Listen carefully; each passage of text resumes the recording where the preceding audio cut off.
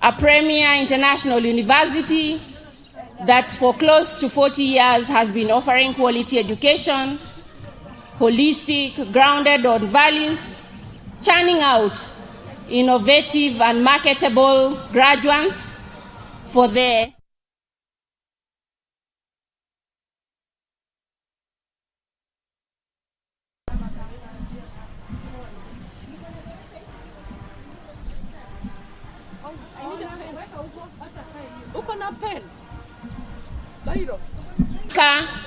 the graduates have started getting into the graduation square, and I would want to thank the parents who have immediately taken the cue to be up and standing in recognition of these graduates and their achievements on this auspicious occasion.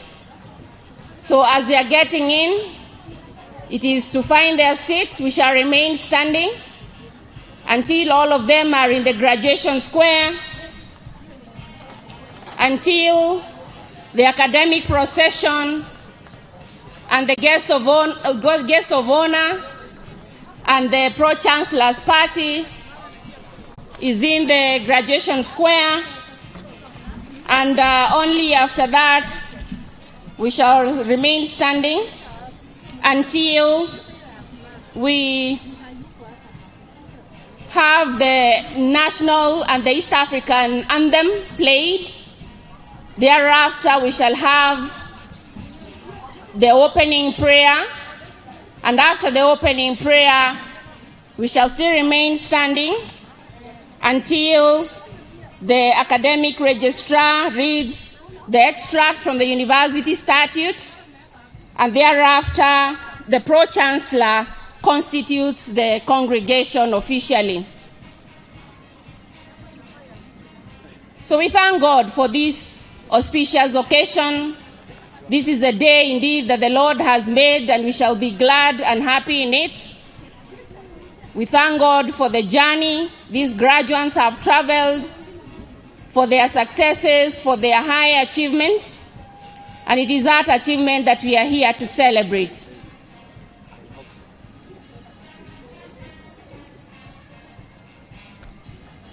Welcome, welcome, dear graduates, and congratulations. Welcome to the 41st graduation of the Catholic University of Eastern Africa. We appreciate the graduates as they come in.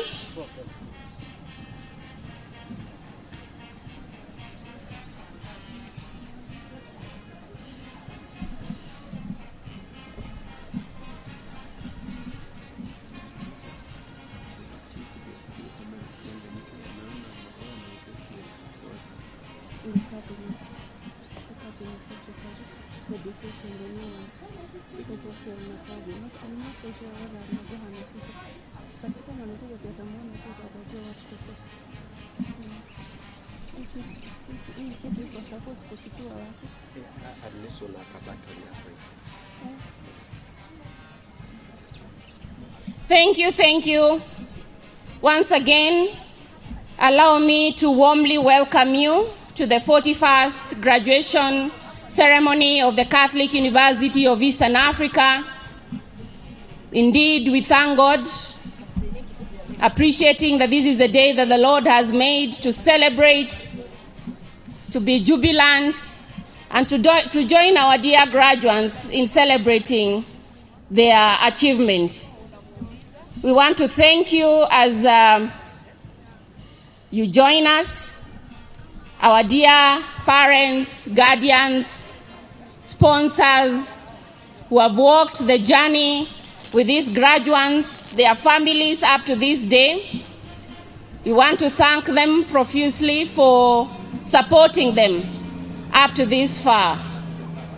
We also want to thank the faculty members who have dedicated their time, their effort, their resources, their mental capacities to inspire and mentor and impact knowledge to the graduates who we are celebrating today.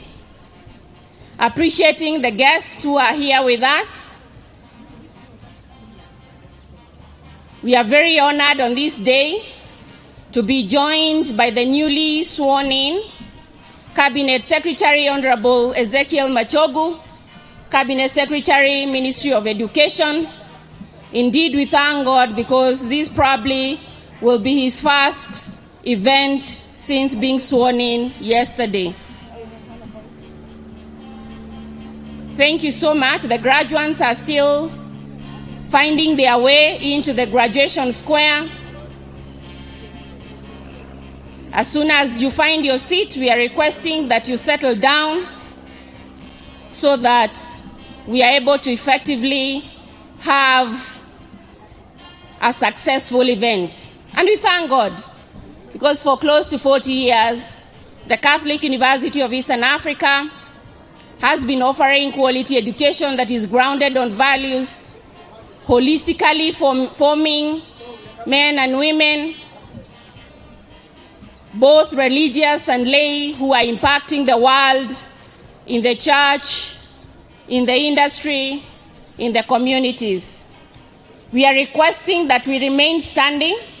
Kindly, let us remain standing. To all the graduates, let us remain standing. As you can see, our parents, our graduates are out there still standing. Let us be energized on this day. It is a day to celebrate.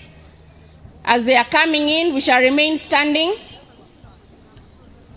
until we have the Pro-chancellor of the Catholic University of Eastern Africa, His Grace, Most Reverend Philip Subira Anyolo, constitute the congregation officially. I can see some are standing to wait for pictures. Let us get moving. Congratulations. I can see you all smiles on this day. You have the right to. But for the sake of order, let us have our seats so that we are able to move together effectively.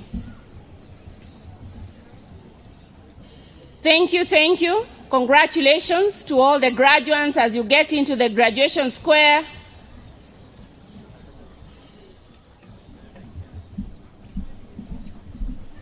Welcome, welcome.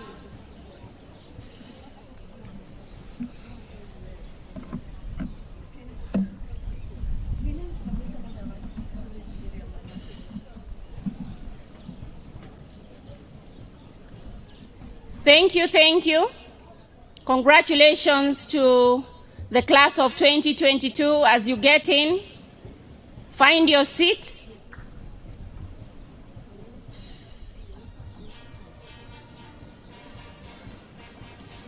This event is also live on YouTube, on the channel, the Catholic University of Eastern Africa CUEA channel on YouTube. It is also live on Facebook. We also appreciate our partners, Capuchin TV. We are also live on Capuchin TV. And we thank all those who are following us online and are part of this day. We also thank those parents or guardians, families of our international students who probably could not travel all the way to come, all of them, but they are online supporting their graduates on this particular day. So we thank God indeed, not tiring to say that this is the day that the Lord has made. Indeed, on this auspicious occasion, we thank God and we are glad for the far that we have all come, for the high achievement of our graduates, for their resilience, for their dedication to their studies, to emerge high achievers on this particular day. It is a day to celebrate, so keep your smiles wide, molar to molar. If you happen to take a selfie or a picture with your friend, make sure you post it online to mark this day. And when you do, you can tag us, Facebook, the Catholic University of Eastern Africa, on Twitter, CUEA_official, Instagram, CUEA_official.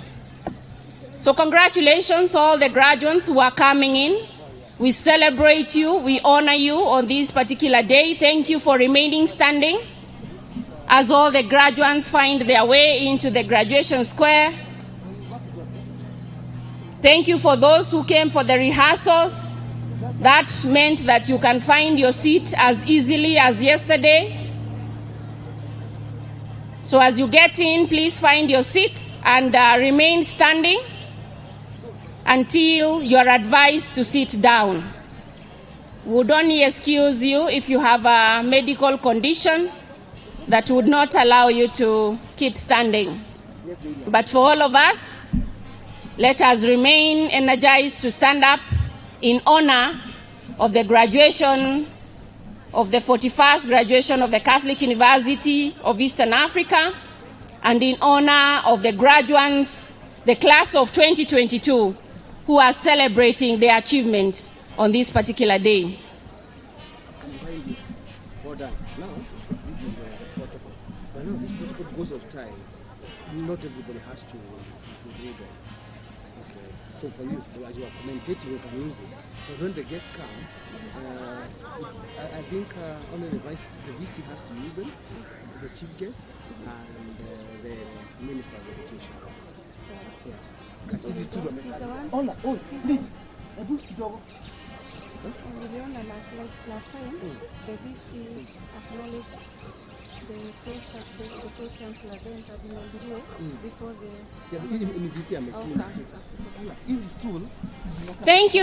Thank you. Congratulations to the class of 2022.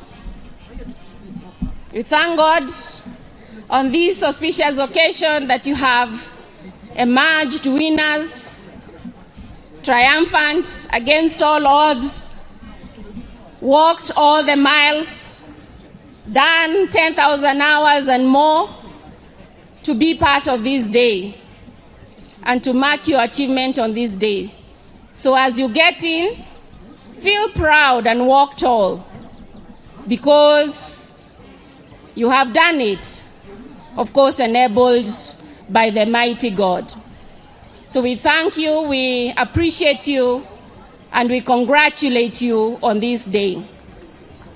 Of course, appreciating our parents, our guardians, our sponsors and benefactors who have also supported us, our families that have probably had to contend a lot in missing you, in resources, as you worked hard to be part of this day. I would request that we maintain the silence that this occasion demands. Please let us have some silence. Kindly, apart from the band, let us maintain silence in the graduation square. This is also a solemn event that should be marked with great respect. So let us honor that, and thank you for doing that. So once we have the last graduate come in, the academic procession, the guest of honor, and the party led by the Pro-chancellor will also find their way in, and we shall remain standing until we have the national anthem, the East African anthem. We shall remain standing for the opening prayer. We shall remain standing as the university academic registrar reads the statutes from the university charter, and we shall remain standing until the Pro-chancellor constitutes officially the congregation of the 41st graduation ceremony of the Catholic University of Eastern Africa.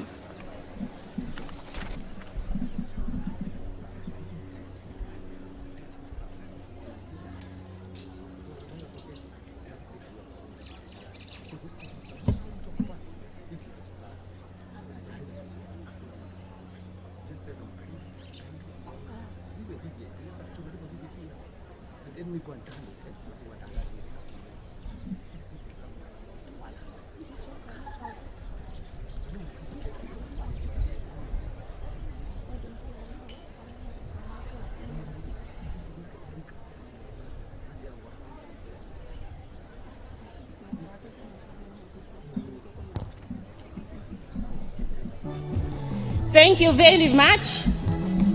I can see the last graduates are getting in, meaning that the guest of honor and his party are about to join the procession. We are very honored that today we shall have the newly sworn in Cabinet Secretary of Education, Honorable Ezekiel Machogu, CBS, who will be probably having his first event since being sworn yesterday, and we consider it an honor and a great privilege. Once again, we are requesting that we honor this place with our silence so that we are able to have one event.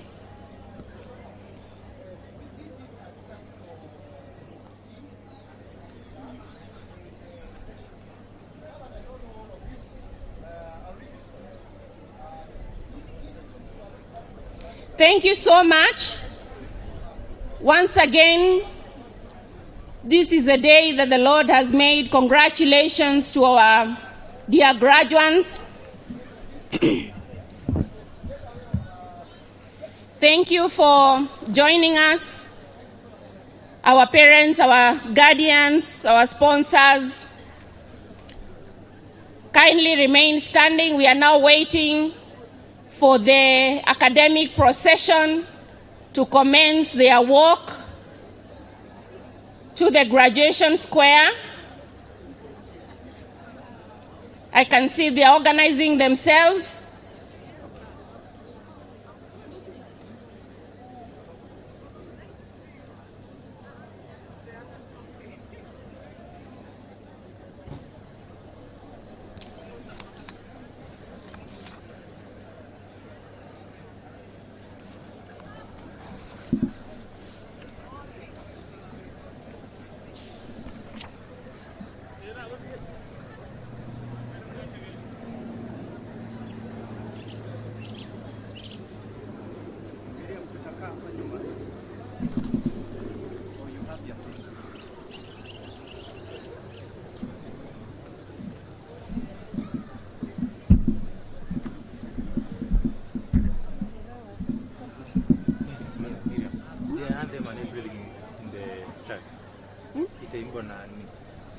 Tutauliza.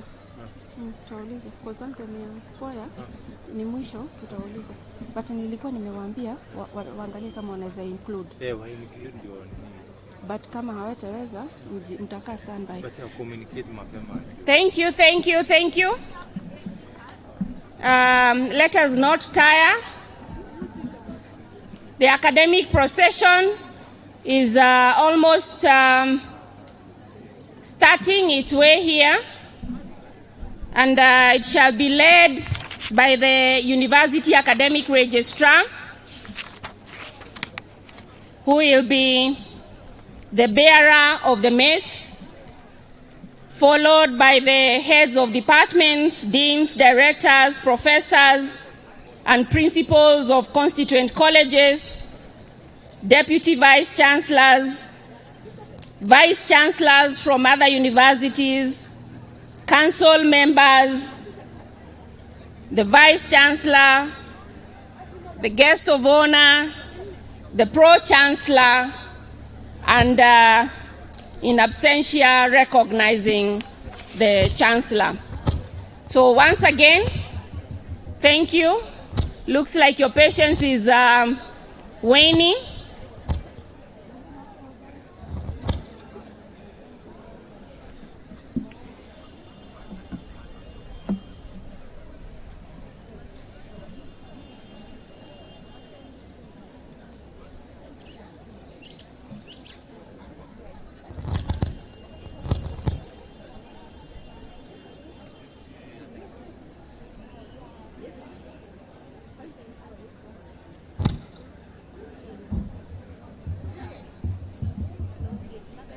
So for close to 40 years, the Catholic University of Eastern Africa has been offering quality education, holistically forming men and women, religious and lay, into transformative leaders who can make an impact in the society, in the church, and in the industry.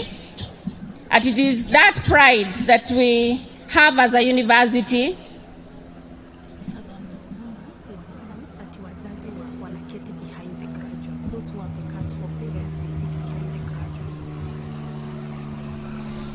So we appreciate that journey, the far that we have come as a university, the far we have come as our partners, the constituents and affiliate colleges, through whom we offer some of our programs as a university, the far that we have come as parents, graduates, and sponsors in supporting these graduates to be part of this great day, and the far that we have come as faculty members, men and women dedicated to impacting knowledge.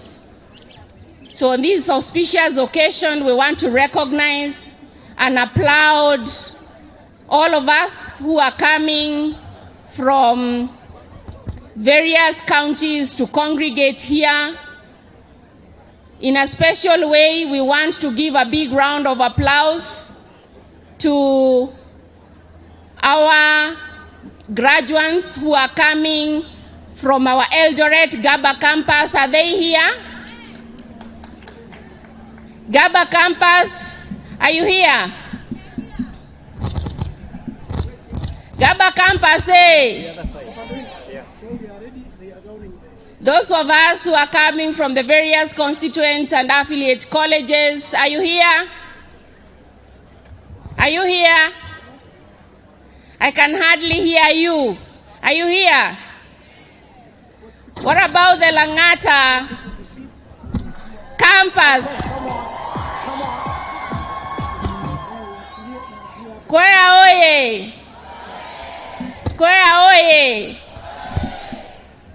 We appreciate that you have trusted the Catholic University of Eastern Africa to be your partner in higher education, appreciating those who have taken certificates and diplomas, those who have taken bachelor's degrees, those who have taken postgraduate diplomas, those who have taken masters, and our doctoral graduates today.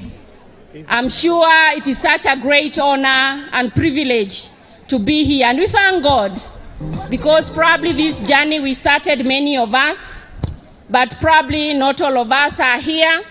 So it is really indeed an honor and a privilege to be part of this celebration. I'll be queuing you as soon as I see the academic procession is ready. I can see the band is there, ready, the administration police band, led by the Principal Director of Music and Assistant Inspector General, Madam Asanath Mumbu, assisted by the Chief Inspector, Friedan Zono. Thank you so much for joining us on this auspicious occasion. Thanking all our parents, graduates, guardians, sponsors, who woke up very early and who have been very, very patient as the marching took place, and who have also patiently supported our graduates up to thus far. Thanking and appreciating our international community. We take pride in the diversity that the Catholic University of Eastern Africa has.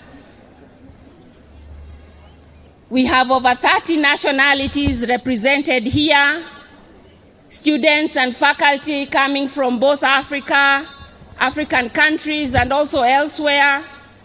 And it is that diversity that we really, really appreciate, because it not only gives our students an opportunity to interact, to have exposure,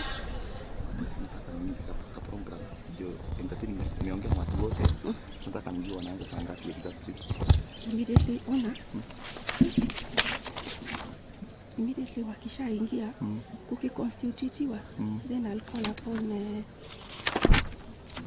Kikuyu ndio wanaanza. Burundians.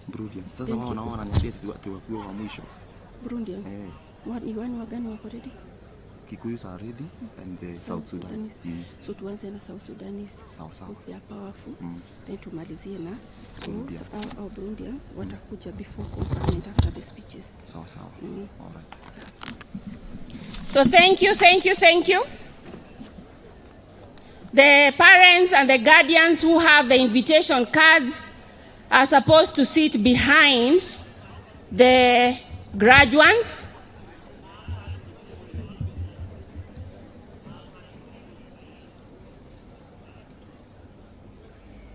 There is a tent for VIPs, so if you have a VIP invitation, I'm sure you know your place. Graduates, I really want to appreciate that 99% of you are now seated as we wait for the academic procession to be ready, and I can see they are almost ready. So let us rise up. Let us kindly rise up. Thank you for your obedience. Let us rise up. I can see the academic procession is almost here. And I can see the administration police band who will be part of that procession escorting the university maze is also readying itself there. So let us give this occasion the honor and the respect that it deserves with our standing up until we are requested to be seated, and also with our silence. So the academic procession, we are waiting for you.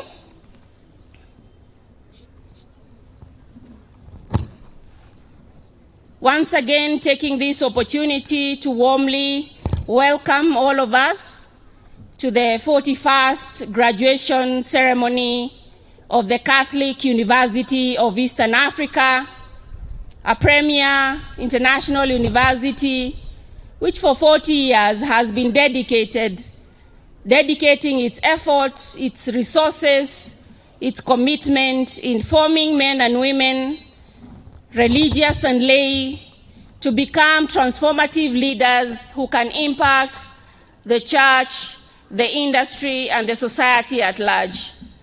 So as we usher you into the world, it is our hope, our prayer, our expectation that you shall carry the Catholic University of Eastern Africa's flag high up in values, in performance, in character, and in your dedication and commitment in whichever endeavor you find yourself in. I want to appreciate the level of organization, the solemnity with which you have carried yourself to give this occasion the honor and the respect that it deserves. I can see the academic procession is almost ready. We can give it a few moments of standing now that we had a break, and remain standing until we are requested to be seated.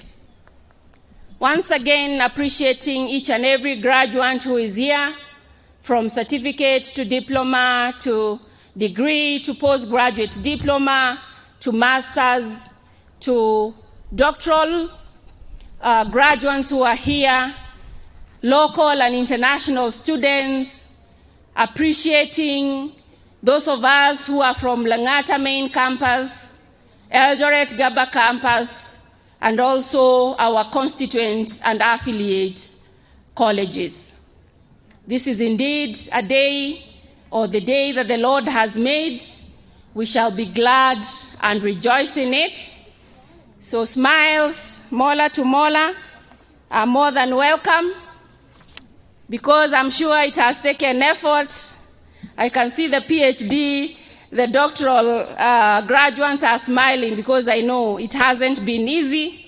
So on this day, you can't afford any dull moment, regardless of standing up for a few minutes, regardless of weather, regardless of anything. You just have to overcome all odds to remain excited, jubilant, and happy. knowing that it has taken the hand of God to be where we are today as an institution and also as an individual and also as members of our families. We thank God for our parents, graduates, sponsors, our benefactors who have worked with us throughout this journey to be part of this auspicious occasion. Really thanking God for preservation of life, for his providence, thanking God even for the knowledge, thanking God for the resources, because it takes quite a thing to be where you are today. We have come through a tough time of Corona. We probably are not out of the woods yet, but God has ensured that you're here, alive and kicking. We have gone through tough economic times, but God has provided the resources to support your education. Our families have been there supportive throughout the whole journey. The university has ensured that through online learning, that your education has not been interrupted and that you're graduating within the expected time of your academic program. Thank you so much for all the effort that you have put in. And on this day, I want to pass my warmest congratulations to all the graduates, thanking God and requesting him that he continues to light your paths wherever you go, in your line of duty, in your service to mankind, that you shall remain obedient to his call, remain obedient to your purpose, and remain obedient to your commitments. As soon as the academic procession is ready, I will let us know, but I can see it's just a matter of time. We are requesting that those of us who are still standing, that they find their place to sit, so that once this activity begins, this great day, then we are able to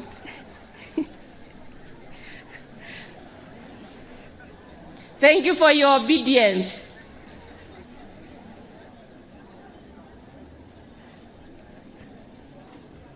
You have been the most obedient congregation in East and Central Africa, south of Sahara, and indeed global award-winning for your patience. So thank you, we appreciate. Sometimes it takes a bit of time to have everybody lined up. So we appreciate that you've been patient. Allow me to prompt you.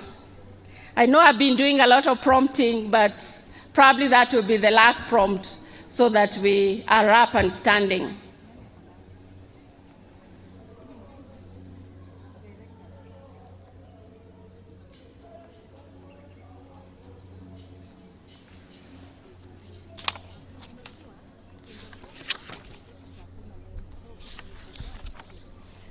And on such a day, it's always good to say a few things. One of the differentiating niches of the Catholic University of Eastern Africa's education is the mainstreaming of Christian ethics and values in all our academic programs.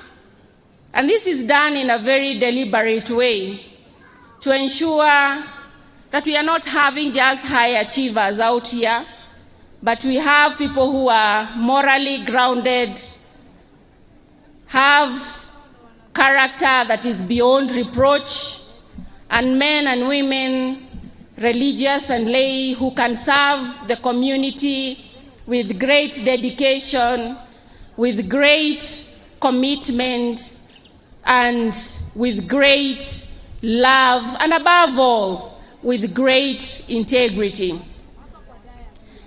In a society that is experiencing a high rate of moral erosion, it is our hope and prayer that in your workplace you shall go out there and make a difference by bringing character that is full of integrity in the way you execute your duties.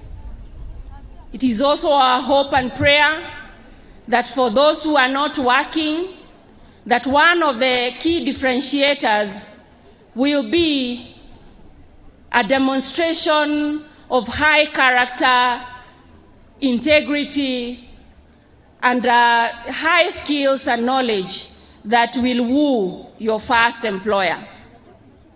So let us remain dedicated in remaining men and women full of integrity so that we can impact this world and transform it. Many are the times when people complain how bad the world is, but very few are willing to put in the effort and the character that it takes. So ladies and gentlemen, let us all rise up now. Let us all be up and standing.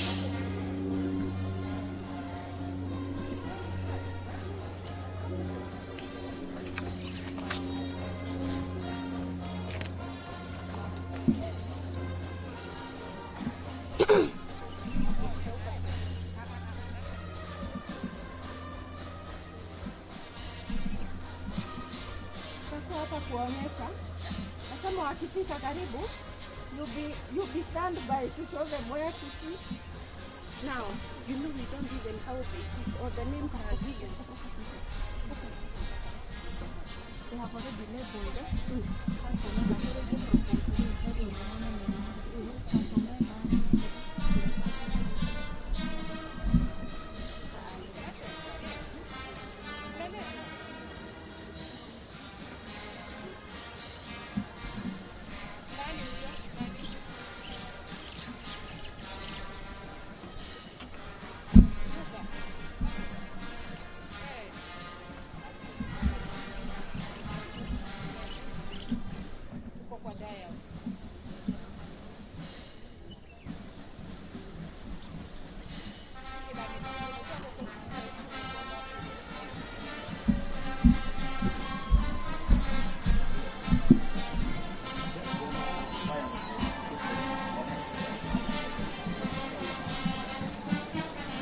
Indeed, this is the day that the Lord has made. We shall be glad and rejoice in it.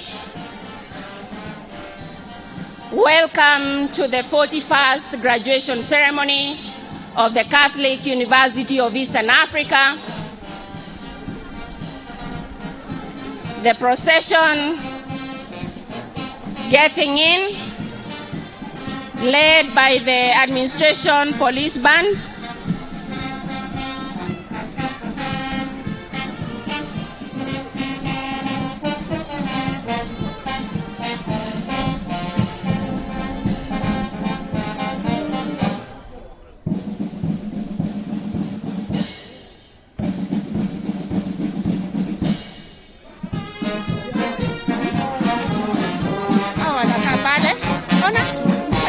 Lecturers hapa na VIP.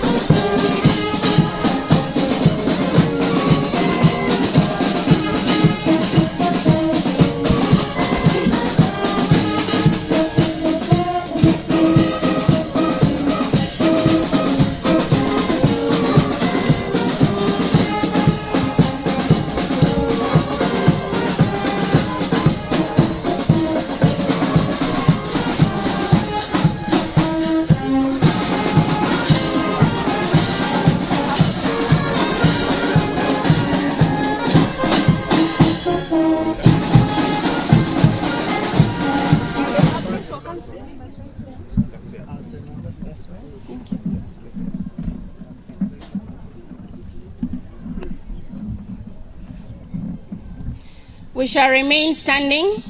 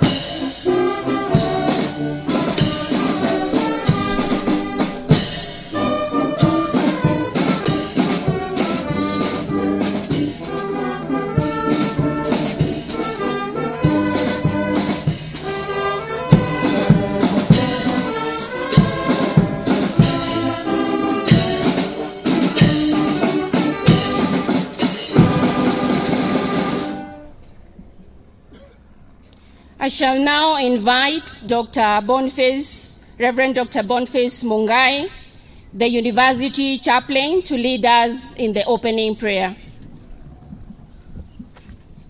While remain standing.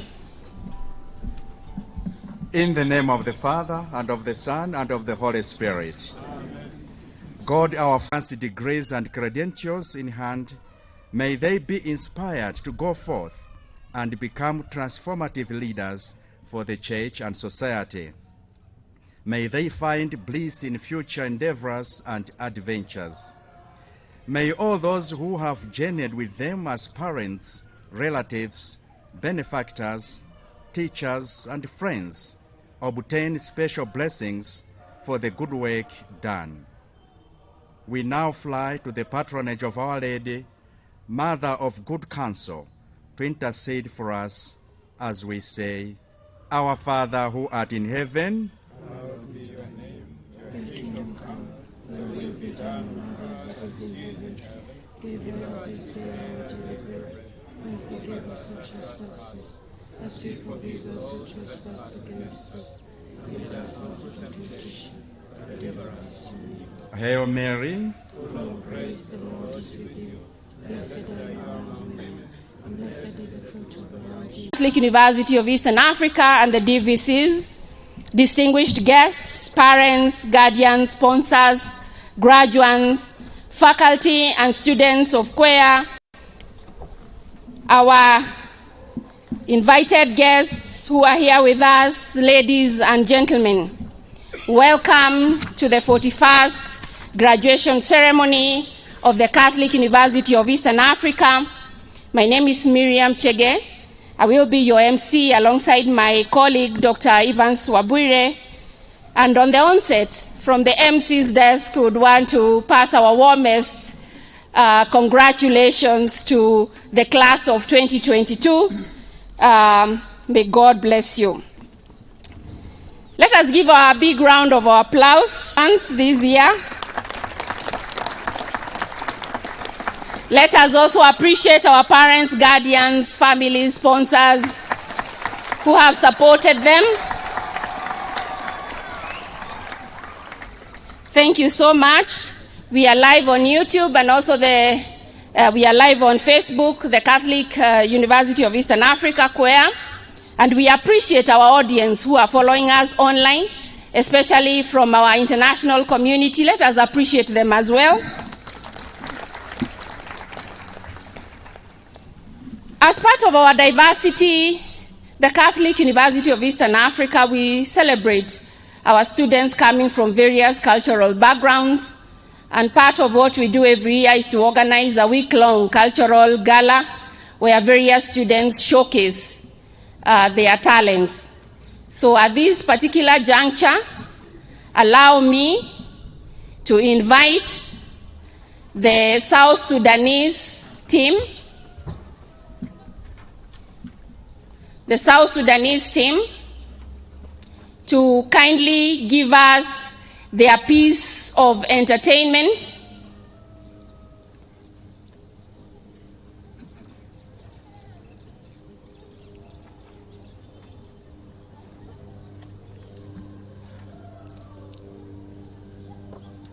After that, we shall have the Kikuyu cultural team who will also give us a piece of entertainment.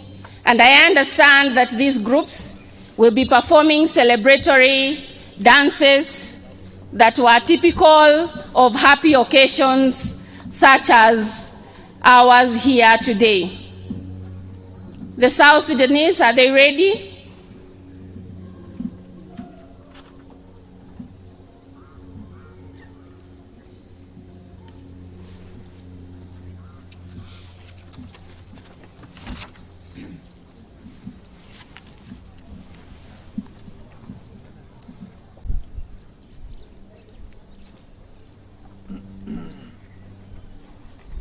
The South Sudanese team.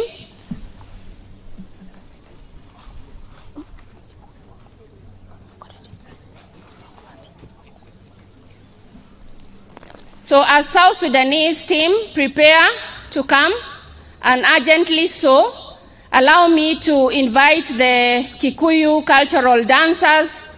These are students who won the 2022 cultural gala with their performance, and this day we shall be honored and privileged to enjoy it here today. So without much ado, ladies and gentlemen, let us put our hands together and warmly welcome the Kikuyu cultural dancers.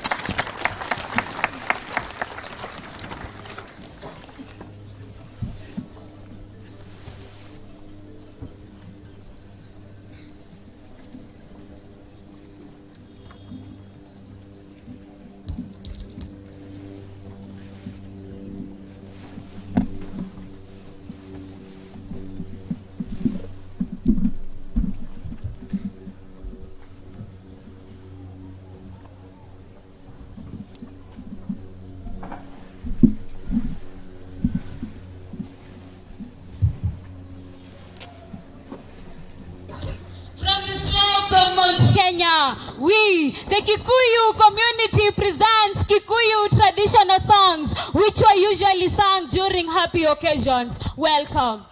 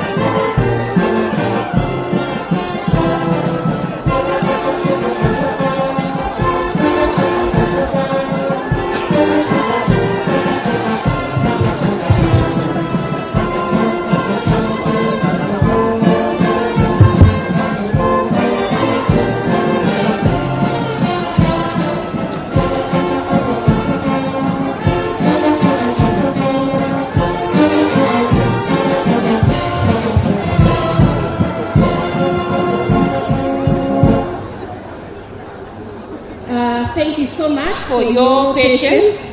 Let us put our hands together and appreciate the Administration Police Band led by the Principal Director of Music and Assistant Director General, Madam Asenath Mumbo, and also assisted by Chief Inspector Frida Nzano. Let us appreciate them. A bigger round of applause, please. Let us also put our hands together and appreciate the Kikuyu cultural dancers. So quickly moving on and apologizing for that hiccup, allow me to now invite the South Sudanese. I can see they are ready. So let us warmly welcome them with a big round of applause. So South Sudanese team.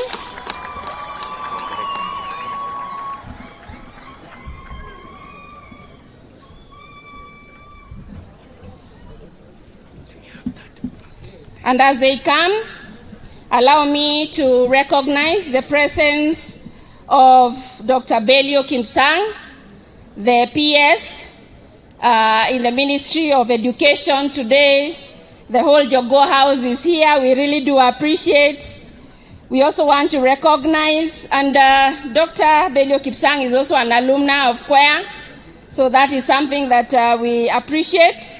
We also want to recognize the presence of Dr. Edwin Tarno, who is the principal KTTC, appreciating Mr. Peter Kega, who is here on behalf of TSC, appreciating Dr. Paul Kurgat, the Deputy Ambassador to Russia, who is also here with us, and the various Vice Chancellors from other universities who are here with us. The South Sudanese, are you ready? Now, as they ready their music, allow me to invite the choir, the Catholic University of Eastern Africa, as the South Sudanese team gets ready. Allow me to invite the choir to give their performance. The university choir, are you ready?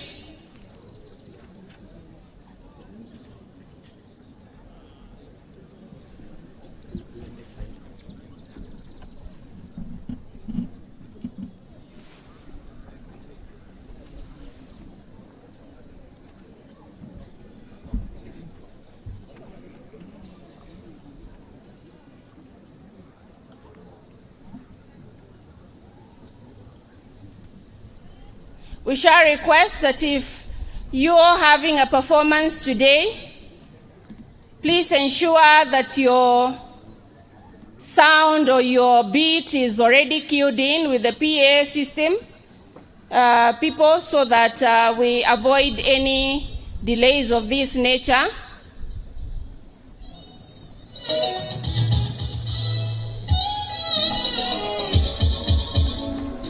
So finally, let us give it up for South Sudanese as they come in.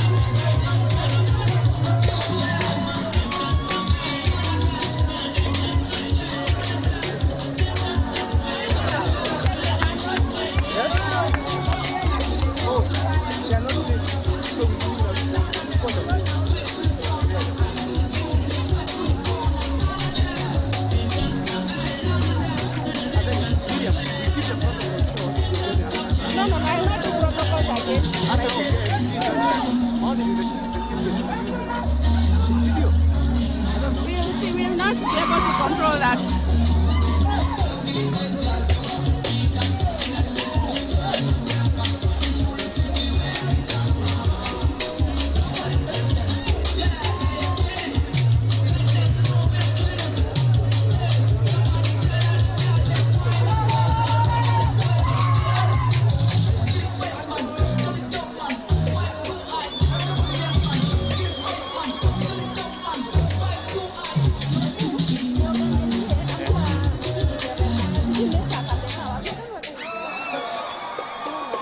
The alumni.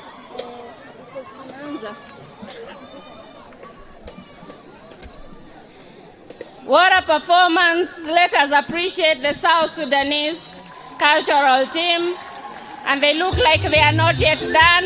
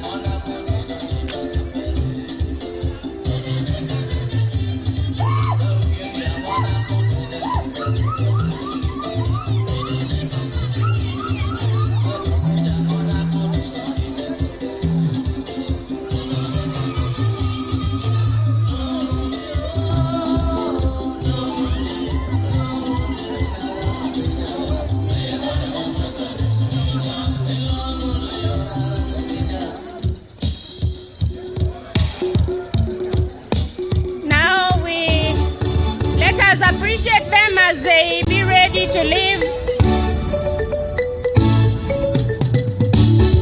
Last performance as you leave the stage, please.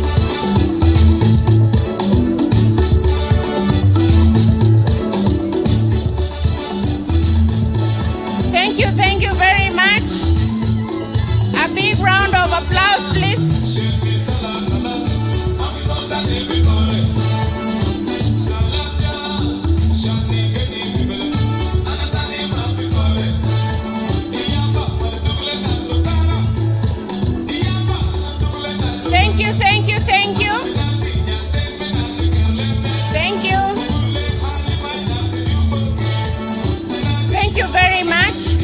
Thank you very much. Thank you very much.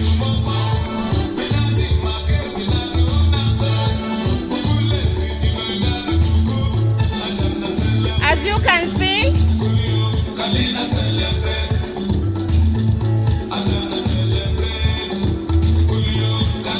a big round of applause, please. As you can see, it is very difficult for a master of ceremonies to control a cultural moment, a celebration of that nature. Thank you so much, the South Sudanese, for that energized, colorful performance. We shall have another brief interlude after the speeches with entertainment, so the Burundians kindly be on standby and the liturgical dancers as well to avoid any wasting of time. So quickly moving on, we shall now have some brief speeches and addresses. And without much ado, allow me to invite Advocate Meshach A. Kwaka. He is an advocate of the High Court of Kenya, specializing in commercial litigation and technology law, working with Oraro and company advocates. He's a double alumnus of CUEA, CUEA Faculty of Law, Bachelor of Laws LLB class of 2016, and also CUEA Faculty of Arts and Social Sciences, BA in Political Science and Sociology class of 2013. And in 2021, he emerged the second runners-up in the Young Lawyers Award category, Nairobi Legal Awards. So we are very, very proud and delighted on this auspicious occasion of the 41st graduation ceremony of the Catholic University of Eastern Africa to have a brief word of encouragement from Advocate Meshach A. Kwaka. Let us appreciate him as he takes to the podium. Thank you to the Chancellor, the Pro-chancellor, the guest of honor, chancellors from different universities, faculty members, distinguished guests, ladies and gentlemen, good morning.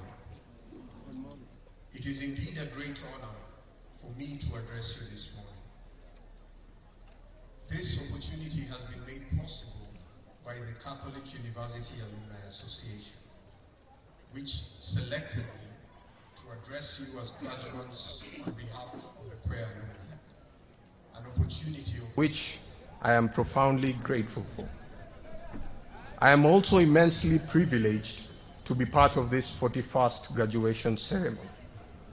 As you have heard, not so long ago, I sat as a graduate having completed my Bachelor of Arts degree in Political Science.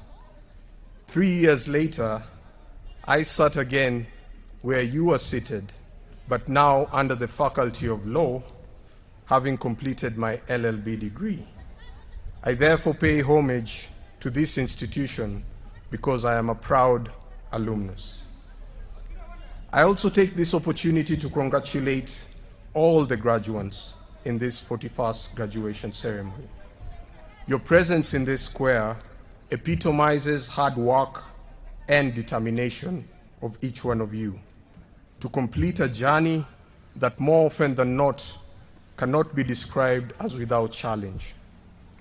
I, for one, know that the staff and the faculty members have tirelessly worked to provide the best environment for your studies, and therefore they too share in your success today. We cannot forget our parents, relatives, and sponsors who have supported us through this journey, and for that we say asante and God bless you.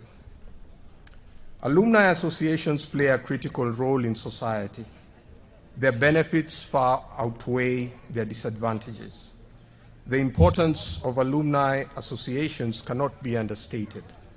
Currently, many of the prime projects, investments, and philanthropic causes are conceived and actualized by alumni associations. You will be interested to note that some of the great personalities in the world, thought leaders, entrepreneurs, innovators, sportsmen, and politicians all belong to alumni associations that support them to achieve their goals. The CUEA Alumni Association is no different. It's a large family where each one of you belong. It's an association that welcomes all graduates to participate in its enriching programs, which will help you achieve your goals and your dreams. The benefits are plain to see. Professionals from diverse fields gather to exchange ideas and share expertise. Events that provide networking opportunities, interactions that support job seekers to secure employment, and scholarships for those desirous of furthering their higher education. Alumni associations are not all about education. Some of them serve as matchmaking institutions.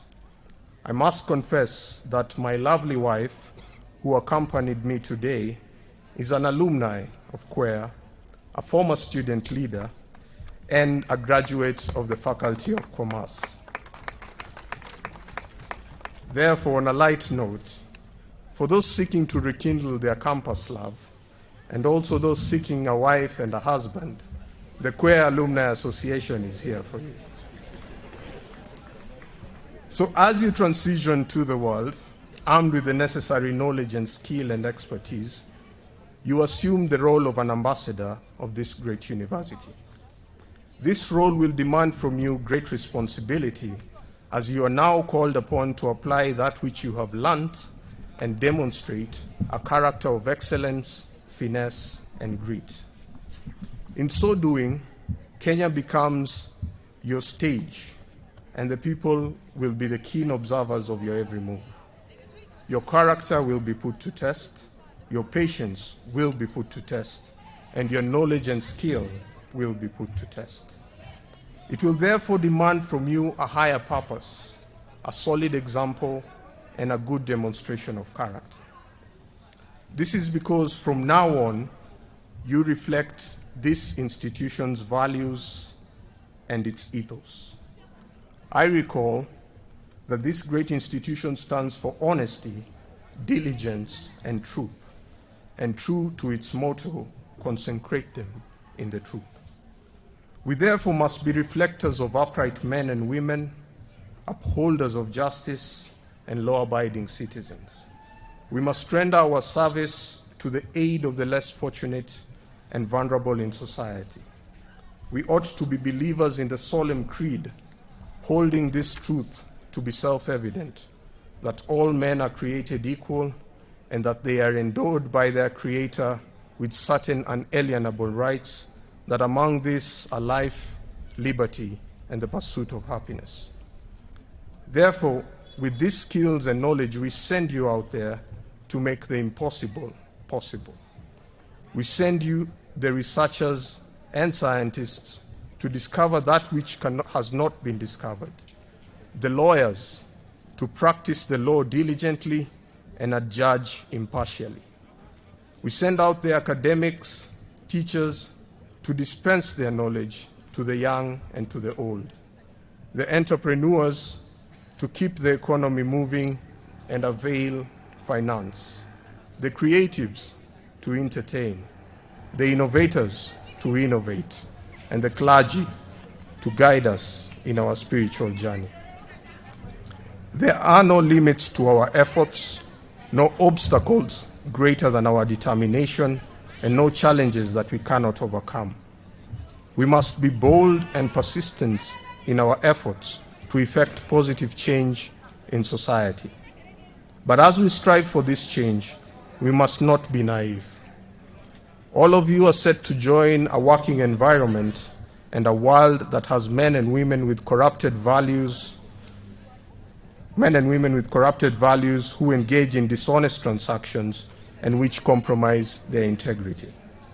In this same world and working environment, you have men and women of integrity, celebrated for their service and rewarded for their hard work. I hope that in the fullness of time, we shall reside in the latter rather than the former.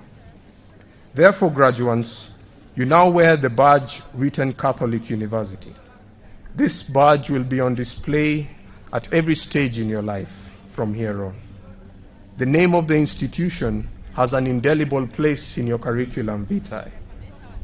This name will be there when you seek employment, when you seek political office, and when you rise to the greatest heights of your career.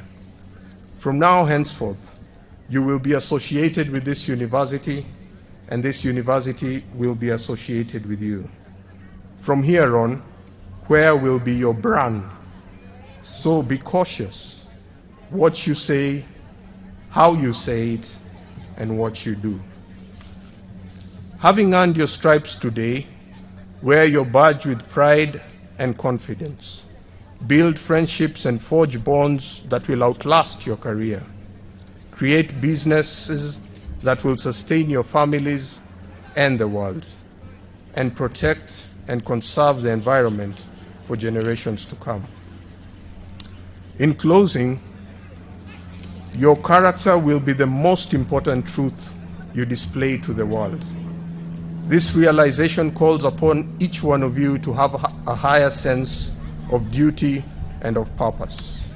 It calls upon you to be authentic and to be mindful that not only are you an ambassador of this great university, but you are a product of this institution.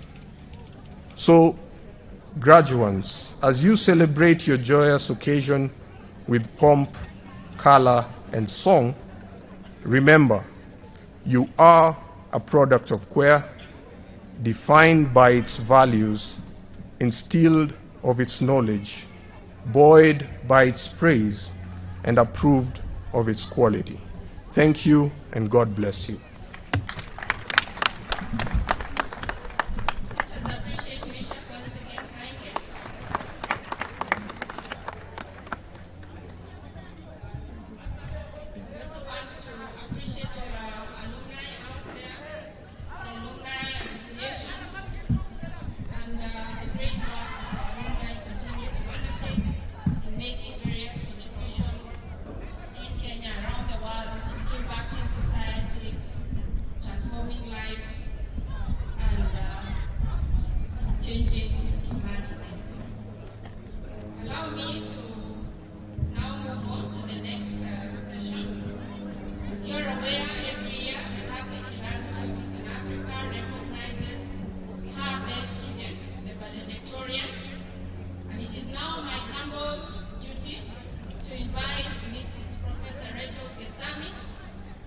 Deputy Vice-Chancellor, Academic Affairs and Research, to present to this honorable congregation the 2022 Valedictorian, who will be awarded, give her brief remarks, and then the Deputy Vice-Chancellor, Academic Affairs and Research will do the honor of inviting the Rector and Vice-Chancellor to give his remarks.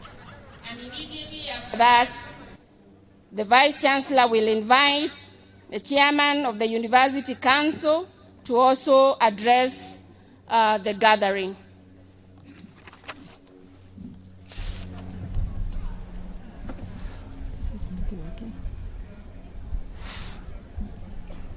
This is not working. Can you hear me?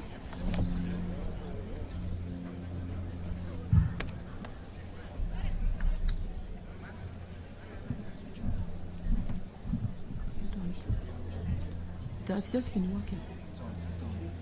Okay, that's better.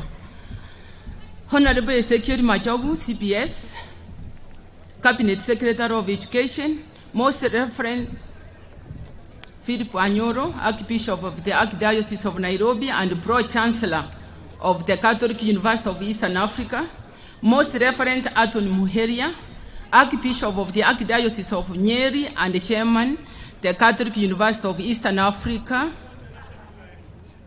Trustees, is our chair of the trustees, Right Reverend Paul Kariuki Njiru, Chairman, University Council of the Catholic University of Eastern Africa, Your Lordship, Bishop, members of the University Council, distinguished members of the University Council, Very Reverend Professor Stephen Imbu Wangari, Rector and Vice Chancellor of the Catholic University of Eastern Africa, distinguished guests, parents, guardians, sponsors, graduates, faculty and students of CUEA, ladies and gentlemen, and all protocols duly observed. I thank God for each one of you seated here this morning, and I'm here to just very briefly present to you the 2022 Valedictorian students.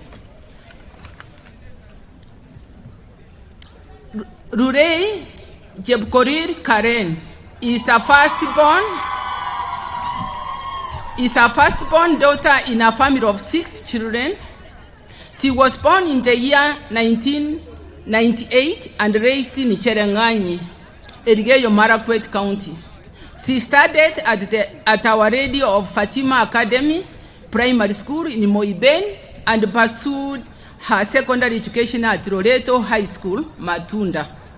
She actively participated in games, leadership, community service, and church activities. She later joined the Catholic University of Eastern Africa in August of 2017 to pursue a Bachelor of Science degree in nursing. During her studies at the university, she was a member of the Christian Union family and participated in community service activities at individual and university level. I hereby introduce the valedictorian of the 2022 class, Lere Jebkorir Karen, registration number 1032682 of the School of Nursing of the Catholic University of Eastern Africa, who obtained, and this is important, because to be in this category, you need to be very good in your studies. So she obtained a mean score of 78.1%. Karen?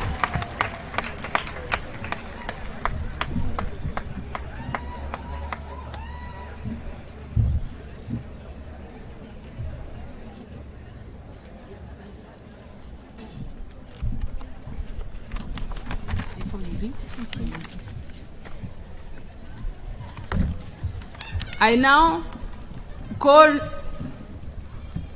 very Reverend Professor Mbu Wangari, our Vice Chancellor and Rector, to give the trophy to our valedictorian of 2022.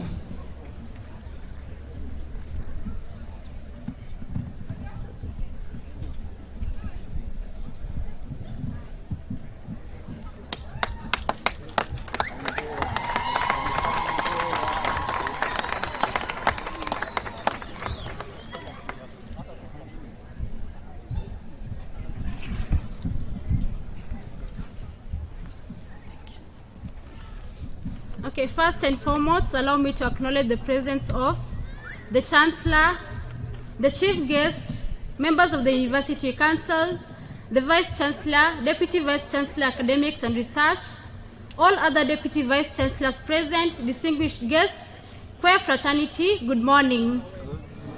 My name is Karen Lulei from the School of Nursing. I'm truly humbled and honored to be the valedictorian representing the graduating class of 2022. It was never easy. It was purely by the grace of God. A few days ago, I received a call from my school informing me that I'm the valedictorian of the year 2022. I was somehow confused and elated. Today, I want to share with you a story that has deeply inspired me. The stories of a pencil maker whose pencils sold without any kind of marketing and any kind of advertisement. School of Business and the Department of Marketing, I seek your indulgence for this, but yes, the pencils sold without any kind of marketing and any advertisements.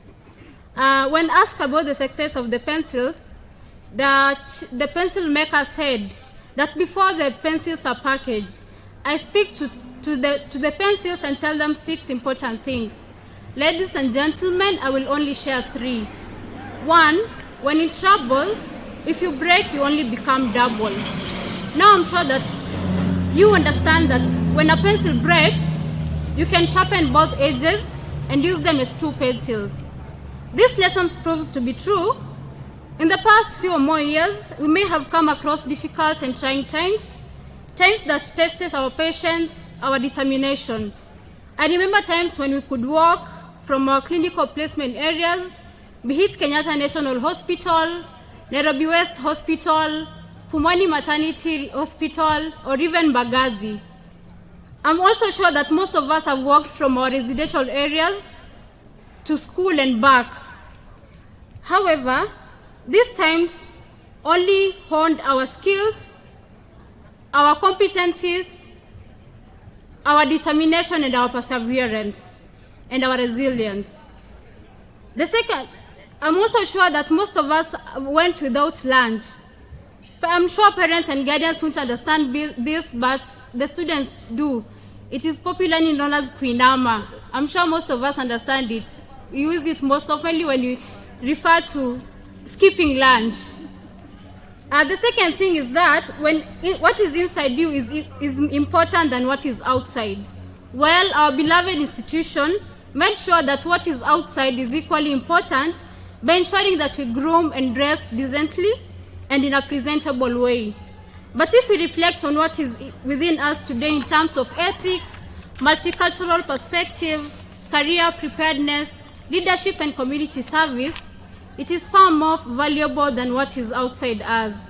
Lastly, the pencil maker also told these pencils that you will be able to do great things only if you allow yourselves to be held in the best hands. CUEA has put at our disposal good facilities worth of resources and a conducive environment for holistic development. On behalf of the 2022 graduating class, I thank the school's management, the school's administration, the members of faculty, especially the School of Nursing. I also want to convey my gratitude to my very supportive and loving parents and siblings. Thank you, Mom and Dad. But I cannot forget my friends whom we journeyed together as a collegial family. And lastly, in as much as we are graduating today, a lot of uncertainties await us. But the Bible in Romans 8:19 says, creation awaits in eager expectation for the sons of God to be revealed. Class of 2022, the word is waiting for us. Hongera, thank you, and may God bless you all. Thank you.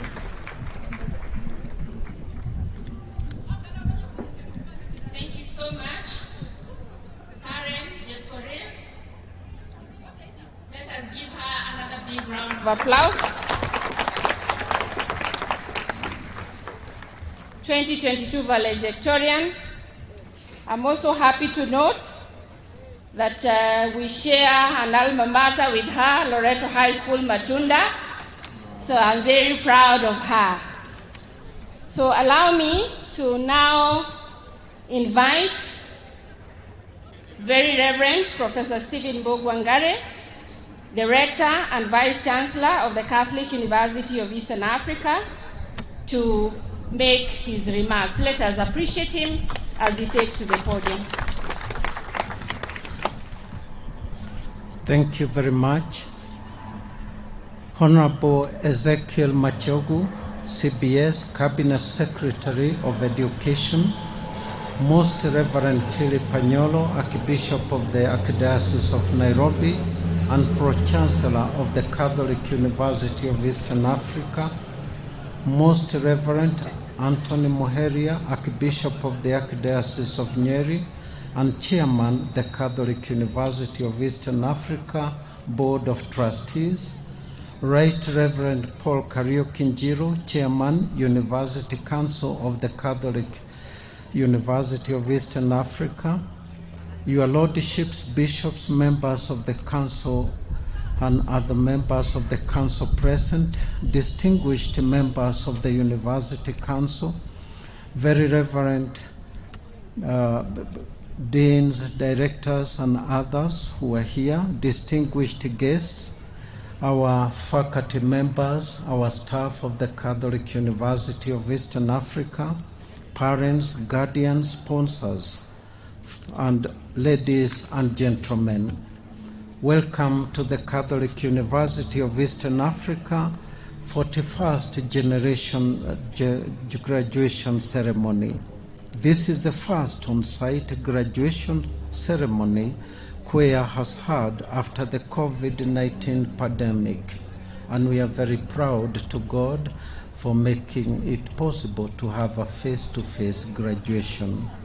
I would like to thank Honorable Ezekiel Machogu, our chief guest, for accepting to grace our graduation this year, and your guest of honor to congratulate you for having been appointed and sworn in as the Cabinet Secretary of Education the other day.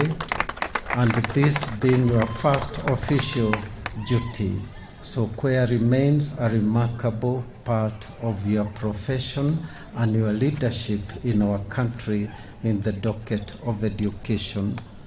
Welcome to the Catholic University of Eastern Africa that prides to be an international university with the students from over 30 countries. You saw the Southern Sudan, which is a sample of them. We have students from all over Africa. We have even a PhD student from Australia. And this year I received a student from the Comoros.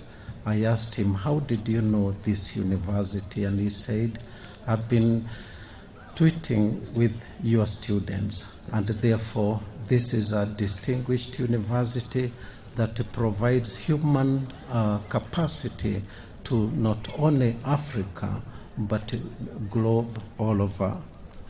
I would also like to take this opportunity to congratulate our dear graduates. As I said yesterday to you, this far the Lord has brought you. The Lord has been faithful. The Lord has been providential. And may the Lord continue to be providential to your future. Today you have made a momentous and life-changing achievement. We celebrate with you the fruits of your hard work, commitment, and sacrifice. To our graduates, parents, guardians, and sponsors, thank you for choosing CUEA as your partner in the education of our graduates. We are humbled by your confidence in the Catholic University of Eastern Africa, and we promise you to offer quality, relevant, and innovation education to your children. May I also thank our staff of CUEA, both the teaching and administrative, for the facilitation they have had in your journey of academics. May God bless you, and may we continue to offer the quality education that is viable and relevant to our students. Honorable Cabinet Secretary, Your Graces, Your Lordships, ladies and gentlemen, CUEA is a university that has always aspired to offer quality education and to excel in research and innovation. Your guest of honor, please. We have also an innovation hub that was financed by the European Union, where we have quite a lot of ideas that have been developed, nurtured, tested, and finally to be rolled into the society, because our research is aimed at solving society problems. With the changing dynamics of today's world, we have and will continue to take advantage of the opportunities that come along with these changes. Today, our graduates are being awarded with the degrees, diplomas, and certificates in their respective areas. To achieve this, we have diversified our methodology of teaching by embracing technology. In particular, during the COVID-19 pandemic period, we embraced distance online learning and later on blended learning, which was a merger of face-to-face and an online learning.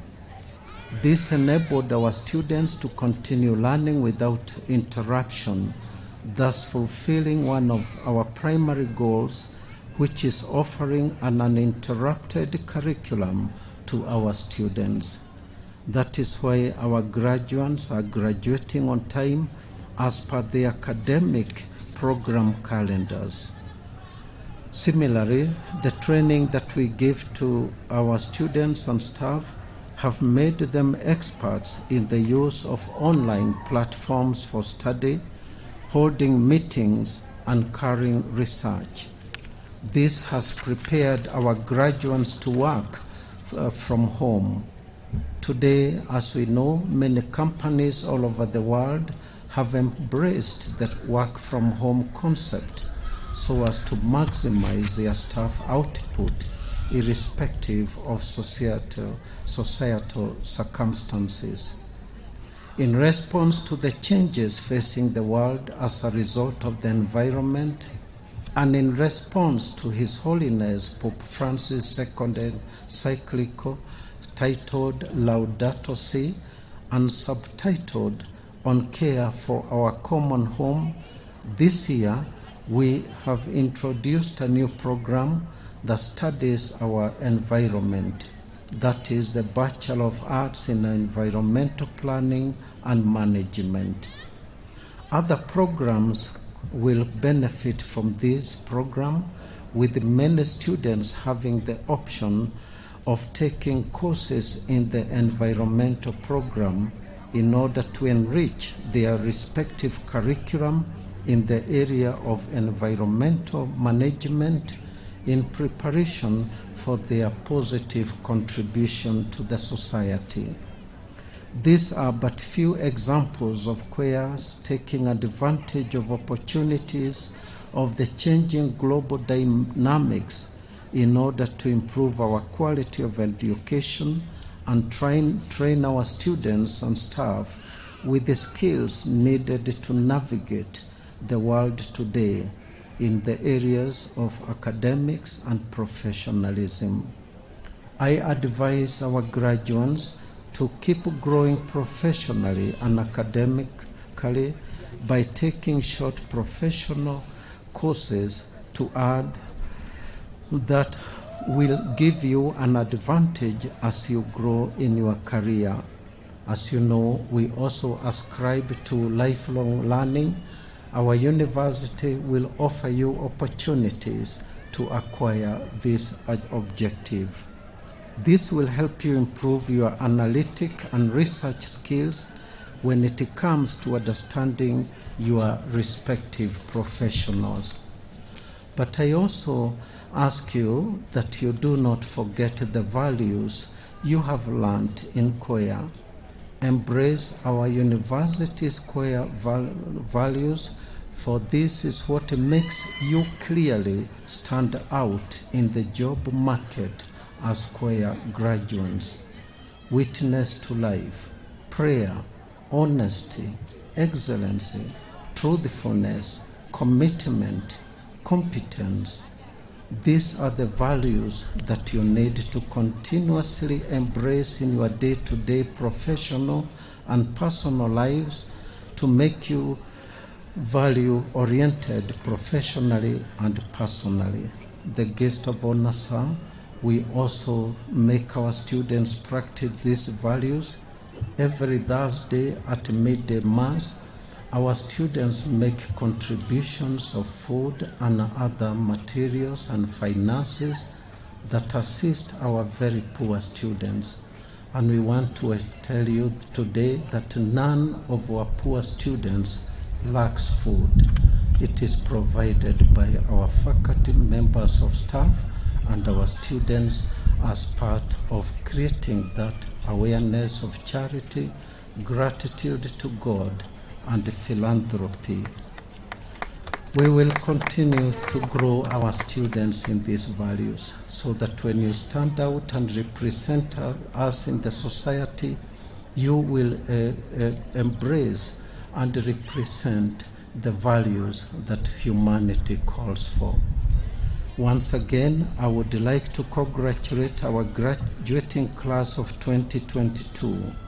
May God bless you and your individual missions, and may He bless the Catholic University of Eastern Africa, and may you continue to be with us as members of the alumni. With this, may I now take the opportunity to welcome our Chair of Council, Right Reverend Bishop Paul Kariuki, our Chair, and also the Bishop of the Catholic Diocese of Embu. Karibu, Your Excellency.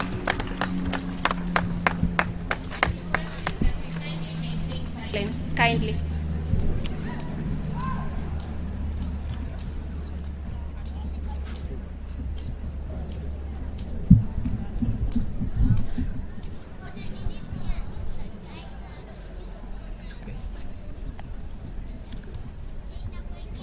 God is good. All the time. God is good. All the time. And all the time. This is the day the Lord has made. Let us rejoice and be glad. Honorable Ezekiel Machovu, CBS Cabinet Secretary of Education, Most Reverend Philip Anyoro,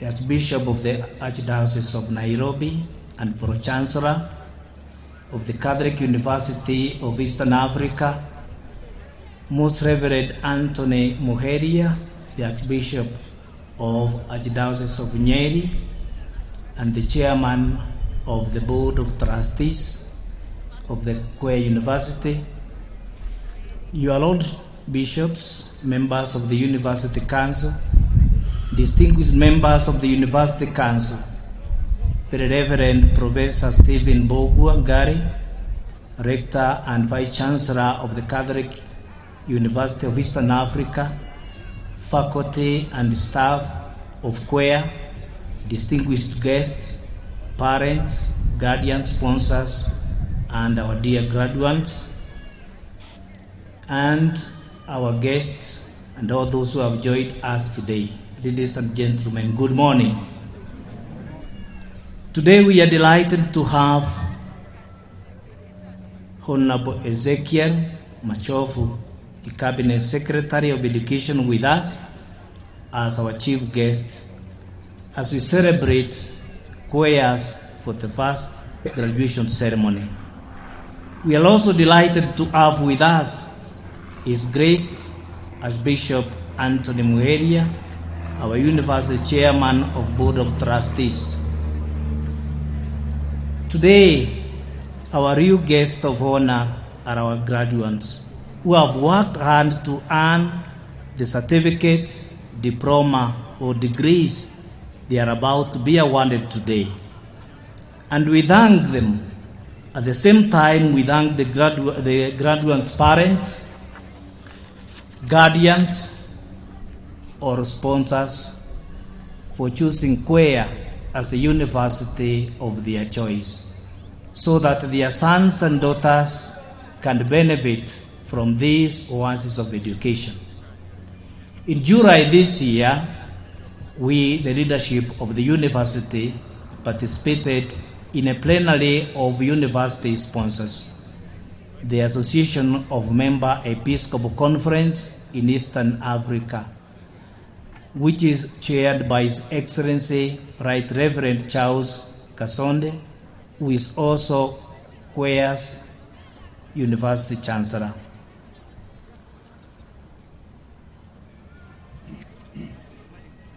I hereby wish to officially let you know that Very Reverend Stephen Mbogua, or Professor Mbogua Gari, the Rector and Vice Chancellor, was reappointed for another 4 years, and we are happy.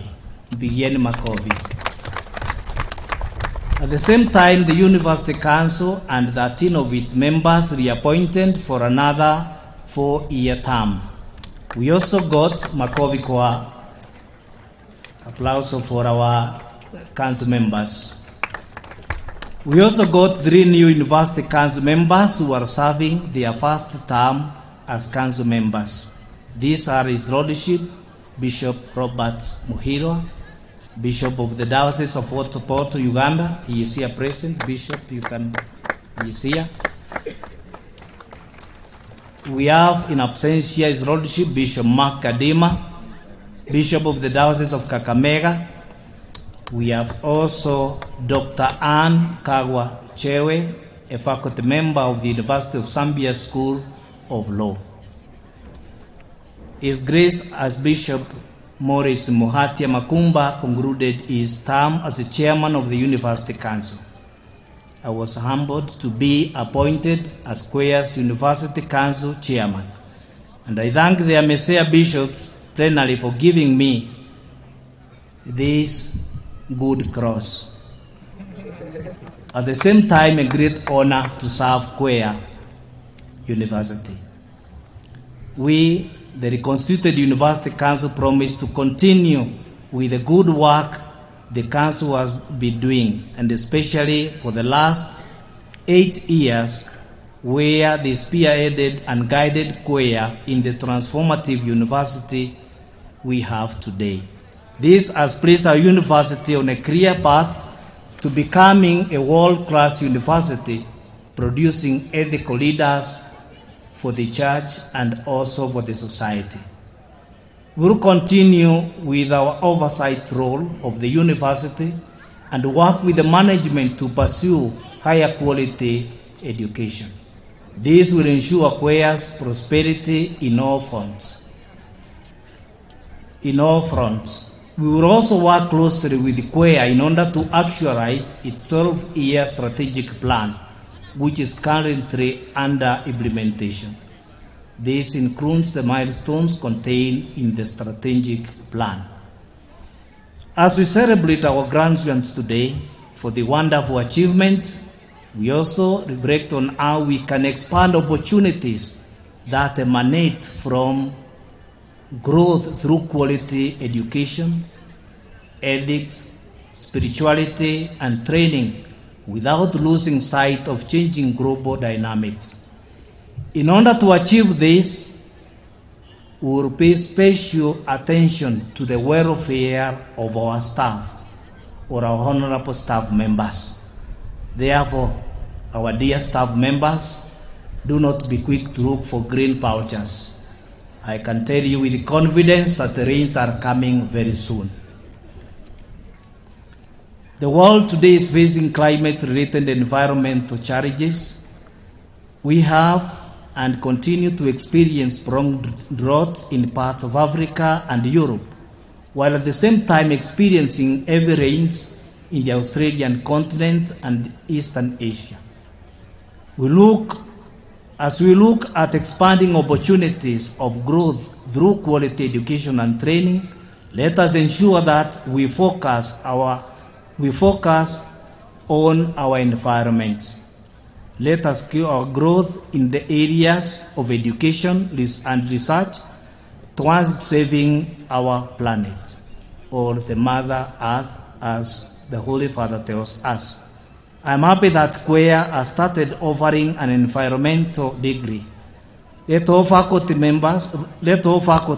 tap this program to see how they can contribute to preserving the environment. The theme of the 20th MSA plenary was held in July this year and took place in Dar es Salaam, Tanzania, was environmental impacts on integral human development. This indicates how seriously the church takes the matter of our environment. That is why I challenge our dear graduates to use the academic professional knowledge they have acquired in CUEA to champion the preservation of our environment as we continue to grow economically, socially, ethically, and politically. The world is in dire strait when it comes to the environment. We are working day and night to achieve the 17 Sustainable Development Goals. However, we need to particularly focus on ensuring that we preserve our environment for our children and the future heritage. This is a spirit already captured in the Millennium Goals.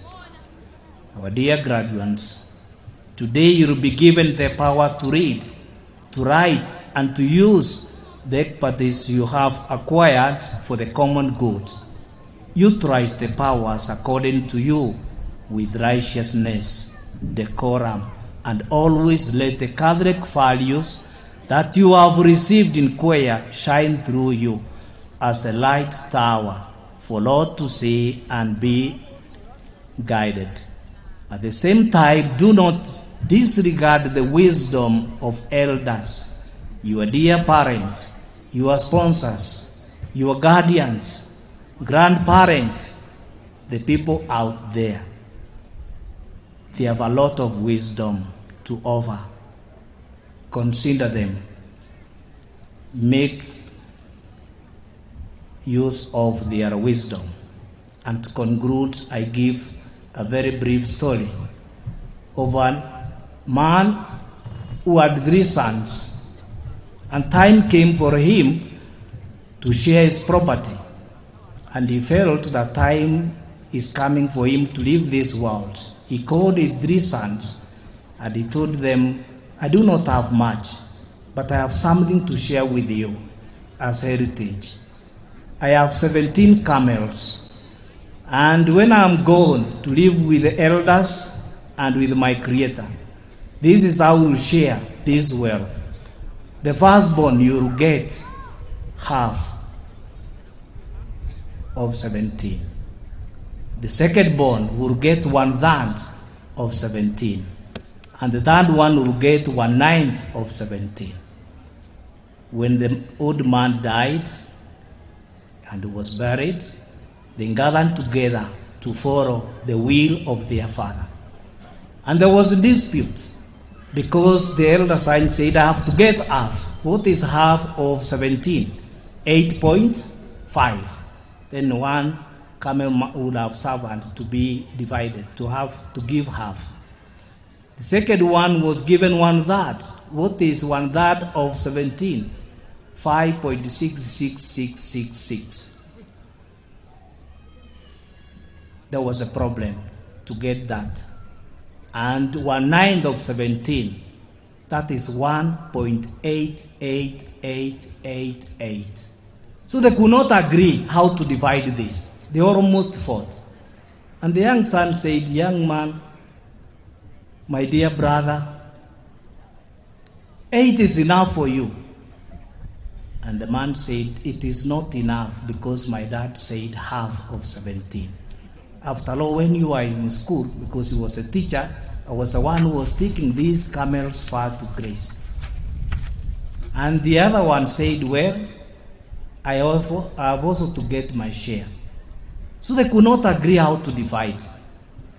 But they said, when our dad was alive, there was this old man, 90 years, who would come home if we had any problem, and our dad would consult him. They said, let us go to that elderly man to consult him. And the young one who was a teacher said, that young man, that old man, he cannot give us anything. He is senile, he is old, outdated. But the elder son said, no, let us go to him. They went to him, and the man listened to them and said, well, go back home. Tomorrow morning I will come and I will give you a solution. The next day, the old man was 90 years. He took one of his camel and went to this family, and he told the 3 sons, I give you this one as an extra gift because your dad was so dear to me. And he asked, let us follow the will of your dad. Now that you have 18 camels, what is half of 18? 9. So he told the elder son, take 9. He went and selected 9.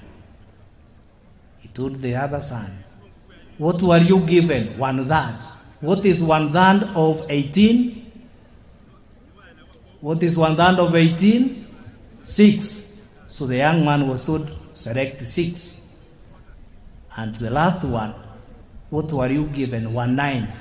18 divided by 9, 2.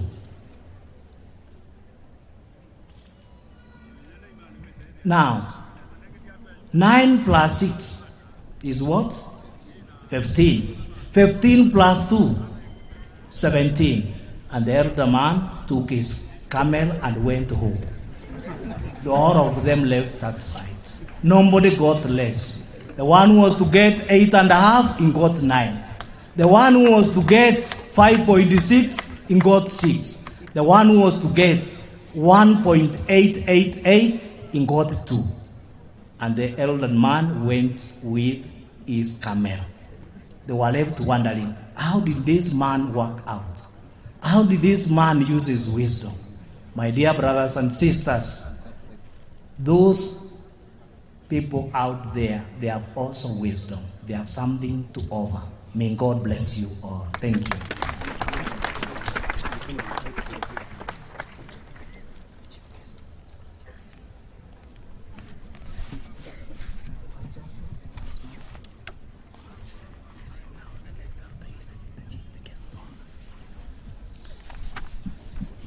I have now the honor and privilege to invite our chief guest, the Cabinet Secretary, to come and give his speech.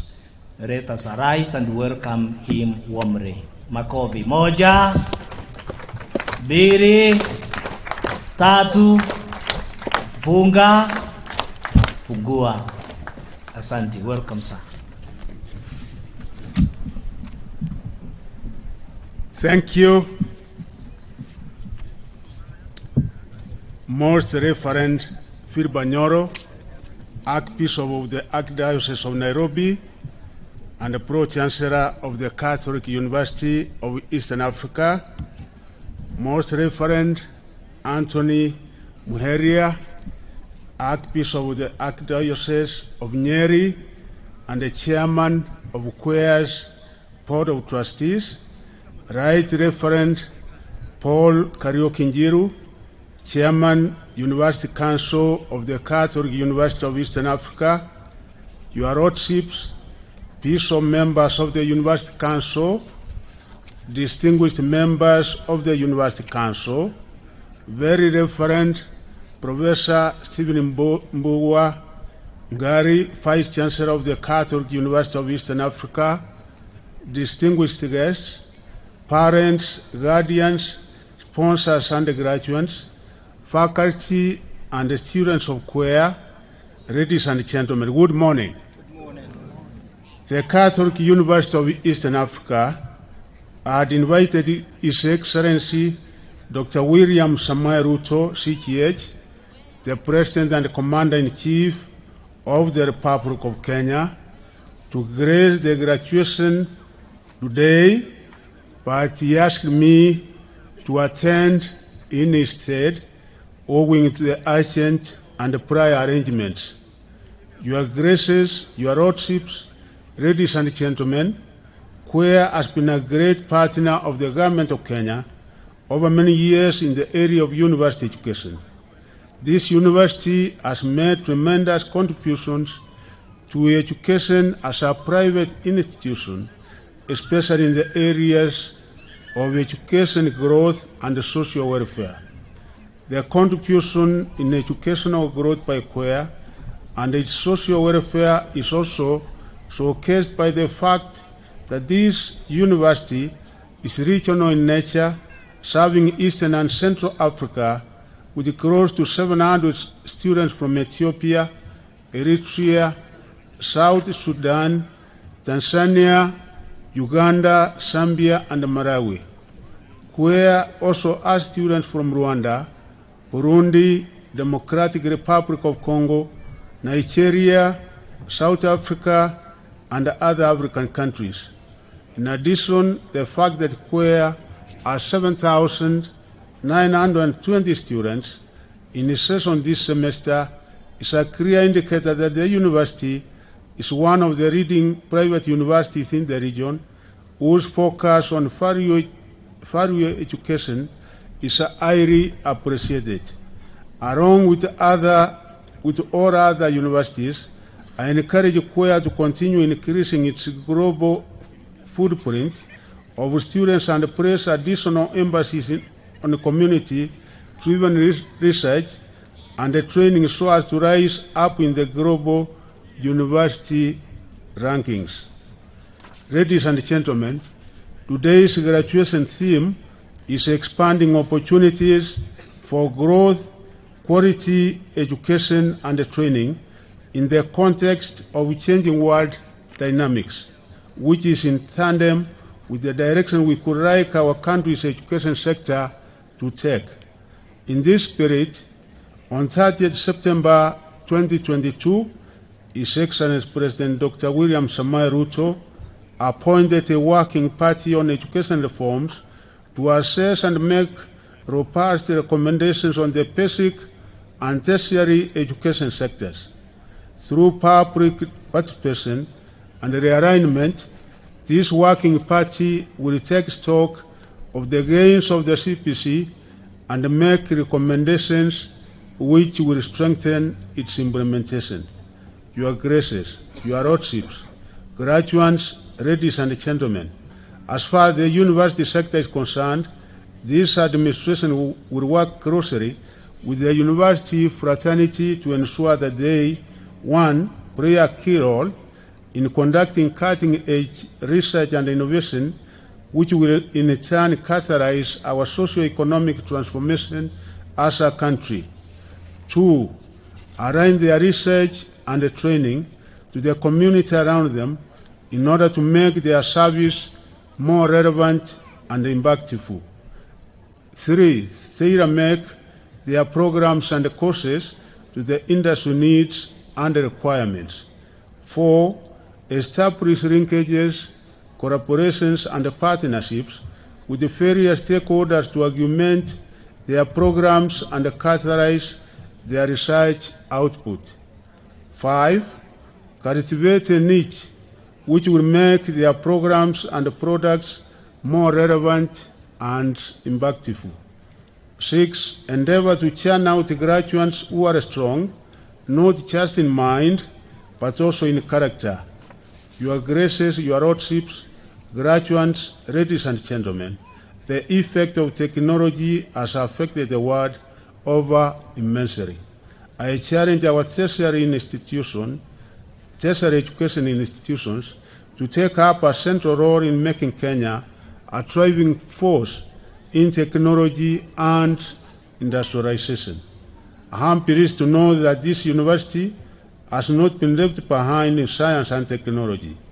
I'm happy to see that for over 10 years, CUEA has housed IPM Research Lab Africa, IPM's 12th Global Research Lab, and the first industrial research facility on the continent of Africa. At the same time, for the last 5 years, has hosted a company that builds and operates state-of-the-art carrier-neutral data centers to serve clients. I'm also happy to see that for over 12 years, Kenya Education Network Trust, the National Research and Education Network, has partnered with CUEA and placed servers at the university, which serves over 6 universities and the university colleges in the locality.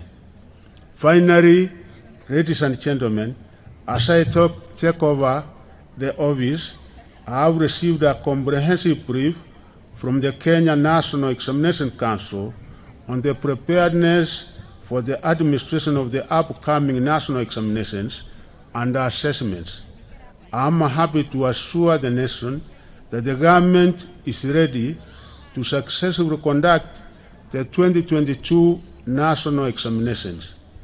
It has also been brought to my attention that some crooks are conning the public by selling fake examination papers. The government has cracked down on one of the social media cartels and has arrested the key readers, one of which is a university student, but not from this particular university.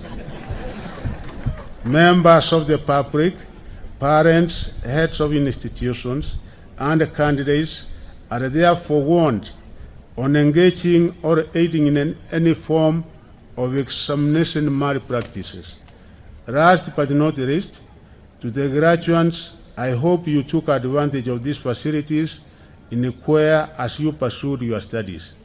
I am confident that you have been informed to become value-based scholars and professionals in your respective areas of specialization. We in the government look forward to working with you directly as employees or indirectly as scholars, professionals, and entrepreneurs as you take the next step in your lives and careers. Once again, congratulations on your graduation today, and congratulations to CUEA and all your constituents and affiliate colleges for working tirelessly to produce such quality graduates for Kenya, East Africa, Africa, and the world as a whole. Thank you all, and may God bless you. Thank you.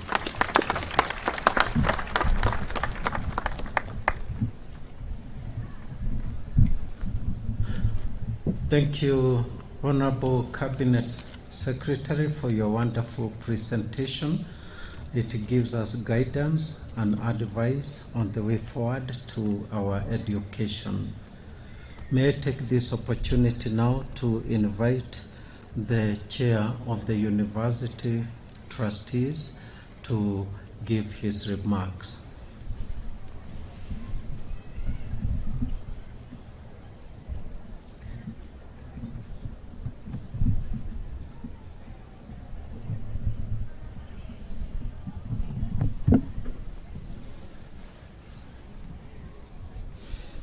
The Honorable Cabinet Secretary of Education, Honorable Ezekiel Machogo, CBS, Your Grace Archbishop Philip Anyolo, Archbishop of Nairobi and Pro-chancellor of the Catholic University of Eastern Africa, Your Lordship Bishop Paul Kariuki Njiro, Chairman Universal Council of CUEA, Your Lordships, Bishops, members of the University Council, distinguished members of the University Council, Very Reverend Professor Stephen Bugwa Ngari, Vice Chancellor of CUEA, distinguished guests, parents, guardians, sponsors and graduates, faculty and students of CUEA, ladies and gentlemen, I stand after you, our dear Cabinet Secretary, to thank you for the tremendous honor you have granted to make CUEA your first stop in your tour of duty just one day after being sworn in as our Cabinet Secretary in Education. This is a tremendous honor. I stand here too to reassure you of our commitment to work with you, with all your officers, in order to enhance and improve the standard of education in our country, and also to support what we can with able and innovative ideas that will help not only our education system, but will also help us in our country to achieve those goals that we have long dreamed for this over 60 years of independence. Today marks a memorable day for many of you and your families, you who are graduating today. You have dreamt of this day and look forward to it as a day of accomplishment of that goal you had set to achieve. Today, as you appear adorned in those beautiful gowns, you symbolically express your preparedness and the commendable fulfillment of this important phase of your intellectual and professional formation. May your external beauty that we can behold from here express also the beauty within. Safeguard and nurture especially that beauty. Indeed, it is exchangeable with holiness within your souls, within your thought, within your plans and ambitions. I wish to thank CUEA University through the University Council and the Senate for the immense honor of asking me to stand in order to appreciate and as a special guest in this 41st graduation. Indeed, it is my first time to address such an august audience of academics. I'm really pleased to congratulate our graduates today for reaching this milestone in their life. By graduating with your respective doctorate, undergraduate or postgraduate degrees, all diplomas, you prepare yourselves for a productive and meaningful engagement in your life. We thank CUEA University, especially the faculty, for working with our graduates in their academic journey, which has taken years and culminates today in this momentous occasion. Your Honor, our Cabinet Secretary, Your Grace, my Lord Bishops, distinguished guests, ladies and gentlemen, the theme for this year's graduation challenges us to seize and create opportunities for growth, just as our Cabinet Secretary has restated, expanding opportunities for growth, quality education and training in the context of changing world dynamics. We celebrate that CUEA University has been a trailblazer in this line. The university has developed market-sensitive programs and as an innovative hub which directly responds to this graduation theme. Our Catholic University of Eastern Africa has been through tough times, tough moments, but we have found the strength and resolve to always forge ahead, trusting in God's grace and with great dedication and goodwill of all working in this institution. For this, today, I wish to extend on behalf of AMMESEA, the Association of Member Episcopal Conferences of Eastern Africa, a big congratulations to you all, faculty, support staff, administration, and in a special way to the Senate and University Council for a splendid and a courageous spirit.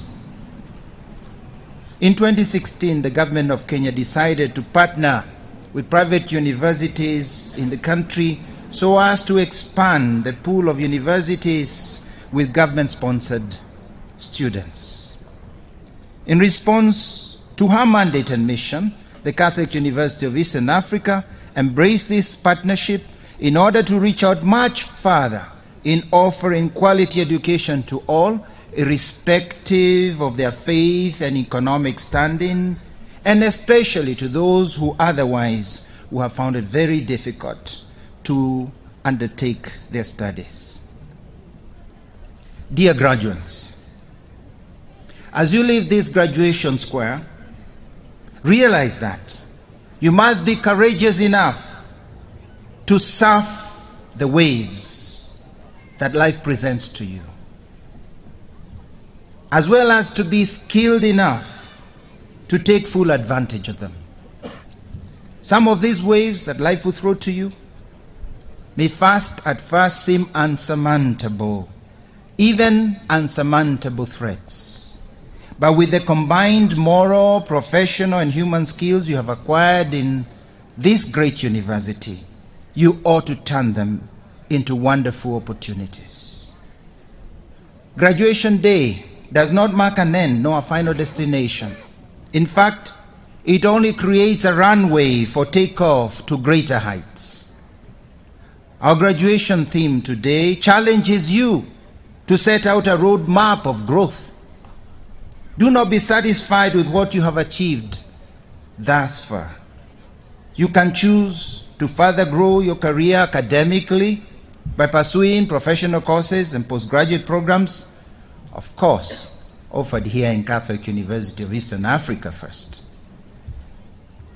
With the help of today's technology, you have a myriad of possibilities through virtual learning.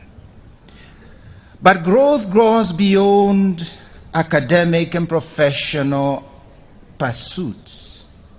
Grow your mind and grow your soul.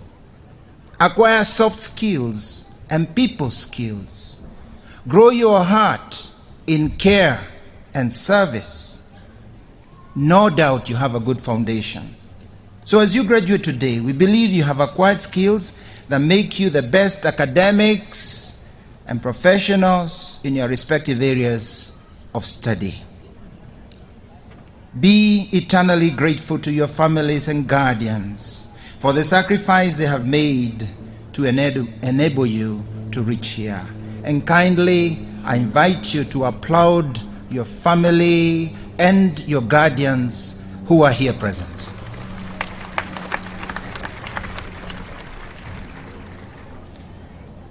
As the Cabinet Secretary has just reminded us, in order to review and see how to improve our education system, our President, Dr. William Ruto, recently appointed this Working Party on Education Reforms.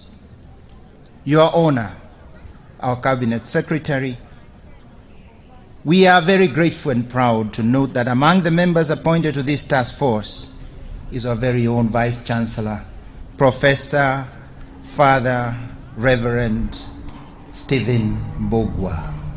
Thank you. Like many other education institutions in Kenya, CUEA is vigilantly waiting to contribute and be part of the necessary reforms which will provide a fitting setting to mold our young people and spur this country into socio-economic and technological growth. Finally, to our soon-to-be graduates, today you leave CUEA, and you leave CUEA student body to join our prestigious CUEA alumni body made up of over 27,000 alumni. You leave CUEA, but you should not leave CUEA. You leave the body of student and become the body of alumni. We pride ourselves that these alumni are spread out in different professions, many having advanced in leadership even beyond our borders. You will be well advised to engage within this alumni body for good networking, as the alumni representative already asked and requested you, for mentorship, and also for in search of professional opportunities. Resolve, therefore, to become an active member of the university's Alumni Association. Take up the challenge going forward also to take in those coming after you. We look forward to partnering with you in this endeavor, hoping you will also mentor our continuing students.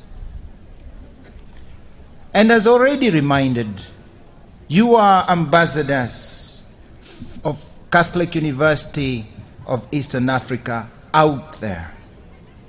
We in CUEA pride ourselves as a university that offers quality and value-based education. As an ambassador of CUEA, you are expected to give your best in what you do and to be a champion of values. Remember those core values that already you've been reminded today, and allow me to single out truthfulness, honesty, and commitment. Let these values blossom and leave seeds in the arid environment of today's world. To change the negative effects of corruption, we need new seeds blossoming from the flowers of the values that you have embraced and internalized. Today, the CUEA family are extremely proud of you. We promise to pray for you and wish you great success, both in your professional and personal life. May we also remember our guest today, Honorable Cabinet Secretary, in our prayers, so that in his office, education may flourish. In his term that he has before him, he may be able to accomplish effectively and efficiently the desired goals for an embedded education. My parting shot: do not conform to mediocrity. Do not conform yourselves to mediocrity. Don't allow yourself to be ordinary. Strive for more. Strive to stand out in being extraordinary in your effort, dedication, and focus. May God bless your journey. May God bless you. May God transform the world through you. Thank you, and God bless you all.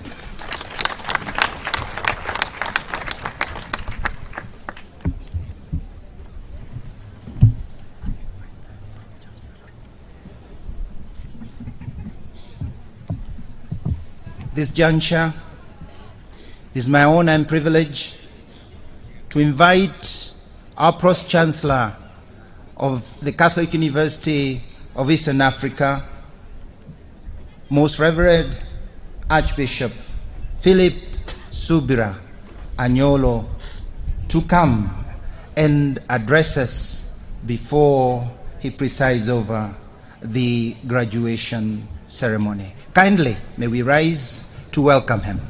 With a round of applause, please. Welcome, Your Grace, Archbishop.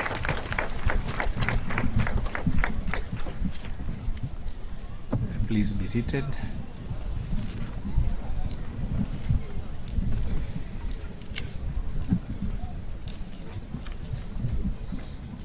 So, Honorable Ezekiel Machogu, CBS Cabinet Secretary of Education, we congratulate you. As said already, we assure you of our prayers. The Ministry of Education is a busy one and fundamental in our human life, and so in fact the entire humanity. It is a relentless ministry that should always never have any time absent from the growth of any child, the growth of a nation. Congratulations and prayers.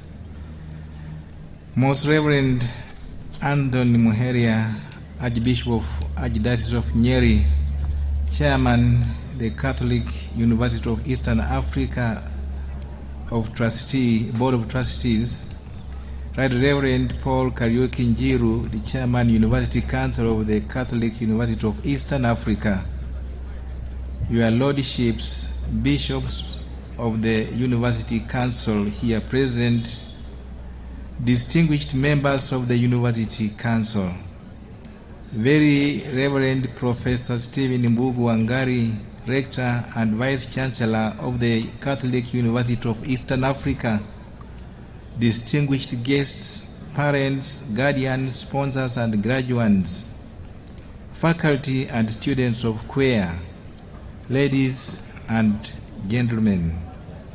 On behalf of the Association of Amesea Episcopal Conference, Member Episcopal Conference in Eastern Africa, I welcome you all to CUEA 41st graduation ceremony. Graduates, congratulations for your accomplishment today, and congratulations to the parents, guardians, sponsors, and all people of goodwill. And congratulations for graduates also for supporting your lifeline definition to help the world.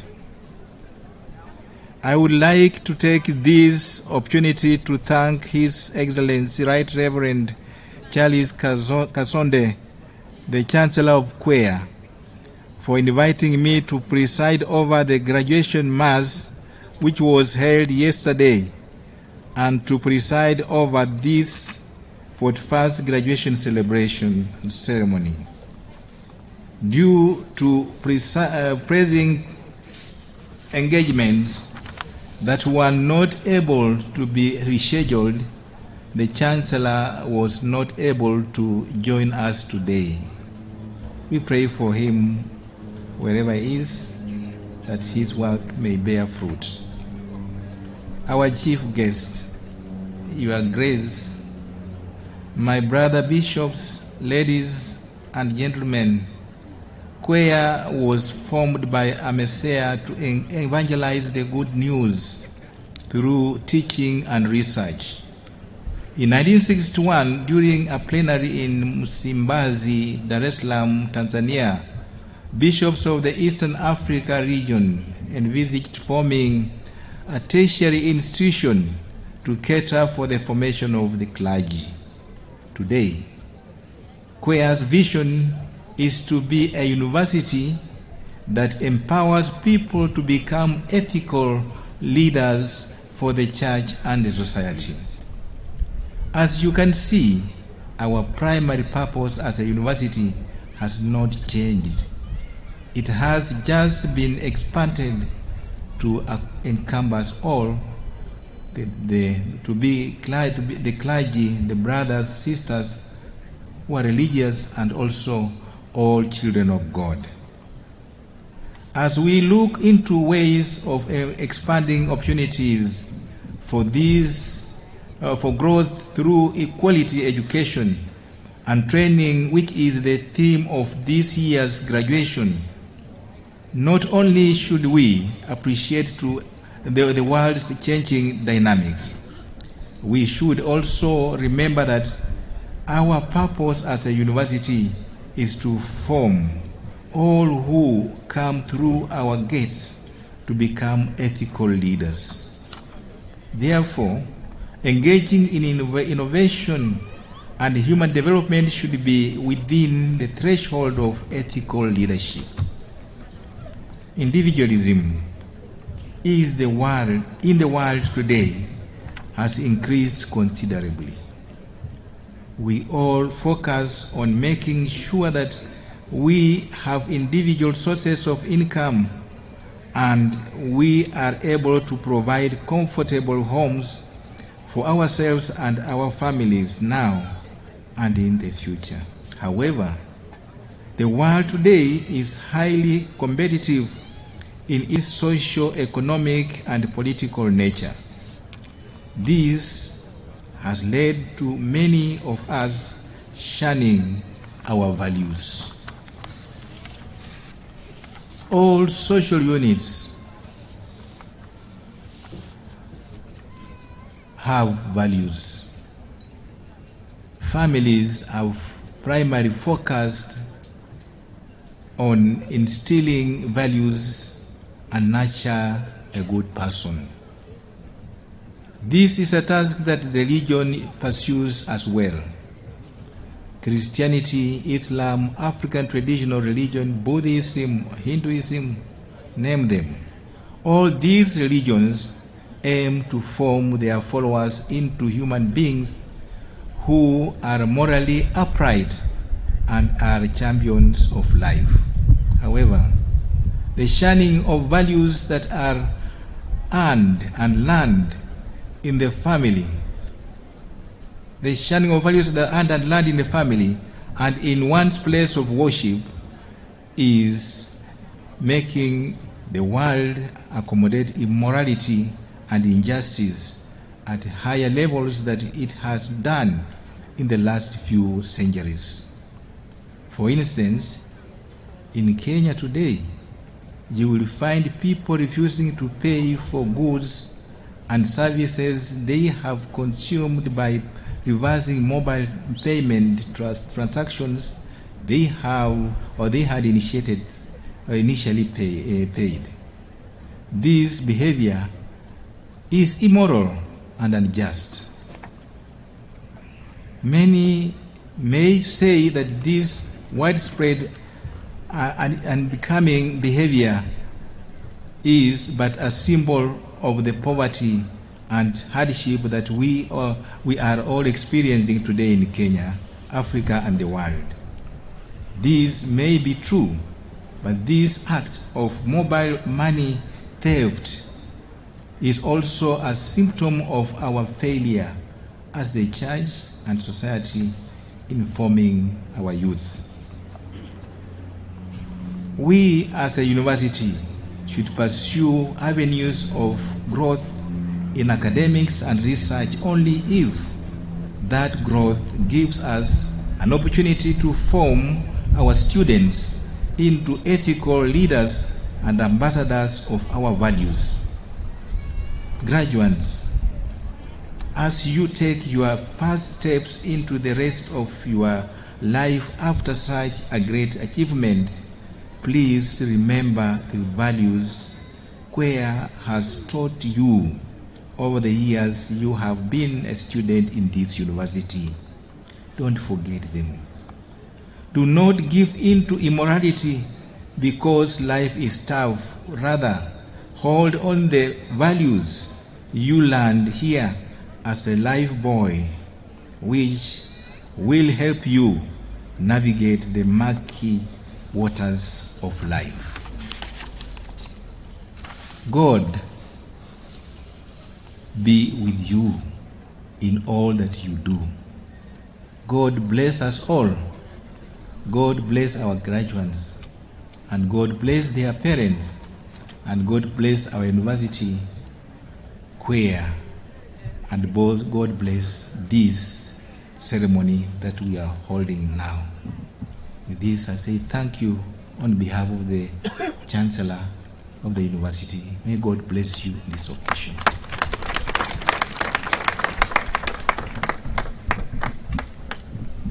Thank you so much, the guest of honor, sir, your graces, your lordship, the rector and the vice chancellor, all for your remarks. We do appreciate. Let us give all of them another big round of applause, please. We're moving on well. We'll have a brief interlude of entertainment before we move on to the conferment of degrees.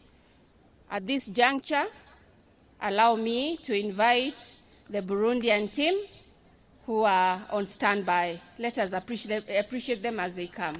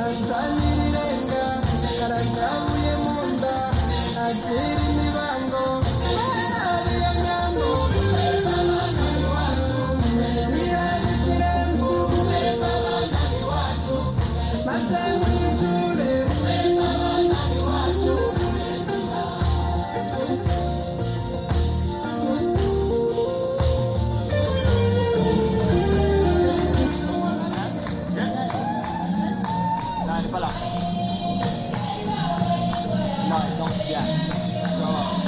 Je vois les deux au milieu.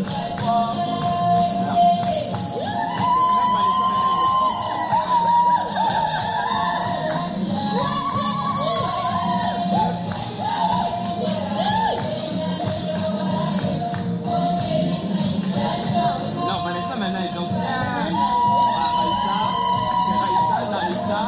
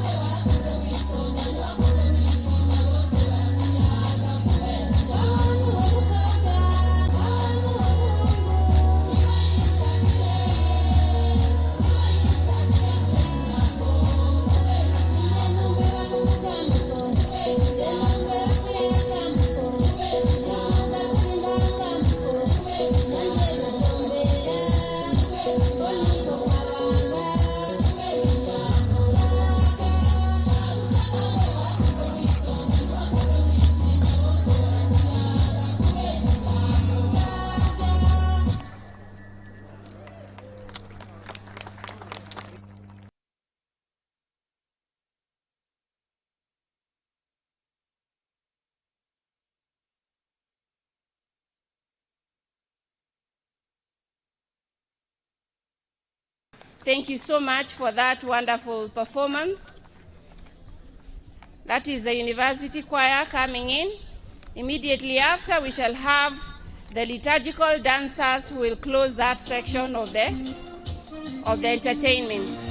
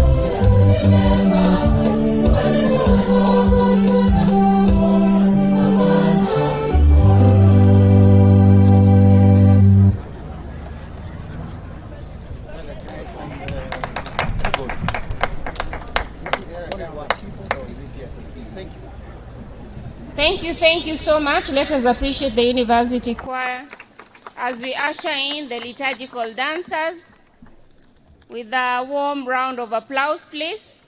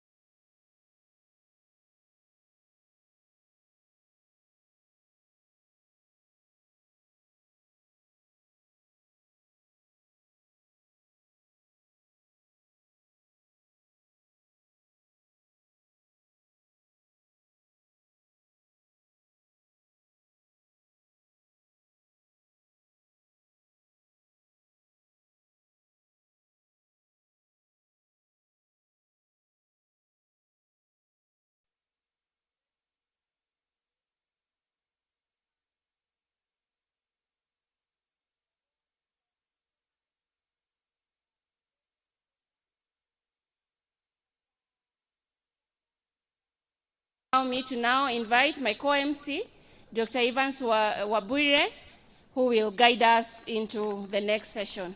Thank you.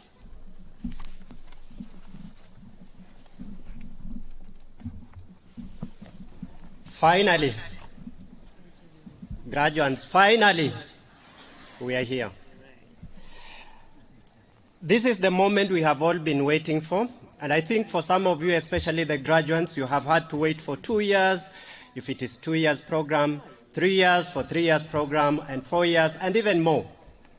And allow me to invite Madam Mrs. Professor Rachel Gesami, Deputy Vice-Chancellor, Academic Affairs and Research, to lead us in the conferment of various degrees and diplomas.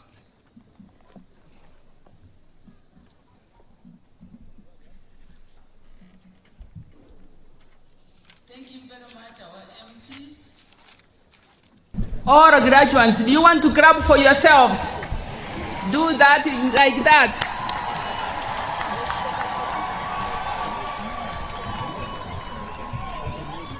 Thank you very much.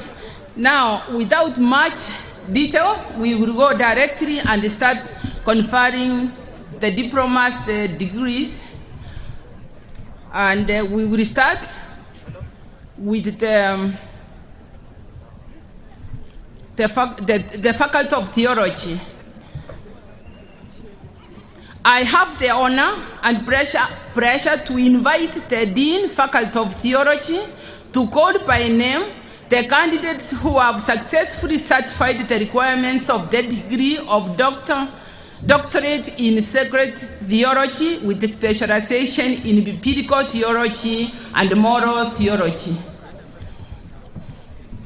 And as the Dean comes, if you are called for the doctorate, please be accompanied by your supervisors to the podium.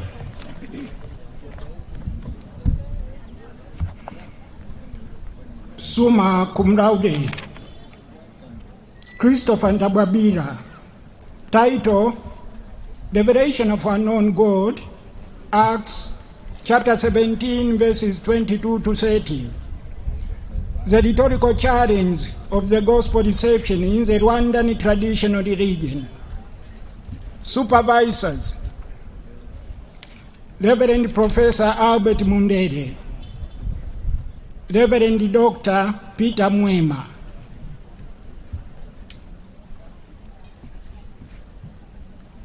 Binot Pai Twake. Title, Reading of Mark, chapter 12, verse 28 to 34, as a rhetoric narrative in the African context. Supervisors, Reverend Professor Albert Ngengi, Reverend Dr. Peter Mwema, Thomas Komekeki. Title, The Unique Saying in Matthew, chapter 19, verse 10 to 12, a perspective of the African religious. Supervisors, Reverend Professor Albert Ngengi, Reverend Dr. Peter Mwema, Caroline Nkoberanyi, a narrative approach of Acts, chapter 18, verses 24 to 28, in the new evangelization in the Catholic-founded universities in East Africa. Supervisors, Reverend Professor Albert Mundere, Reverend Dr. Peter Mwema.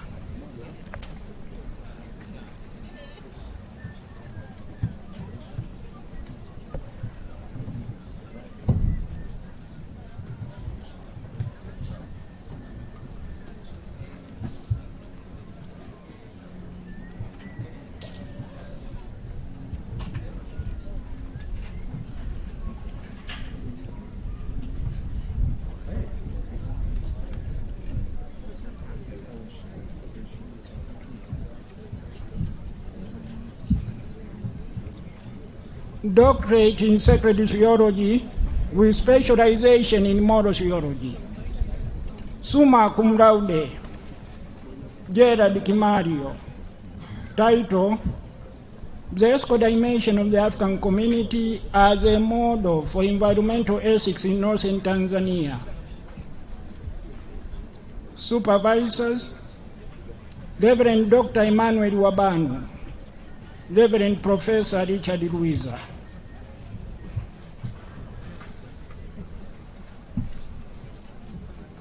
Manya Kumraude, Patrick Irungu Gituma. Title, Corruption in the Administration, a moral theological study in distributive justice in Laikipia County, Kenya. Supervisors, Reverend Professor Richard Luiza, Reverend Dr. Peter Mbaro.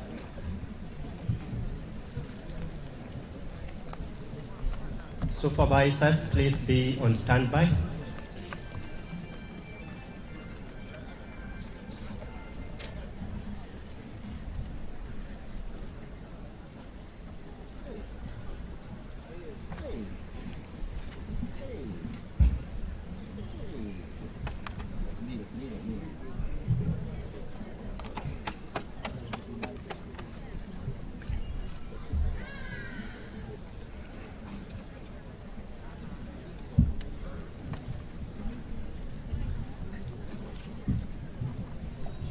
Doctor in philosophy, in theology with specialization in dogmatic theology, summa cum laude, Margaret Abioduni.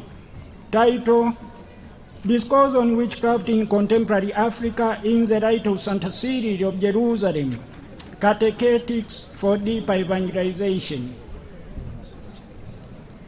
Supervisors, Reverend Professor Clement Majawa, Reverend Dr. Joseph Mpara.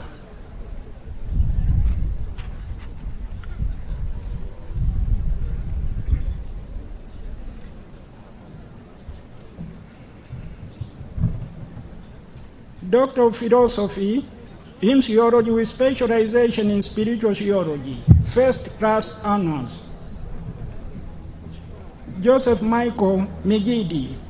Title, Dynamics of Christian Spirituality Influencing Human Dignity Among the Southern Sudanese in Juba in the Light of African Munus. Supervisors, Reverend Dr. Regna Ditem, Reverend Professor Clement Majawa.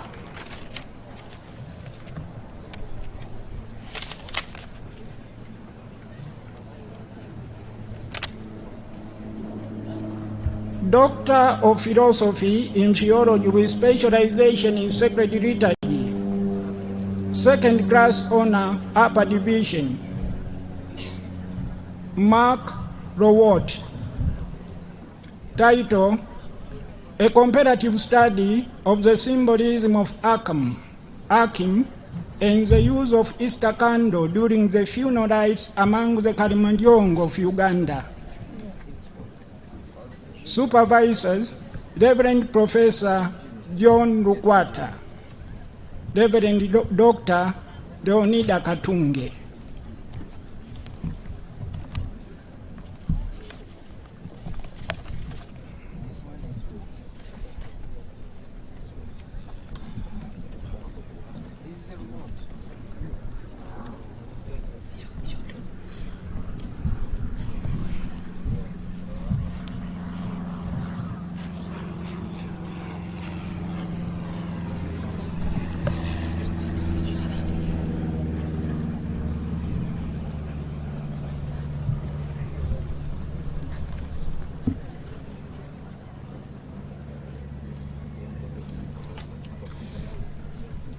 I ask His Grace to confer upon these graduates the doctorate in sacred theology with specialization in biblical theology and moral theology.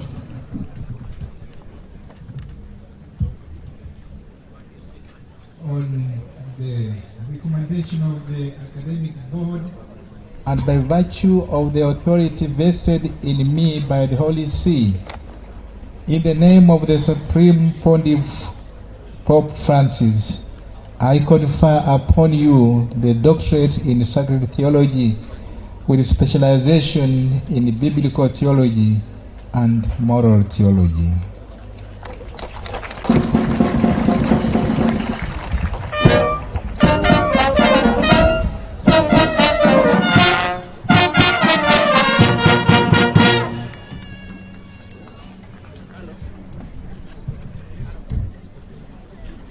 Okay, now we move on.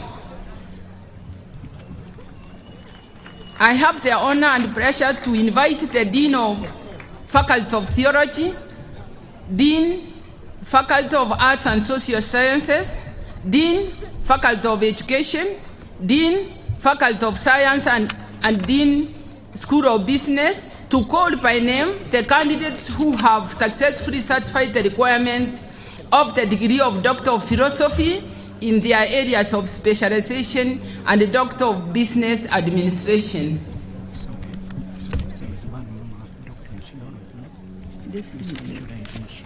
Let's move with this one first. Call it.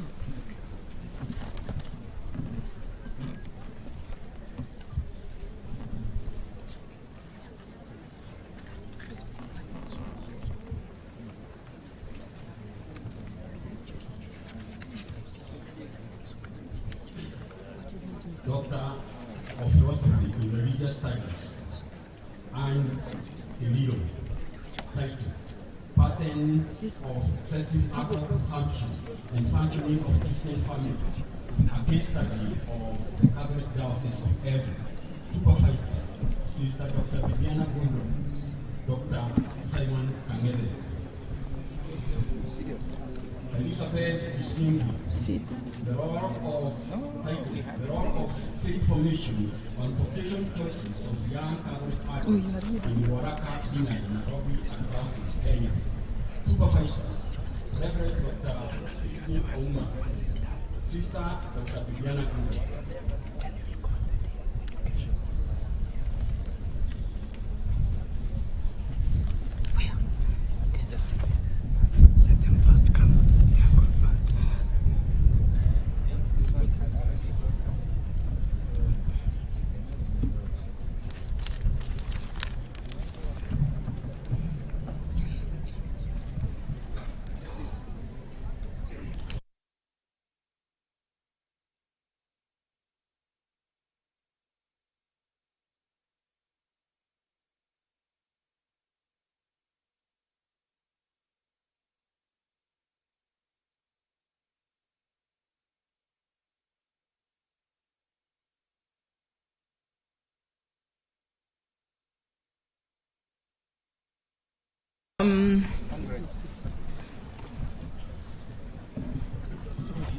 If they go there, you have to give them.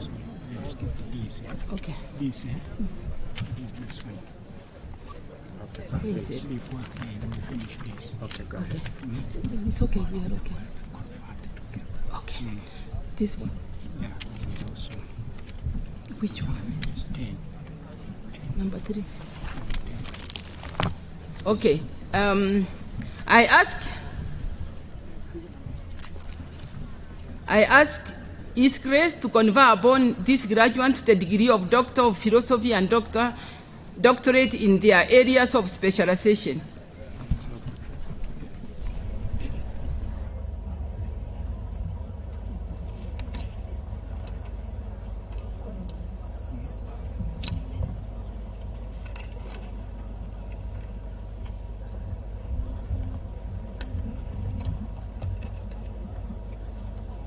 This part is for those who received civil degrees.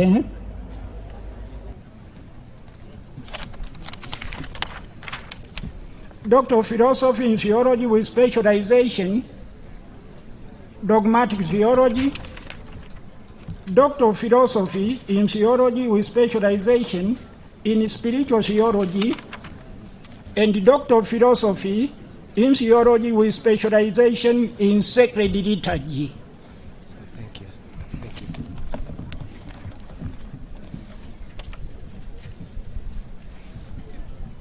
Those for doctorate in Faculty of Arts and Social Sciences, please you can come forward.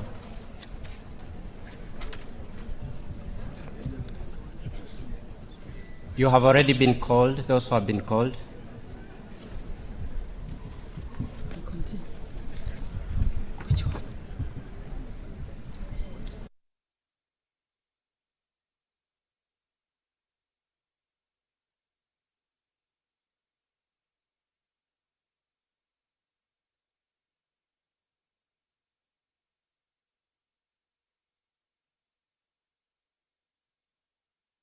Theological degrees, I have the honor and pleasure to invite the Dean, Faculty of Theology, to call by name the candidates who have successfully satisfied the requirements for the conferment of the licentiate in sacred theology.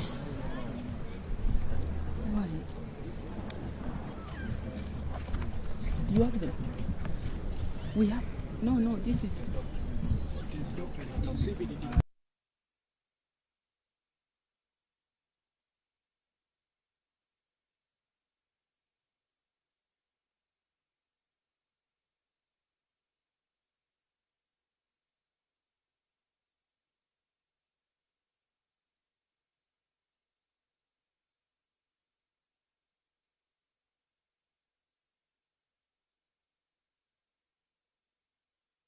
Specialization in dogmatic theology, it is Margaret Ebiodun.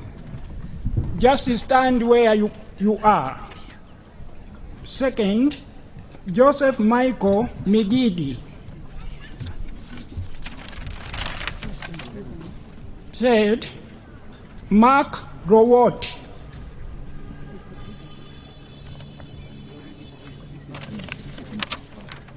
So these are the ones who were already here, and they will be conferred by the Chancellor.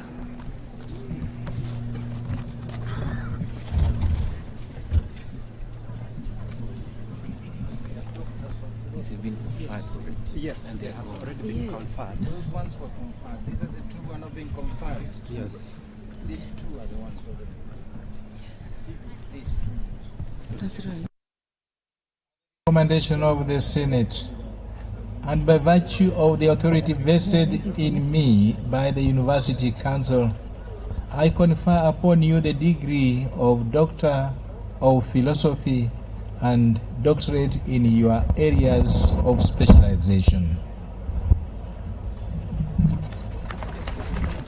So this thing is complete. I come here. Just wait. So which one?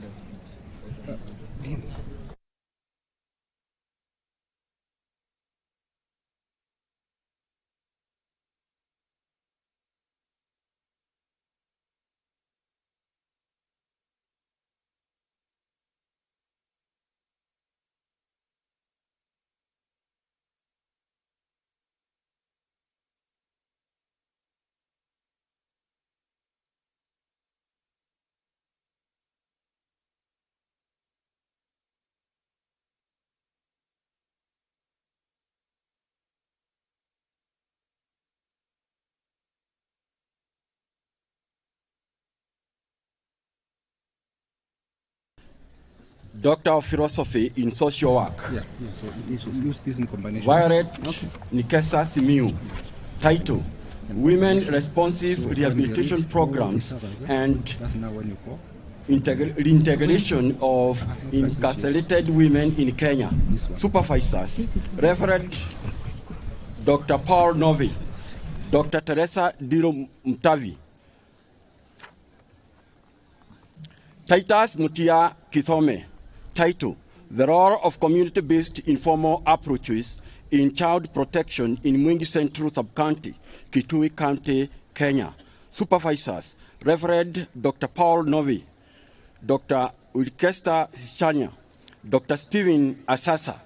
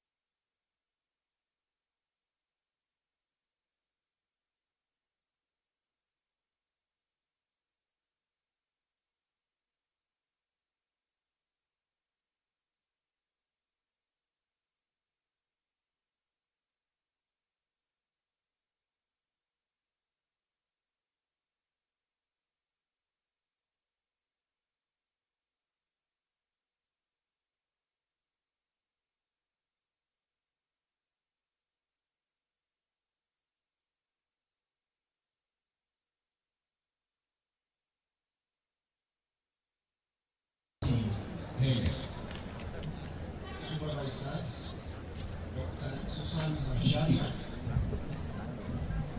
Sister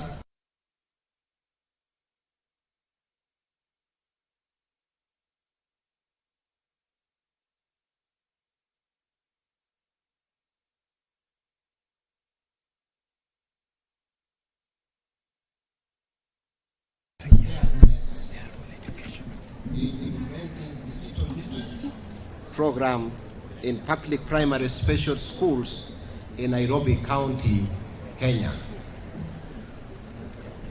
Supervisors, Dr. Ann Kanga,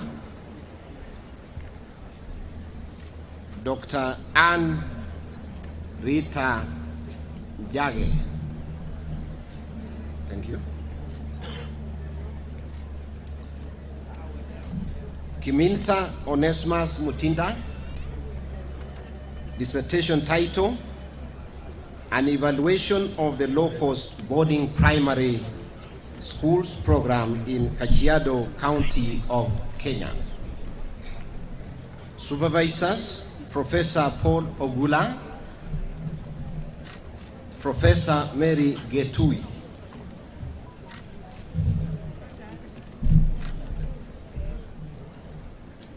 Cecilia Musaiwa, dissertation title, Influence of Teachers' Administrative Leadership Styles on Student Discipline in Public Secondary Schools in Mulanje District, Malawi. Supervisors, Professor Marcela Momanyi, Reverend Professor Clement Majawa.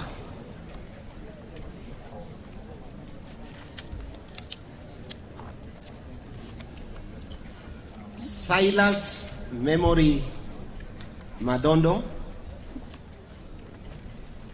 dissertation title, Towards Inferential Statistics, a case of Master of Community Development students at Mount Meru University, Arusha, Tanzania. Supervisors, Dr. Pascal Wambia, Professor Jennifer Mwayuli.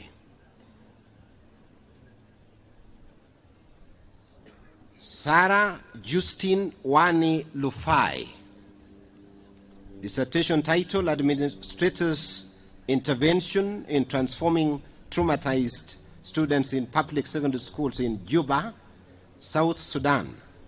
Supervisors, Professor Marcela Momanyi, Dr. Peter Koros.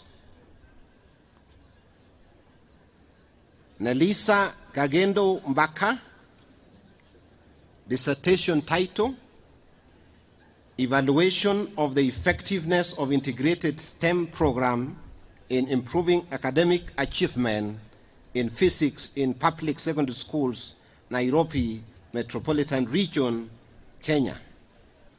Supervisors, Dr. Shem Mwalwa, Sister Professor Jacinta Adhiambo. And finally, Cherobon Vicky, Influence of Tusome Early Grade Reading Intervention on the Reading Ability of Learners in Public Primary Schools in Nandi County, Kenya. Supervisors, Dr. Rose Attorney and Dr. Esther Chepsiror.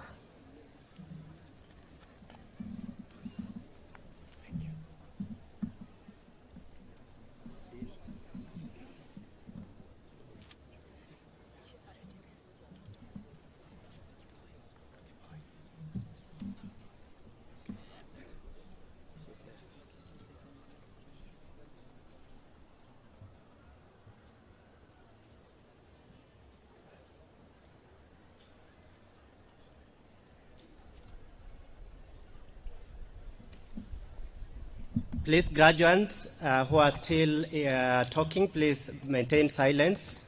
This is a very important moment. Then, Dean, School of Business.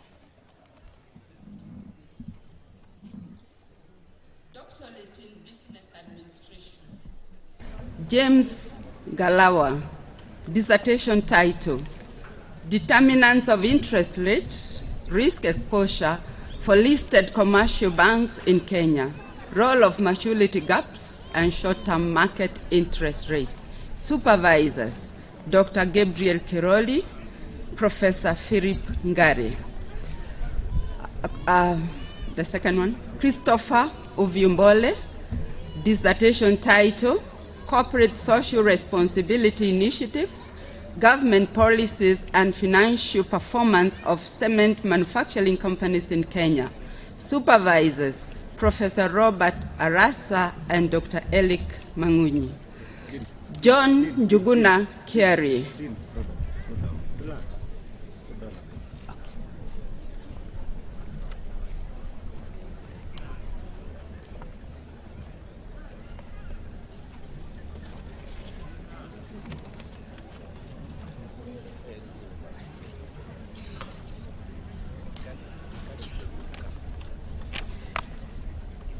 John Njuguna Kiarie, dissertation title, Customers Loyalty Programs and Financial Performance of Selected Firms in the Service Industry in Nairobi, Kenya.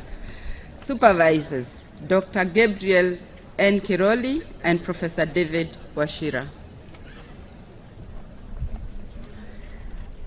Doctor of Philosophy in Business Administration, Flora Amsi, dissertation title, Employee Engagement, Gender Diversity and Employee Performance of Textile Firms in Tanzania. Supervisors, Dr. Abraham Kifremaliam and Professor Thomas Ngui. Doctor of Philosophy in Social Transformation, Calcutta University College.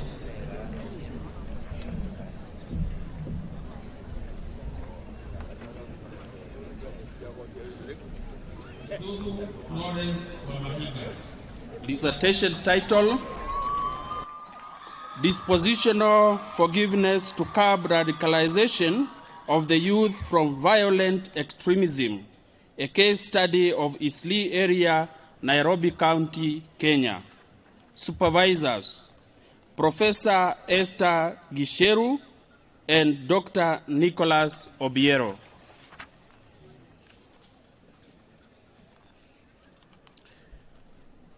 Kariuki David Ngigi, dissertation title, The Influence of the Strategic Management Practices on Performance of the Catholic Parishes in Kenya. Supervisors, Dr. Daniel Kitonga and Professor Robert Arasa.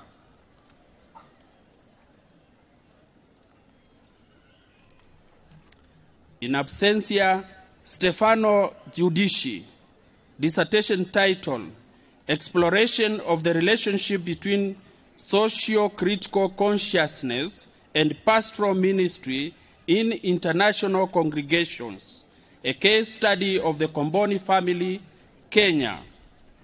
Supervisors, Professor Sahaya Selvab and Professor Clement Majawa. Joseph Ouma Oindo, dissertation title, The Cultural Roots of the Corruption in Kenya, an Ethical Investigation with reference to Africa Traditional Kinship System. Supervisors, Dr. Zechariah Samita and Professor Edward Oyugi. Mureithi Ann Mugure, dissertation title, The Contribution of Rural Non-Farm Enterprises on Rural Livelihood Outcomes, a case study of Kiambu County, Kenya. Supervisors, Professor Robert White and Dr. Paul Wesonga. Francis Jenga Kigo, dissertation title, Influence of Social Enterprises Activities on Social Transformation in Kiambu County, Kenya. Supervisors, Dr. Daniel Kitonga and Professor Francis Gatumo.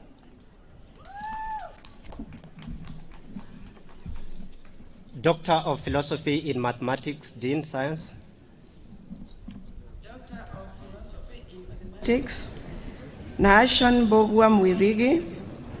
Dissertation title, Modeling and Analysis of State-Specific Failure Rates in HIV/AIDS, Progression of Patients on Antiretroviral Treatment in the Presence of Risk Factors. Supervisors, Dr. Stanley Musewe, Dr. Mary Wainaina.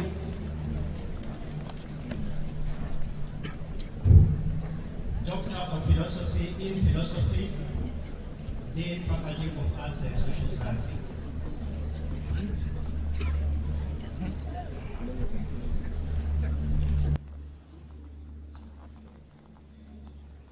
Zakaria Wasukudi Kahendo. Dissertation title, Charm Perelman's Conception of Rhetoric, a Philosophy of Dialogue. Supervisors, Dr. Stephen Okero and Dr. John Mohenda. Kasereka Mafunga Charles. Dissertation title, The Mystery of Reality in Maurice Merleau-Ponty, a phenomenological approach to knowledge. Supervisors, James Wangai Kafata and Dr. John Mohenda. Isaboke Crispin Ogera. Dissertation title, A Rational Critique of Aristotle's Concept of Eudaimonia in Search of a Universal Moral Consciousness as a Foundation of Moral Integrity. Supervisors, Dr. John Mohenda and Reverend Dr. Nyabezi Apio.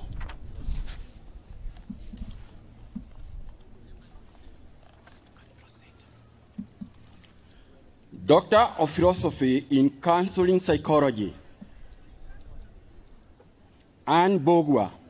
Dissertation title, Compatibility of Assistive Technologies and Psychological Dispositions among Learners with Visual Impairment in Secondary Schools in Nairobi Metropolitan. Supervisors, Reverend Professor Stephen Gary Bogwa. Second Supervisor, Dr. Elijah Macharia.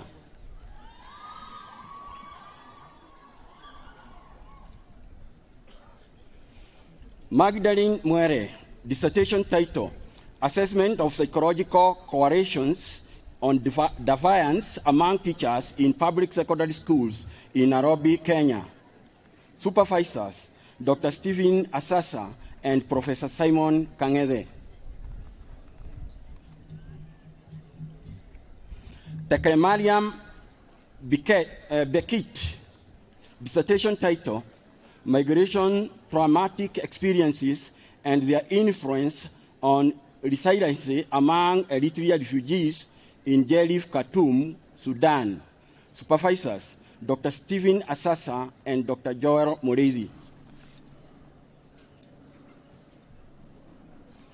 Nelias Wajiro. Dissertation title, Substance Rehabilitation Services and Rehabilitees Family Psychological Well-Being, Case of Madhari Public Residential Rehabilitation Center, Nairobi, Kenya.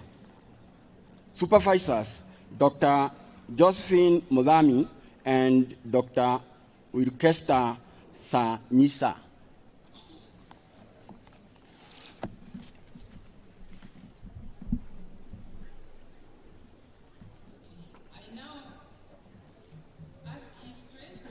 Upon these graduates, the degree of Doctor of Philosophy and doctorate in their areas of specialization.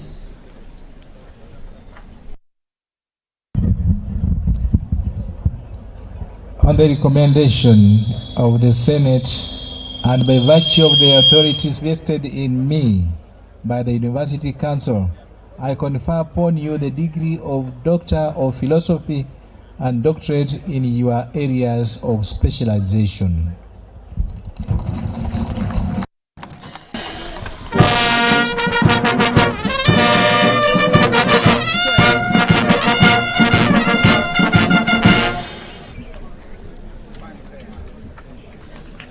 Let us applaud the newest doctors in town.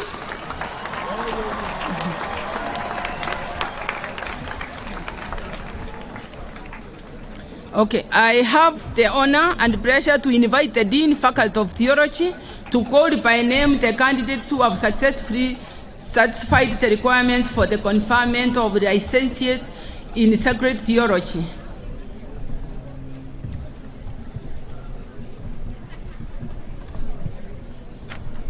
Licensed in sacred theology with specialization in dogmatic theology, CUEA. Magna cum laude, Felix Ayuma, Peter Ogwoku. Licensed in sacred theology with specialization in moral theology. Magna cum laude, Michael Mwangi Maxwell Kubarasa. I ask His Grace to confer upon these graduates the licenses in sacred theology in their area of specialization.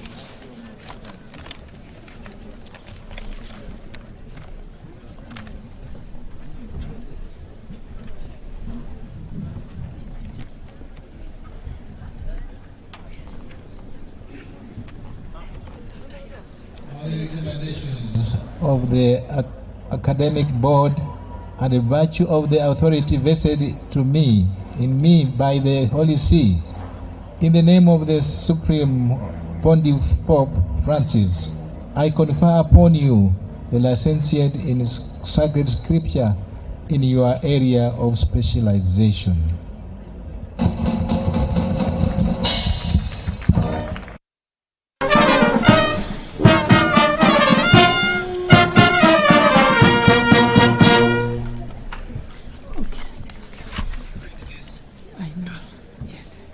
I have the honor and pleasure to invite the Director, Institute of Canon Law, to call by name the candidates who have successfully satisfied the requirements for award of the licentiate in Canon Law of the Pontifical Urbaniana University for recognition. Licentiate in Canon Law, Institute of Canon Law, summa cum laude probatus, Kalem Kerubo Nyangena, Eutropia Chao Makamba, Kendagor Cesire Veronica, Magna cum laude, Apio Dina, Barrio Joachim Henry, Bernadette Boalia.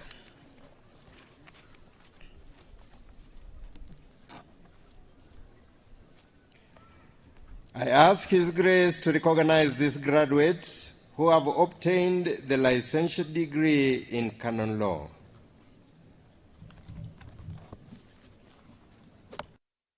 The Catholic University of Eastern Africa is delighted to recognize and celebrate these students from the Institute of Canon Law who have successfully obtained the licentiate degree in canon law from the Institute of Canon Law in the Pontifical Urbaniana University.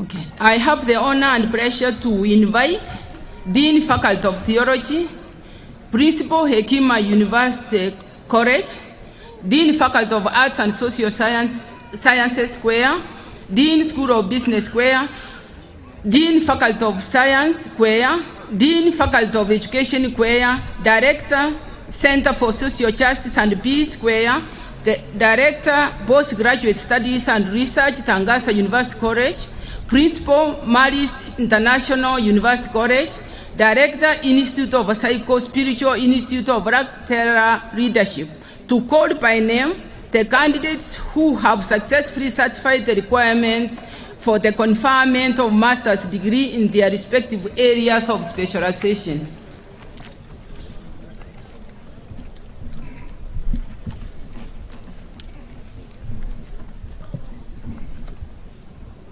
Master of Theology with specialization in sacred liturgy. First class honors, Anyumba Wede. Second class upper division, Patrick William Muga. Master of Theology with specialization in spiritual theology. First class honors, Peter Cyprian. Second class upper division, Zakel Bikel.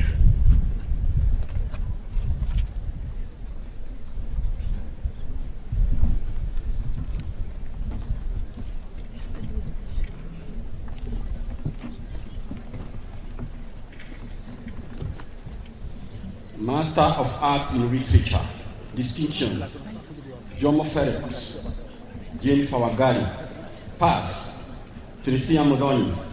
Master of Arts in Applied Linguistics, distinction, Kirwa Kipkogei.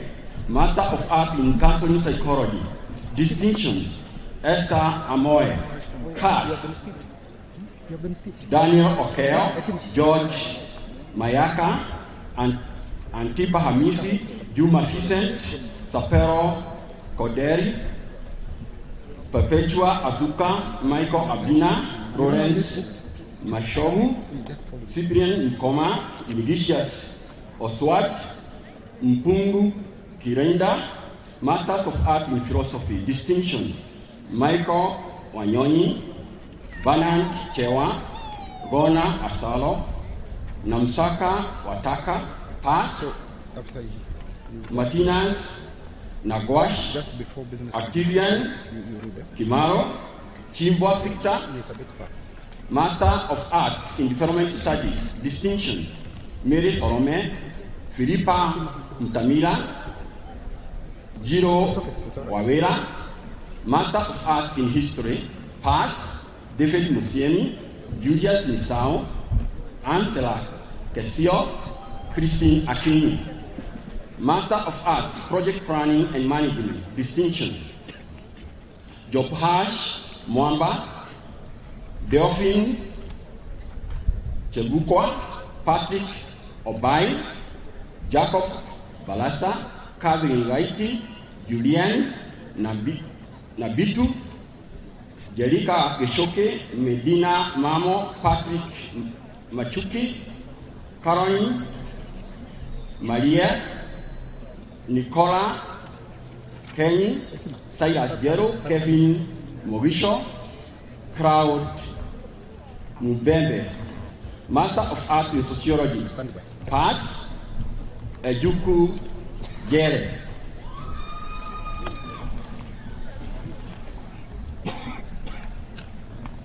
Our graduates in the Masters of Arts in Peace Studies and International Relations at Hekima University College. The distinction, we have Stephen Mahondo Omondi, Alfigio Tuna, Joachim Gilbert Simbila, Rogers Mwansa. And for those with a pass, we have Karen Kagwira Murerwa, Anne Wanjiku Njuguna, Elijah Kagiri Wahome, Mamalifa Margaret Pareku, Jean-Marc Ibila Aloba, Lydia Adiambo Onunga, Stephen Omondi Opondo.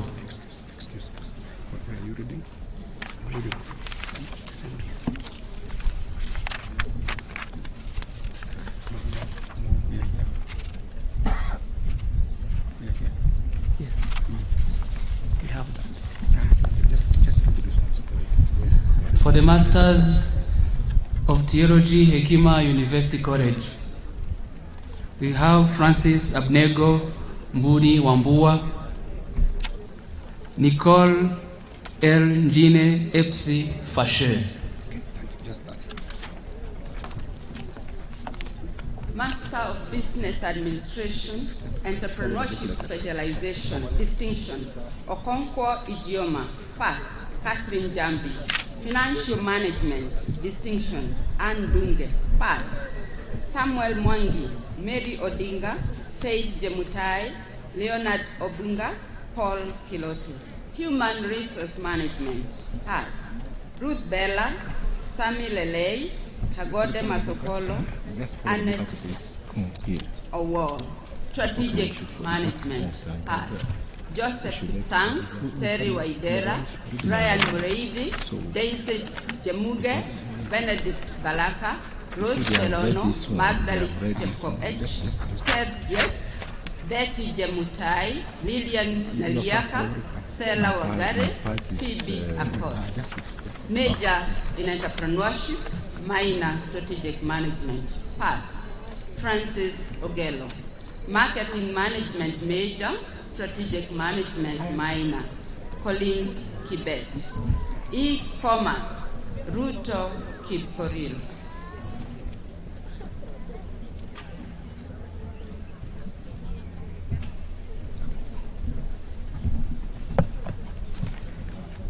Master of Science in Mathematics, Statistics option, pass.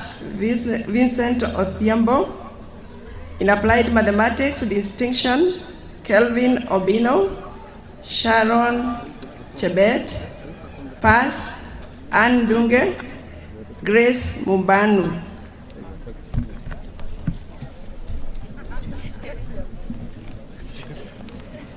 Master of Education, Lilian Nyaboke, Million Adam, Dorothy Nyangengo, Robert Olo Kisito. Those are distinction. Pass. Isabel Adhiambo, Omoya James, Laurencia Ndwika, Nyakiamba Ellen Kamau, Dabuki Felix, Useva, Eunice Jepkoril, Beatrice Damaris Njeri, Leis Lawi, Maria Nyamusi, Edwin Musina, Tesfai Matthews, Pauline Mumina, Celine Rentilei, Paul Lopez, Faith Koske, Doreen Cherop, William Oyugi, Gertrude Chepkoskei, Helen Chepkemboi, Ekeno Eyole, Kirwa Caroline, Edward Akini, Polycarp Omondi, Kevin Anami, Albert Ebenyo, Marcelina Ezenwa, Magdalene Ochieng, and finally Sarah Munyabarenzi.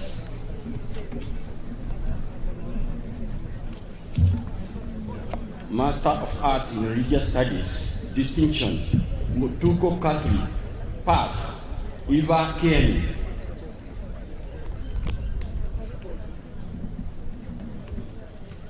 Master of Justice, Peace and Cohesion, distinction, Mawazo Kabula, Oredo Colonel, Lokidongoi Paul, pass. Albertus Shehama.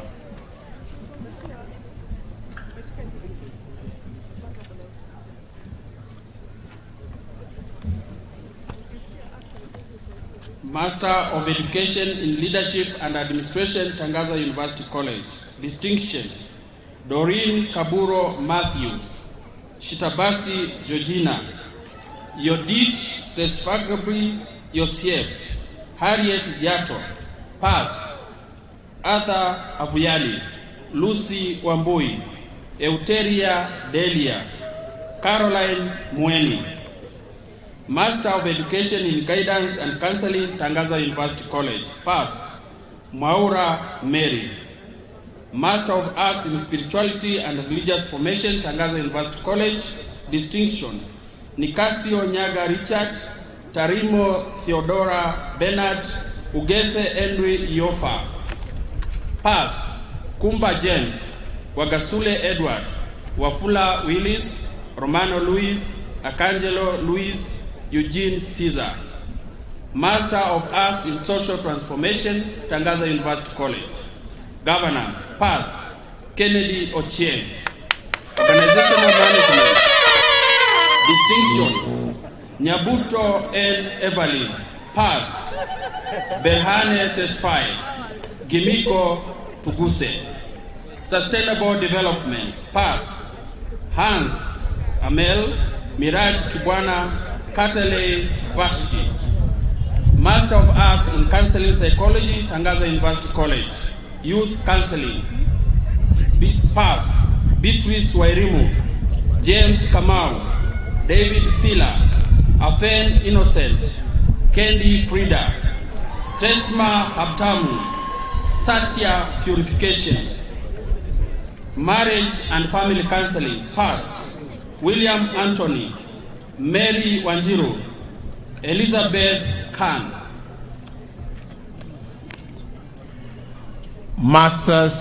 Master of Arts in Psychospiritual Therapy and Counseling, Psychospiritual Institute of Luxterra Leadership Foundation.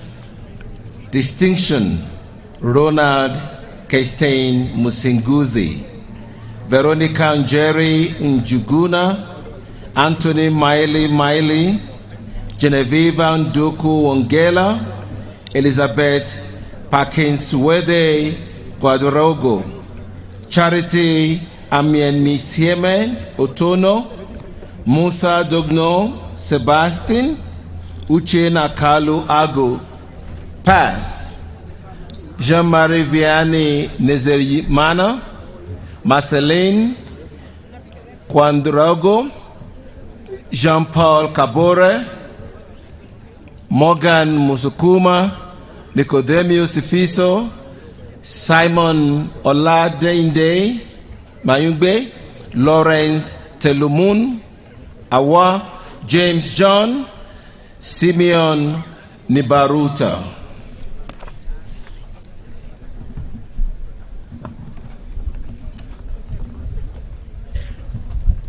Masters of Arts in Peace Studies and International Relations, Hekima University College.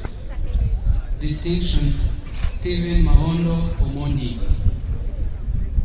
Alfidio Tuna, Joaquim Gilbert Simbila, Rogers Monson. And pass, Karen Kabira Muredwa, Anne Wanjiku Njuguna, Elijah Kagiri Wahome, Mamarifa Margaret Poreku, Jean-Marc Loba, Lydia Onunga, Stephen Mondi Opondo. I now ask His Grace to confer upon these graduates their master's degree in their respective areas of specialization. On the recommendation of the Senate, and by virtue of the authority vested in me by the University Council, I confer upon you the master's degree in your area of specialization.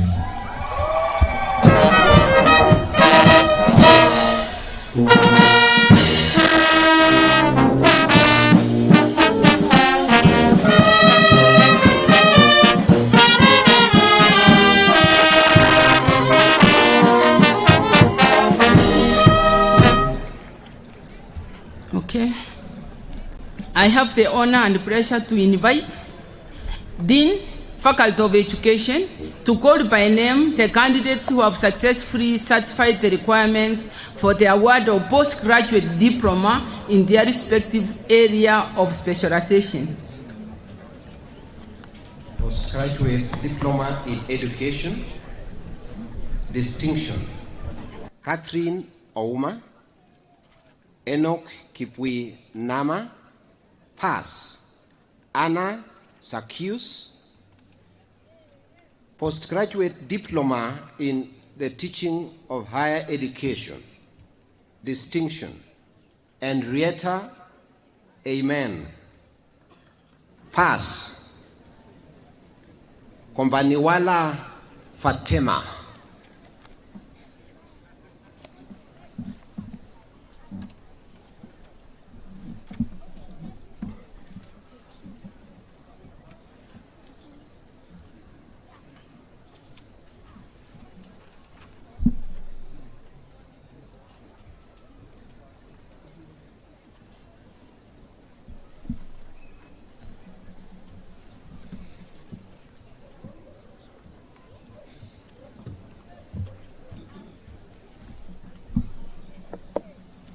postgraduate diploma in teaching in theology at Hekima University College. Christopher Norbert Wamai.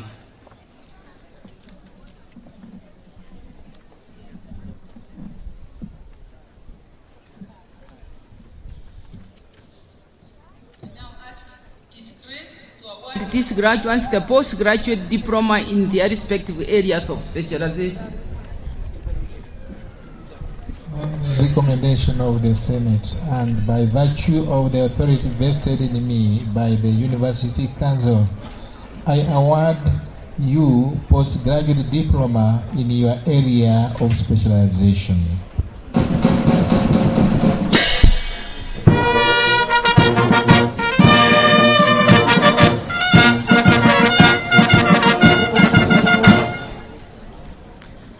I have the honor and pleasure to invite Director, Center for Social Justice and Ethics, Dean, School of Theology, Tangasa University College, Dean, Faculty of Science, CUEA, Dean, Faculty of Arts and Social Sciences, Tangasa University College, Dean, Faculty of Arts and Social Sciences, CUEA, Dean, School of Business, CUEA, Dean, Gaba Campus, Dean, Institute of Canon Law, Principal Ikabami, Principal Marist International University College, Dean, Faculty of Education CUEA, Dean, Faculty of Education Tangasa University College, and Principal St. Augustine's Teachers Training College Ishiara. To call by name the candidates who have successfully satisfied the requirements for the award of certificate and diploma in their respective areas of specialization. Advanced Certificate in Church Management and Leadership, CUEA. Distinction: Osembe Vane, Okwama David, Josephine Imoloamen, Pass, Katembo. Certificate in Church Management and Leadership, CUEA. Credit: Felix Boliga, Mutuko Alex, Mutuko Felistas. Certificate, Advanced Certificate in Justice and Peace, CUEA. Distinction: Kiambarecho, Collins Mutiaba, Oseme Anthony, Marceline Nafula. Diploma in Justice and Peace, CUEA. Distinction: Paul Maula. Credit: Patricia, Patrick Murunja. Pass: Enoch Uwimana.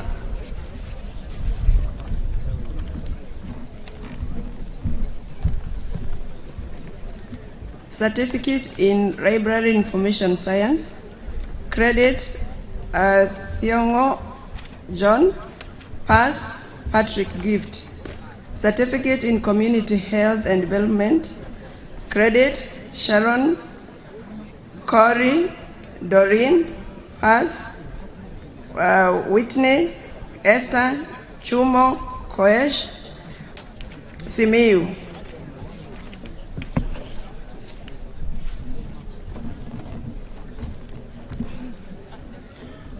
Certificate in Spirituality and Religious Formation, Tangaza University College. Distinction: Juliana. Credit: Abuku, Modesta, Agbo, Otieno, Mwange, Kimani, Teresia, Asaba.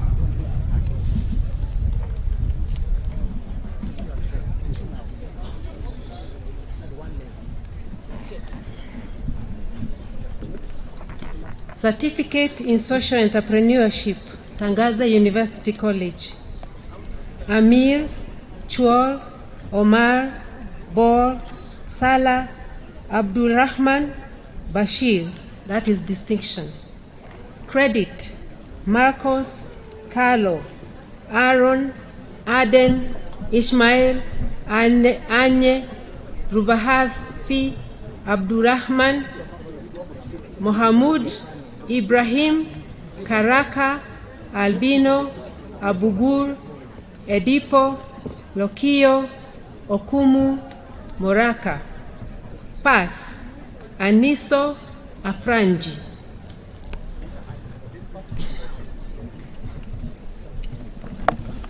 certificate in sustainable child rights protection and post-institutionalized care.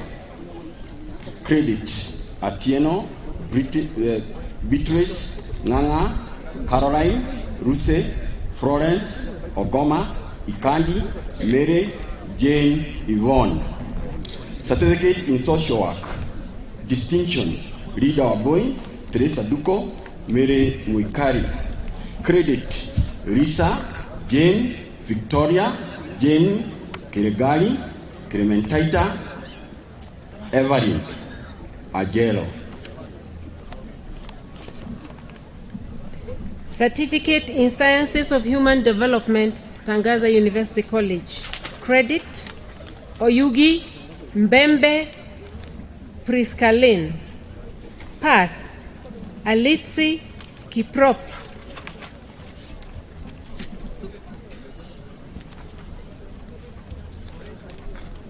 Certificate in Philosophy, Tangaza University College, Nabende. Certificate in Media Production, Tangaza University College. Distinction, Chimange. Credit, Maluki, Maina, Dirangu.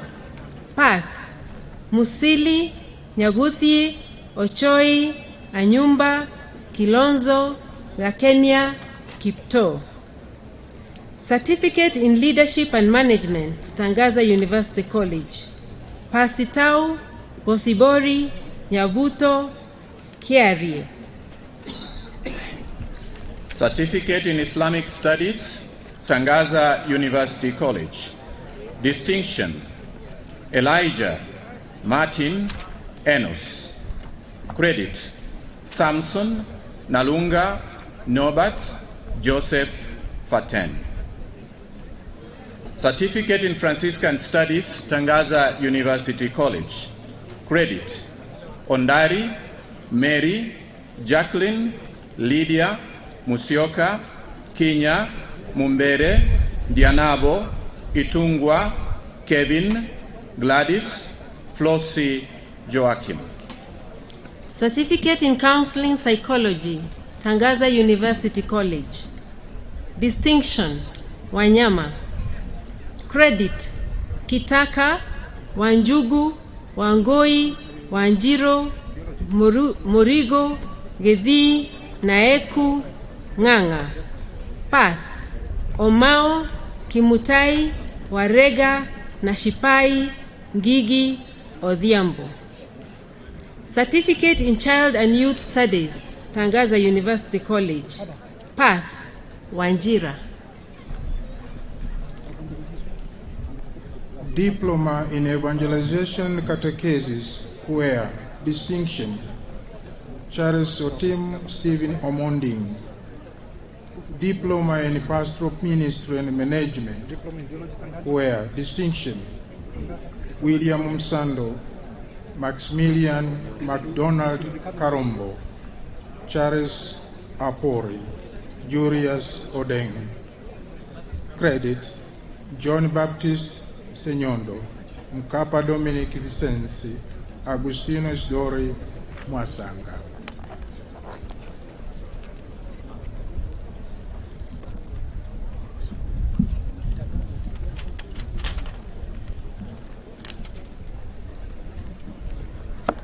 Diploma in Theology, Tangaza University College. Distinction, Victoria, Mutahi, Aji, Madwabun, Dokowe, Nganda, Ahimbisibwe, Balikudembe, Kanjo, Simon, Tukumizirize, Eliko, Akiapong, Kilemi, Onyango, Gaudens, Flavian, Nyakundi, Danielson, Madondo. Credit, Wanjala, Yangba, Sambaya, Elvis, Botaka, Ihala, Torach, Ocharo, Kesekese, Abinu, Kibngetich, George, Kotamba, Festus, Dercio, Clemente, Eusebio, Alinaitwe, Kansime, Kule, Martin, Irumba, Izabirie, Ahuniriza, Lalsaga, Upite, Yamba, Busagara, Nyirenda, Ocheng, Ojo, Chwenkam, Habimana, Tumwebaze, Twinomuhanji, Musa, Butandu, Luke, Mensa, Nanewodo, Mulenga, Kafula, Lunda, Vincent, Maweo, Jitin, Marfin, Alphonse, George, Zibambi, Paul, Abuire, Stephen, Francis, William, Jackwood, Moko, Stephen, Onyingwa, Sempija, Jamito, Atsu, Ojobo, Osangi, Okioma, Solomon, Mutukura, Leonard, Kibitwa, Peter, Mloka, Sadiki, Cyprian, Olwoch, Onchera, Kucho, Edwin, Nwokoro, Anthony, Muhindo. Pass. Lekandome, Tumwesije, Kandua, Kato, Louis, Chishugi, John, Opio, Uwimana, Sangwe, Obuya, Musinguzi, Owich, Feliciano, Misiko, Peter, Wycliffe, Mutasim, Godfrey, Luanso, Nabende, Slamit, Salamat. Diploma in Catechetical and Pastoral Ministry, Distinction, Nduku, Credit, Mwangangi, Nzioka, Mutua, Achieng.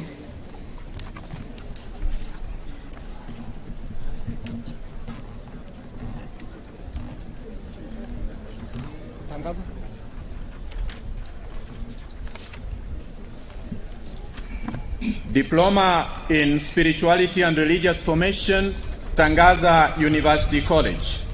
Distinction, Muthui. Credit, Julius, Moka, Mary, Kinywa, Lanyero, Agustina, Oranusi, Agrippina, Mutua, Mac, Nakavuma, Odo, Michael, Donatus, Luis. Pass. Munezero, Kumwenda, Depsi, Arthur.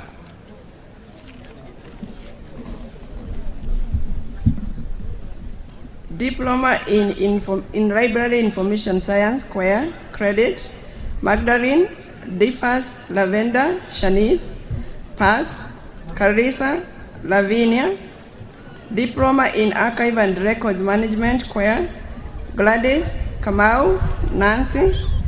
Diploma in Community Health and Development, CUEA, Mwangela, Omare, Douglas, Dunge, Magero, Lydia, Magdalene, Mideva, Sharon. Pass, Miriam, Merab, Ashuka, Merab, Joy, Jacinta, Pauline, Yvonne, Corinne. Diploma in Information Technology, CUEA, Ian, Sigal, Chirchil, Nasibwa, Khadija, Obonyo, Atel, Twanda. Pass, Nyogesa, Juliet, Griffin, Natasha, Humphrey, Evaristo, Nyagwansa, James, Matthew, Susan, Yusuf. Diploma in Information Technology, Marist International University College. Credit, Mukonywa, Jonathan. Pass, Mukundi, Jason.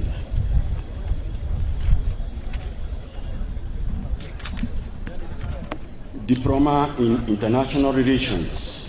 Credit, Nikore, Sharon, Dirango, Kiptui, Irene, Andy, Najib, Opala, Munyasa, Musa, Sare, Kalemi. Pass, Sare, Kalemi.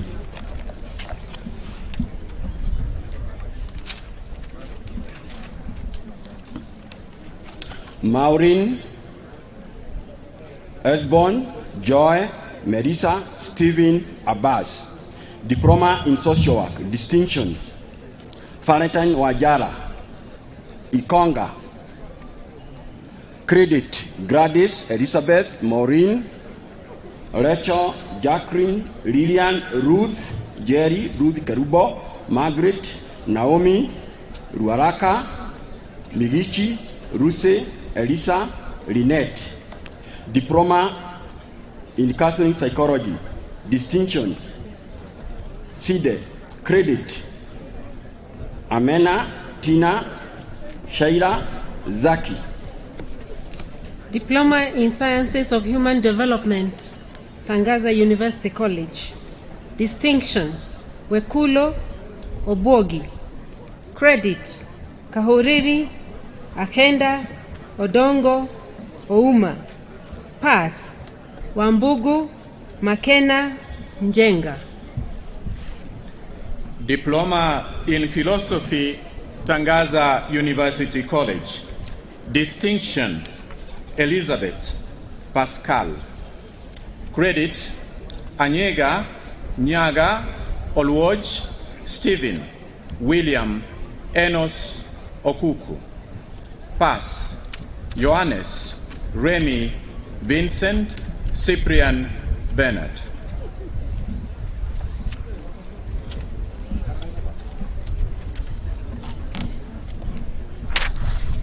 Diploma in Counseling Psychology, Tangaza University College. Distinction, Mugambi, Achieng, Mudhoni, Adhiambo, Washuka, Wanjiru, Geshohe, Nawaila, Anyanda, Kibudhi, Nyachomba, Mutumbwa, Achieng, Aroi, Kibe, Onyango, Mwongeli, Waniala, Mwangi, Claude Fertra, Nganga, Nyakinywa, Mbeya, Mueke, Mbotela, Ngugi, Kosgei.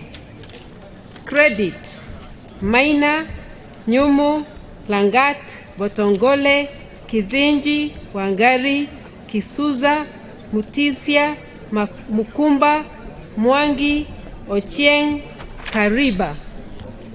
Wanja, Lokonzo, Wangari, Wanja, Musau, Onchere, Ongweni, Juguna, Joroge, Nganga, Wangechi, Kamau, Ochieng, Muriungi, Mwangi, Ngotho, Kaloki, Wanjiru, Kieba, Kendi, Babu, Njenga, Kilile, Nyawira, Kituo, Maran, Kamanthe, Mwera, Mwongera, Mulwa, Abdul Rasul, Mwangi, Munyeki, Mwirigi, Kimethu, Kinywa, Aswani, Kiumu, Mumbwa, Ndegwa, Mwaniki, Chepto, Mwamburi, Okumu, Njoroge, Sawe, Chiwaya, Juma, Onsongo, Mkirote, Mudhee, Obuya, Kivondo, Mushiri, Mukami, Abubakar, Maiwa, Mwakideu, Ndegwa, Eshitemi, Manundu, Wahome, Maguta, Otieno, Kerubo, Koki, Okora, Libasia, Mishere, Nguono, Gakenia, Wainaina, Mwagao, Njoroge, Waithaka, Kariuki, Ngogi, Anyiko, Monyo, Kibebe, Mokeira, Mwashengwa, Olali, Wagwa, Ela, Odhiambo, Thuo, Mutia, Shika, Ambati, Makari, Mureithi, Bomet, Lusaka, Mugeni, Ogonda, Meso, Ademba, Mutua, Njoroge, Mureithi, Mbaka, Onyeso, Kimanyi, Omolo, Adhiambo, Okech, Pochere, Nderito, Migok, Siumbua, Sianda, Motiso, Maina, Matekwa, Gechu, Waithaka, Ngige, Ero, Chepkoech, Mbao.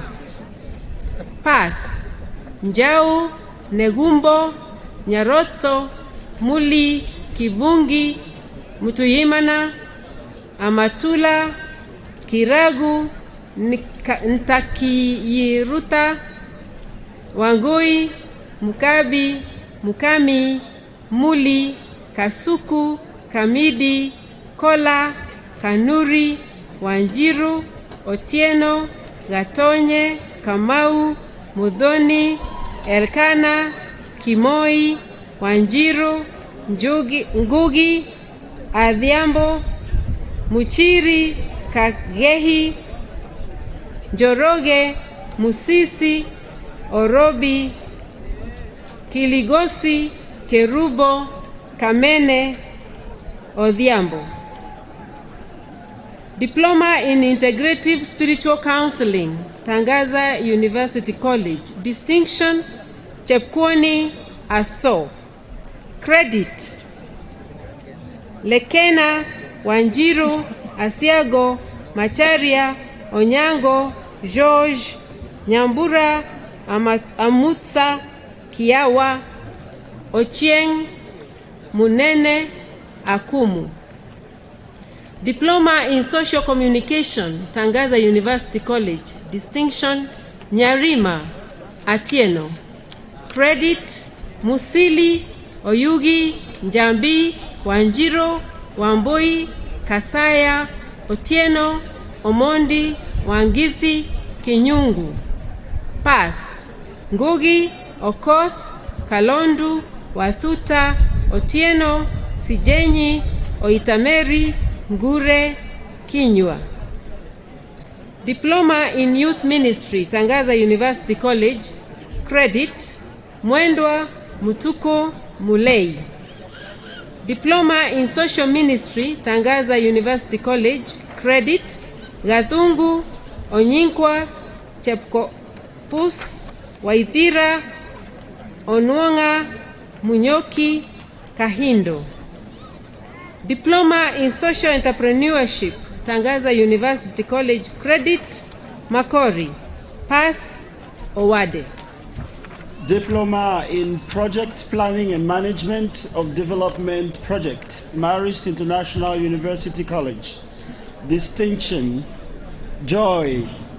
Credit, Amila, Nicole, Nelko. Diploma in Development Studies and Social Work, Marist International University College. Distinction, Lucy.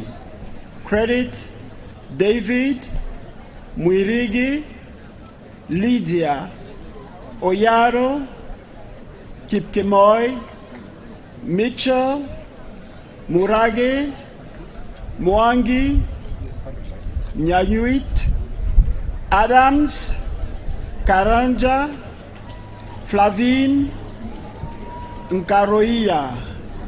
Pass, Ngaboziza, Mathangani, Rafael, Mungai.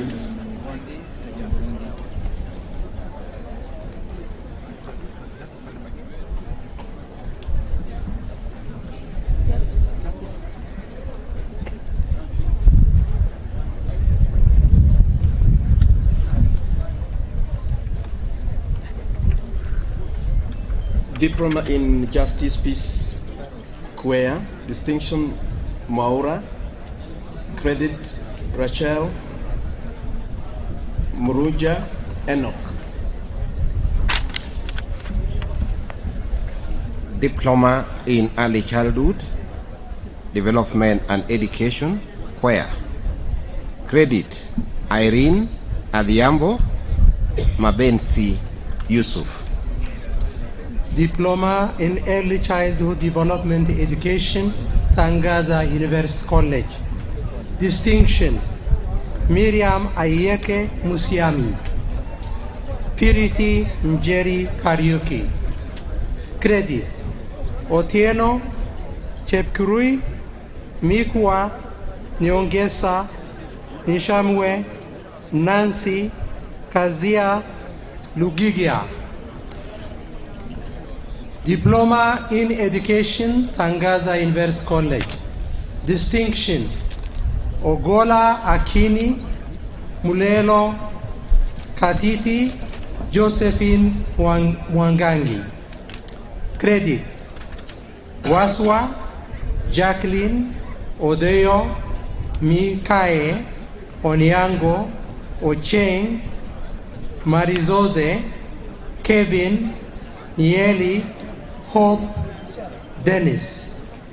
Pass, Caroline Nititi. Diploma in Civic and Development Education, Tangaza University College. Credit, Ouma Omondi Shitsukane Opiat Karanja Oduori Mukiri Wanyama Akwabi Ochieng. Diploma in Education, Maris International University College. Distinction, Acheng Evaline Ruth. Credit, Francis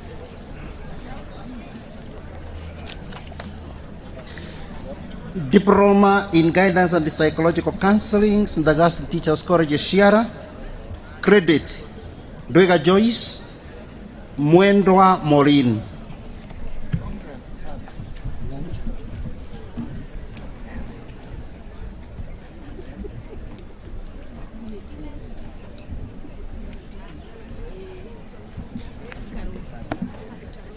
Advanced Diploma in Business Management, CUEA.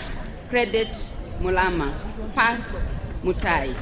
Ordinary Diploma in Business Management, CUEA. Munyi, Muvila, Michalina, Achieng, Kevin. Credit, Otieno, Jemutai, Enoch, Wasonga, Natania, Ibrahim, Kasiti, Collins, Wambui. Pass, Jepto, Wamaida, Mva, Njeri, Getao, Wanjiro, Miriam, Mahungu, Juliana, Wandwalwo, Wanjiro, Clarence, Calvin, Elizabeth, Lydia, Chege, Kisaka, Laulian, Baraka, Stephanie, Jologe, Machal, Achieng, Wariala, Omondi. Diploma in Business Management, Tangaza University College. Distinction, Ndeto Catherine, Nzoka Florence. Credit, Wekoba, Kaunda, Osuo, Muthama, Okoth, Wario. Pass, Essendi. Diploma in Leadership and Management, Tangaza University College. Distinction, Manza Kamene. Credit, Pasitau, Maranga, Thitiana, Kipruto. Diploma in Leadership and Resource Management, Tangaza University College. Credit, Chaudhry, Baho, Omenyo, Ngugi. Pass, Kayiba Melpomen, Matala. Diploma, Matalala. Diploma in Procurement and Supply Chain Management, Tangaza University College. Muneeni. Credit, Muneeni, Kimani, Auma, Wayua, Masolo, Wande, Kideye, Okelo, Atieno. Pass, Wesonga, Imari. Advanced Diploma in Procurement and Supply Chain Management, Marist International University College. Credit, Michelle. Pass, Kasim, Michael. Diploma in Procurement and Supply Chain Management, Marist International University College. Muli, Laken Parish. Pass, Bridget, Thomas, Agneta, Michael, Cornelius, Gadhu. Diploma in Business Management, Maris International University College. Distinction, Zudi, Petronila. Credit, Ubani, Givinji, Orunto. Pass, Willie, Tima.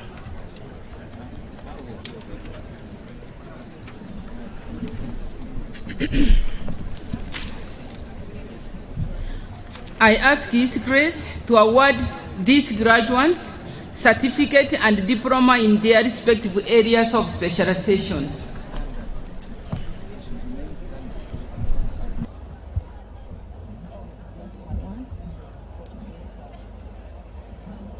All those who have been called, please remain standing.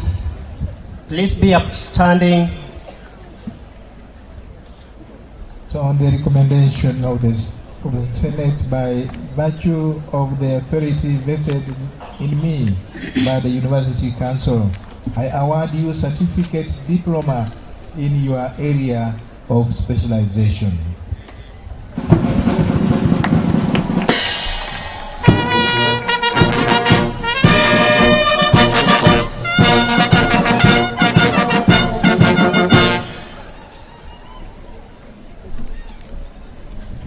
I have the honor and pleasure to invite the Dean of Faculty of Theology to call by name the candidates who have successfully satisfied the requirements of the degree of baccalaureate in sacred theology.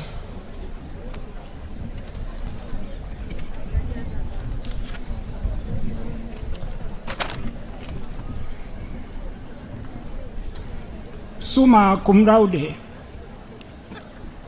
Kayumba Ntanda Samuel, Manya Kumraude, Guido Awei, Msechu, Muturi, Modesto, Mwaura, Kitamuga, Muniu, Njeru, Ofezu, Makori, Foya, Guma, Arinaitwe, Nyamsekera, Anakwenze.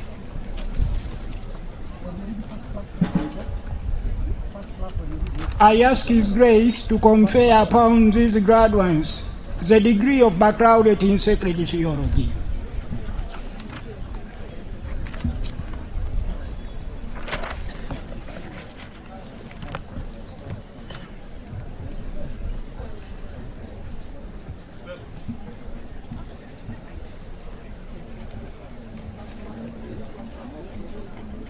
On the recommendation of the academic board and by virtue of the authority vested in me by the Holy See, in the name of the Supreme Pope Francis, I confer upon you the baccalaureate in sacred scripture, sacred theology.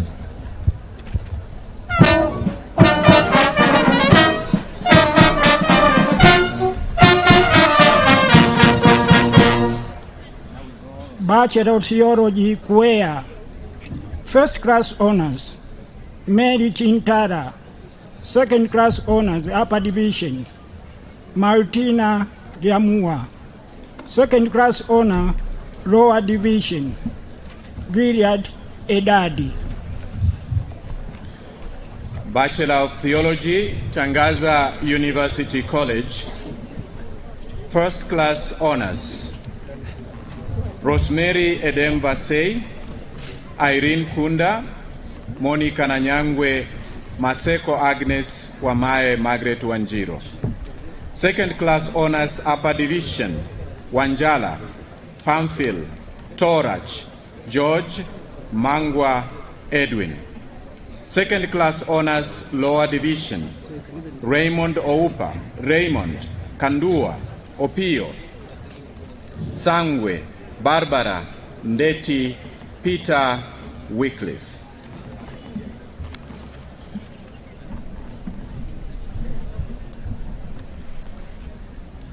Bachelor of Theology, Hekima University College, first class honors, Alex, Francis, Innocent, Mayamiko Gandaf.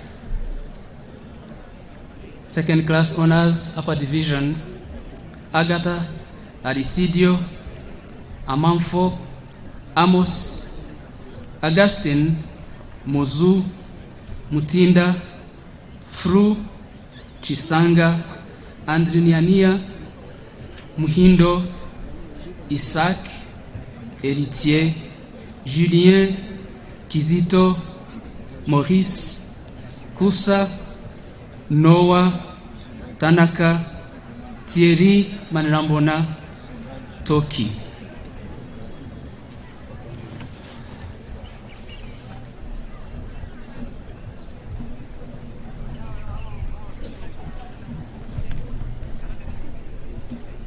Bachelor of Theology in Catechetics and Pastoral Ministry, second class honors, upper division, Nyaera Viola Injete.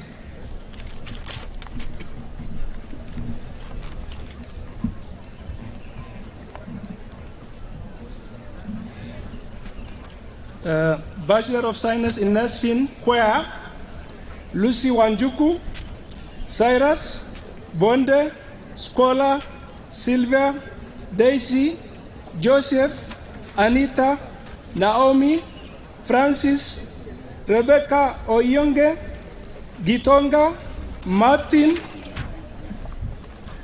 Juliet, Lucy Omolo, Sharin, Lisa, Frida, Priska, Chimoli, Immaculate, Onteri, Frida, Mohammed, Lucy Wangari, Lucy Okaka, Rose, Catherine, Stacy, Lulai Karen, Wilson, Paul, Joy Wangui, Hika, Faith, Chelsea.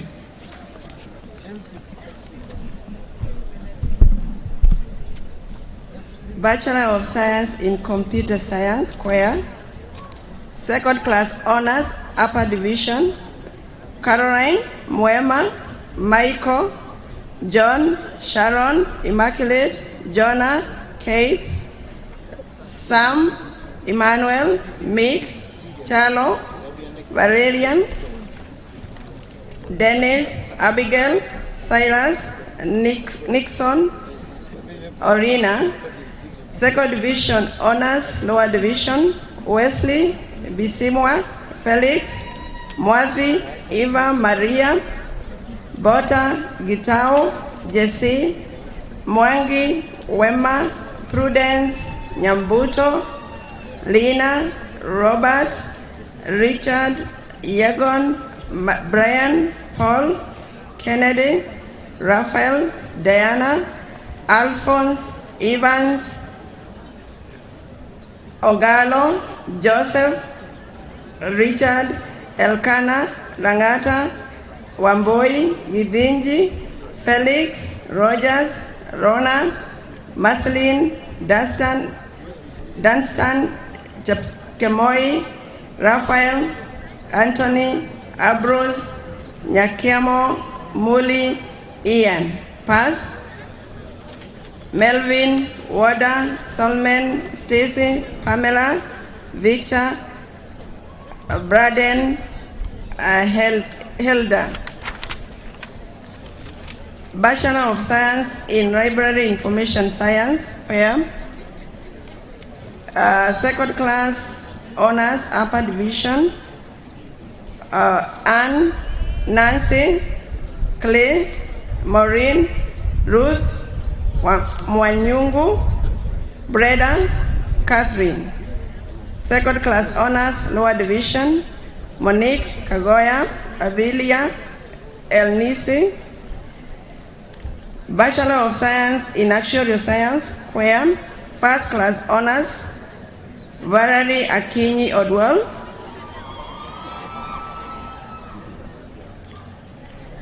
Brian Mulungo, Abdulamak Isaac Adam.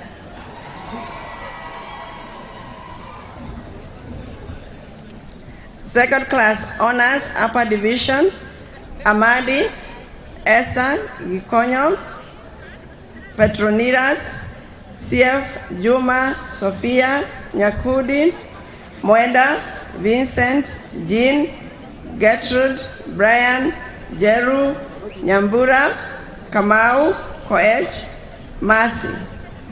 Second class honors, lower division, Komora, Anthony, Alvin, Koriata, Nyaki, Ayimba, Kenan, Nashon, Patrick, Faith, Tracy, Tamia, Bevan, Hilda, Noah,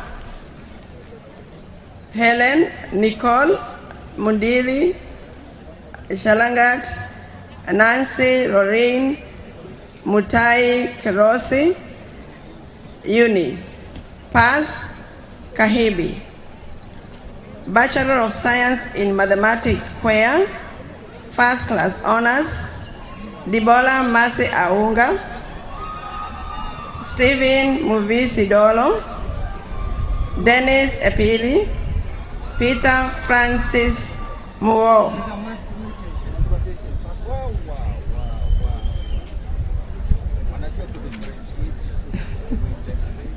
Second class honors, upper division, Masio, Nancy, Elisaba, Sarafina, Boniface, Joy, Mudoi, Christine, Washington, Samuel, Rosemary.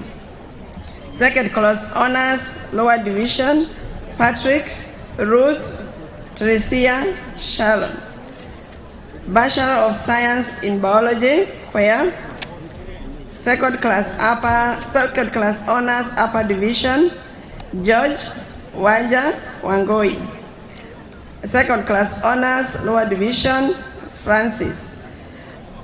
Bachelor of Science in Chemistry, CUEA. Second class honors, upper division, Kalinda. Second class honors, lower division, Dilani, Bernard. Bachelor of Science in Physics, second class honors, upper division, Shelagat, Clinton. Second class honors, lower division, Wairimo, Paul. Bachelor of Science in Community Health and Development, CUEA. First class honors, G. Sydney Gal Ate. Lucia Wedia Masuba. Second class honors, upper division, Naomi Mora, Millicent, Janet, Quinta, Lois, Marieda. Second class honors, lower division, Esther. Bachelor of Science in Health Professions Education, CUEA. Second class honors, upper division, and Catherine Jerusha.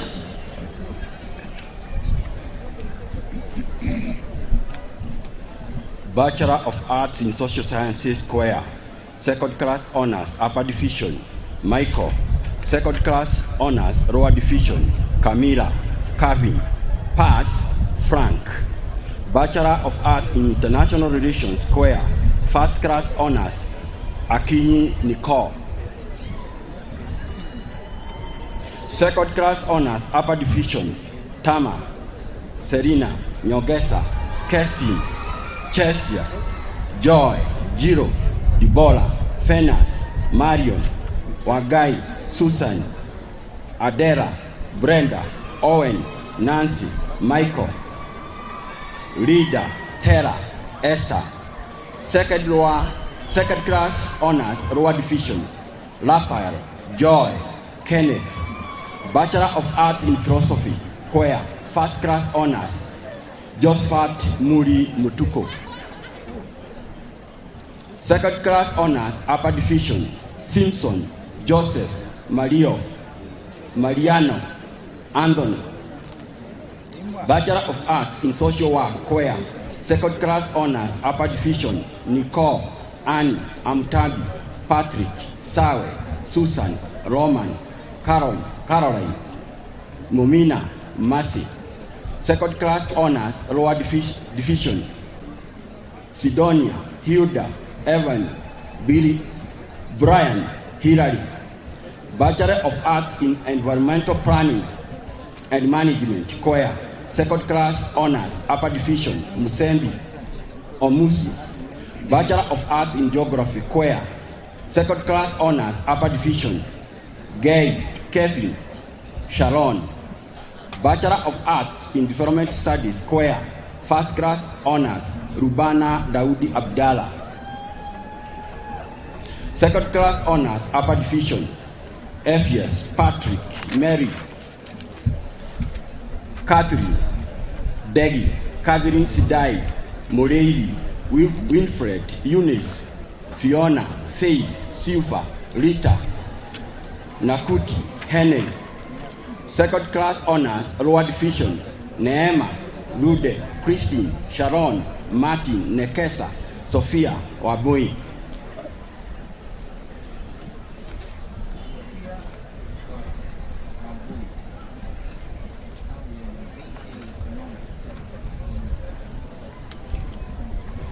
Bachelor of Arts in Economics, CUEA, second class honors, upper division, Kuria, Emmanuel, Albert, Philip, Grace, Otieno, Joan, Kenneth, Alex, Mudhomi, Maynard, Daniel, Rhea, Braddon, Emmanuel, Felix, Eve, Norbert, Evius, John, Bridget, Agnes, Maina, Cynthia, Mary. Second class honors, lower division, Bosco, Kimeu, Maina, Minene, Maureen, Kegulu, Brian, Voebi, Bovi, Rororua, Mirisa, Lahab, Anne, Joel, Evelyn, Salah, Rosemary, Rose, Flavia, Stephen, Victor, Mercy, Yvonne, Alasa, Salome, Jude, Amu, Agostino, Paz, Rispa. Bachelor of Arts in History and International Relations, second class honors, upper division, Makoa, Kevin. Bachelor of Arts in Psychology, in Counseling Psychology, CUEA, first class honors, Agnes Chebet. Second class honors, upper division, Stella, Helen, Brian, Jeleno, Ouma, Cynthia, Anna, Michelle, Caroline, Brenda, Gloria, Gatia, Hakisa, Nisrin, Grace. Bachelor of Arts in Political Science, CUEA, first class honors, David Mwangi Kariuki.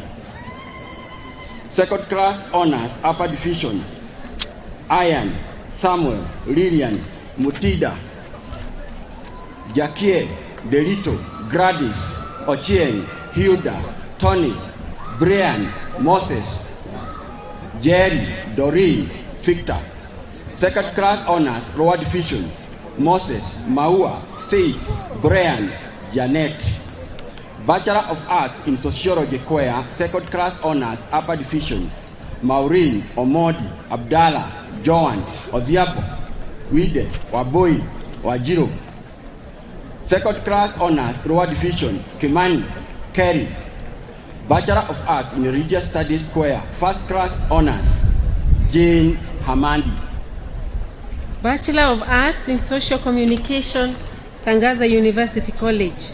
Second class honors, upper division, Sibanda, Omondi, Mushiri, Bashir, Kerbino.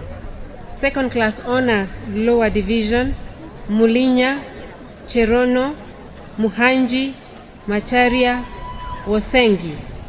Pass, Kasongo.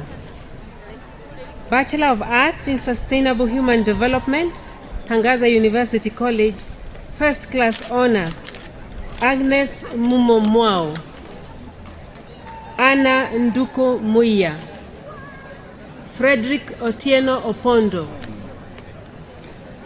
Second class honors, upper division, Gadhungu, Kilonzo, Simel, Mbungo, Otieno Edwin, Otieno Sali, Mushira, Mwangi, Wangechi, Badini, Paredes, Ariho, Mulala, Oyugi, Chilinda, Manyozo, Hisa. Second class honors, lower division, Mukangenzi, Boku, Akinyi, Monteiro, Pedrito. Bachelor of Arts in Leadership and Management, Tangaza University College, first class honors, Priscilla Nuama, Mudhama Consolata Ndunge, Monica Wangechi Mwangi, Shi Sadiki Mariam. Second class honors, upper division, Belio, Mwenda, Ndungu, Nyandolo, Kamene, Chepkirui, Nosim, Hamale, Lumati, Otiso, Mbula, Obirika, Kulea, Muindi, Muchiri, Omariba. Second class honors, lower division, Ketuta, Kahambu, Abubakari, Mukito.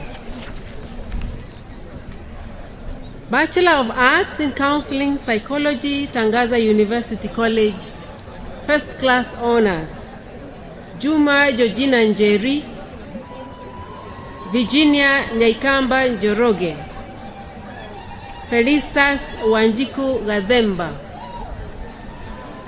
Second class honors, upper division, Okwach, Karani, Kimani, Jepkoech, Wambui, Omondi, Muthoni, Onyango, Namulekwa, Matata, Wambui, Munyemana, Wahu, Mroso, Gatururi, Kingoro, Sharma, Kagiri, Muya, Muhinja, Nzioka, Semeyan, Mulusa, Nyambok, Christopher, Macharia, Lugano.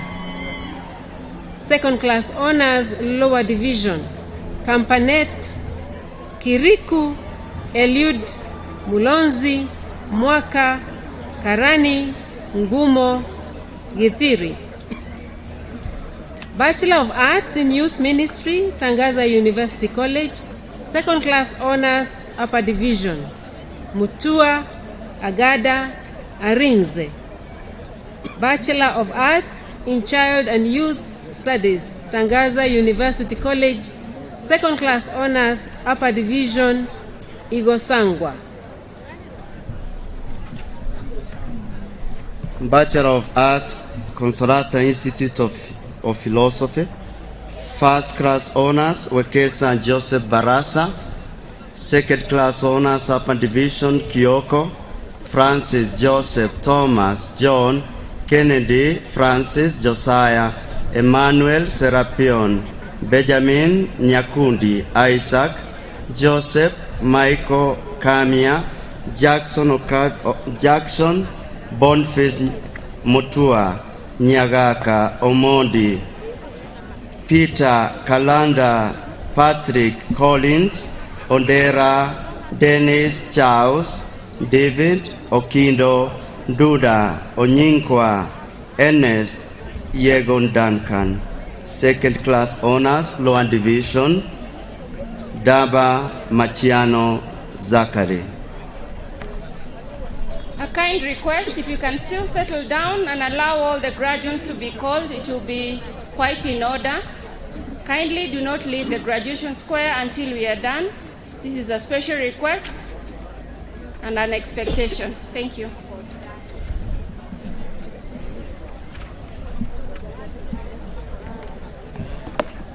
Bachelor of Arts in Philosophy, Christ the King Major Seminary in Nyeri. First class honors, Mwagi Benson, in absentia, Waigua John, in absentia, Esavu, Michael, present, Wasike Victor, present, Doita Philip, in absentia, Dewa Anthony. Second class honors, upper division, Muli, Patrick, Mugile, Mwetu, Wilson, Wangira, Wachila, Wambua, Bodi, Michael, Kenyajui, Musiri, Jage, Mangala, Kimemia, second class honor lower division. Derito, Samvi, Saur, Mutinda, Dor, Koech, Kituko, Muago, Kiura, Talimo, Wagocho, Kanyoni, Chuki, Wachila, Maeke, Nganga, Mwirole, Wachila, Wambo, Zuma, Robert, Isaac, Muchai, Michael. Bachelor of Arts in Strategic Development Studies, Marist International University College. First class honors, Mugo Angela Muringo. Tare Rogers Kiprotich. Collins Sankale. Keitani Sharon Jepkwech. Second class honors, upper division, Elma, Mumbi, Nyambwanga, Kamau, Shivachi, Grace. Second class honors, lower division, Melody, Daisy.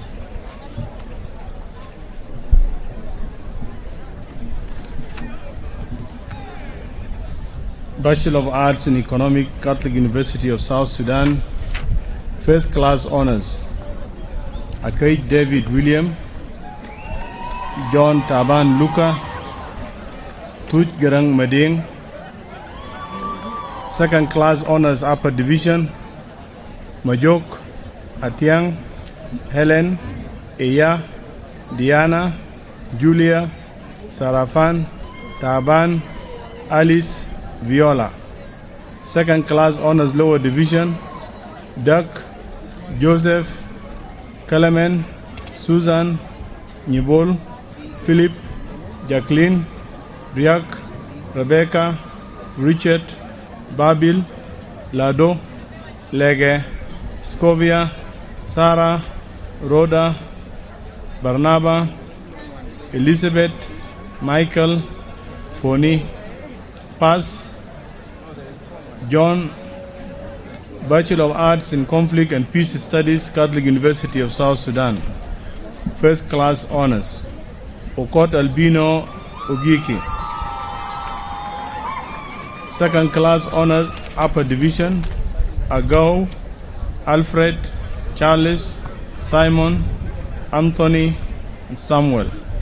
Second class honors, lower division, Ihure, Balasi. Bachelor of Justice and Peace, CUEA. Second class honors, upper division, Aishatu, Gisheha, Bolimo, Namurembo. Second class honors, lower division, Madile, Chelangat.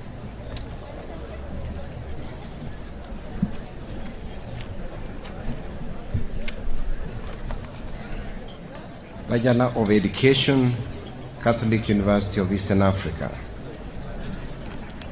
First class honors, Jane Onjari, Veronica Chepkirui, Veronica Soy, Wambua Christine, Emily Chepkirui, Thabita Odero, Emily Adiambo, Caroline Mwasia, and G.K. Emmanuel.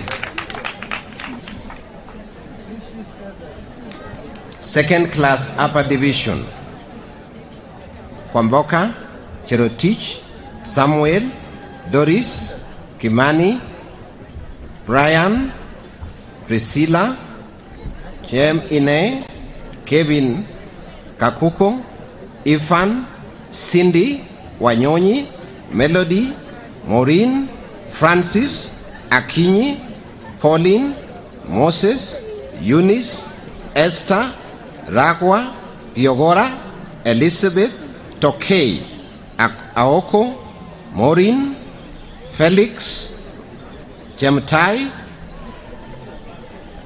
Warui, Robinson, Vera, Beth, Chemtai, Dipora, Onyango, Maru, Kemunto, Imbai,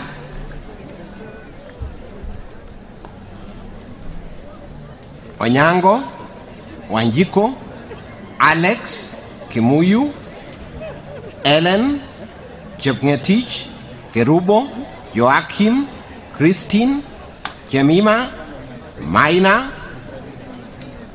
Kulubi, Chepngeno, Kiprop, Roslyn, Moses, Mospey, Maina, Kimayo, Catherine, Nora, Auma, Emmanuel, Jebet, Aaron, Okemwa, Matthew, Ondari, Cheruto, Kibor, Kipkoskei, Kimkung, Immaculate, Nafula, Jatwick, Wanyonyi, Christine, Emma, Martin, Shikuku, Hilda, Kirimi, Claudius, Adam, Alphonsius, Domitlia, Stanley, Diana, Teresia, Mercy, Justina, Rebecca, Nafuna, Kasimbi, David, Momo,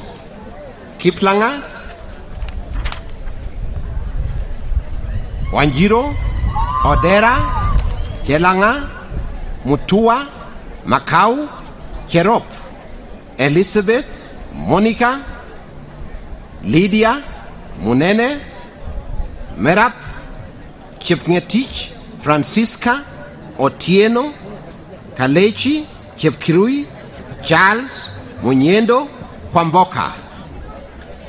Second class lower division, Sayo, Ongeri, Brian, Emilia, Carlos, Faith, Ayema, Mutinda, Maina, Kavita, Njoki, Mushina, Dennis, Wanjiku, Kibet, Njuki, Mokuru, Diana, Bonareri, Christine, Stacy, Brian, Shadrach, Chepto, Kiptum, Adhiambo, Kimtai, Bosibori, Wanjala, Nyanjera, Chepkimboi, Kipkorir, Chepkoech, Mulewa, Kwamboka, Kiprono, Mutunge, Chepchirchir. Mambo, Christine, Katarina, Pascal, Okelo, Gillian, Danu, Kiprop, Kamau, Muikali, Yego, Salawa, Aoko, Mino, Magoma, Mutwiri, Akinyi, Wambui, Lynette, Taina, Nyamari, Abeid, Musalia, Wesonga, Njue, Ronald, Kipchumba, Chepkemoi, Kibiwot, Otieno, Chirchir, Chepkemoi, Ndunge, Audrey, Carissa, C. Patrick, Hamre, Sheila, Korir, Chebet, Munge, Kimtai, Chepkemoi, Cherotich, Nyaboke, Christopher.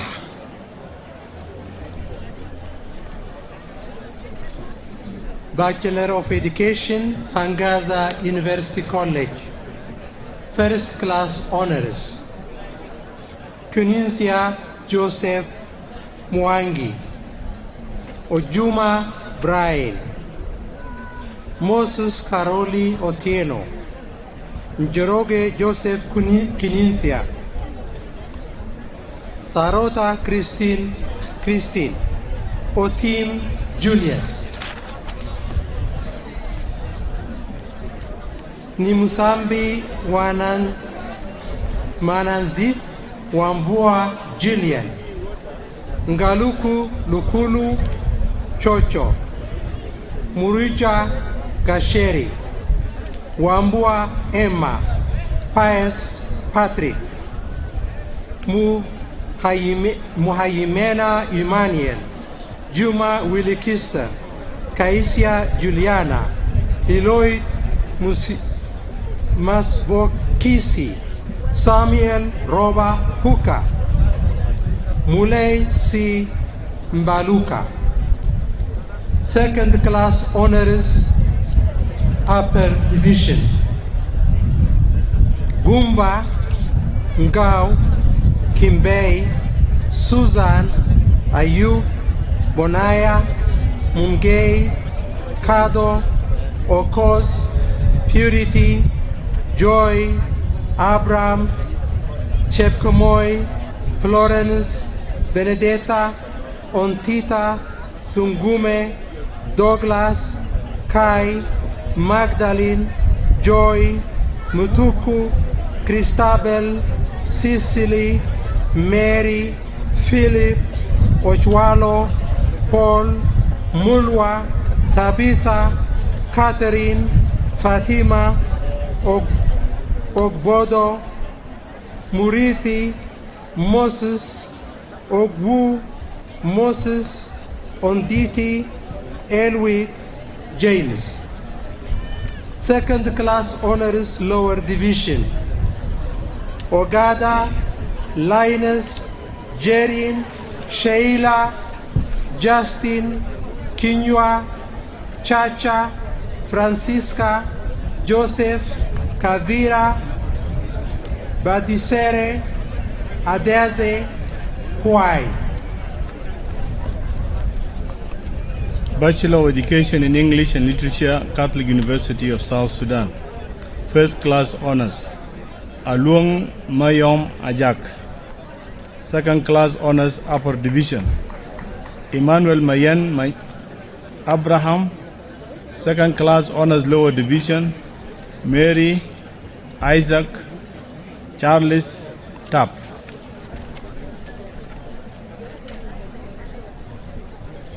Bachelor of Education, Maris International University College.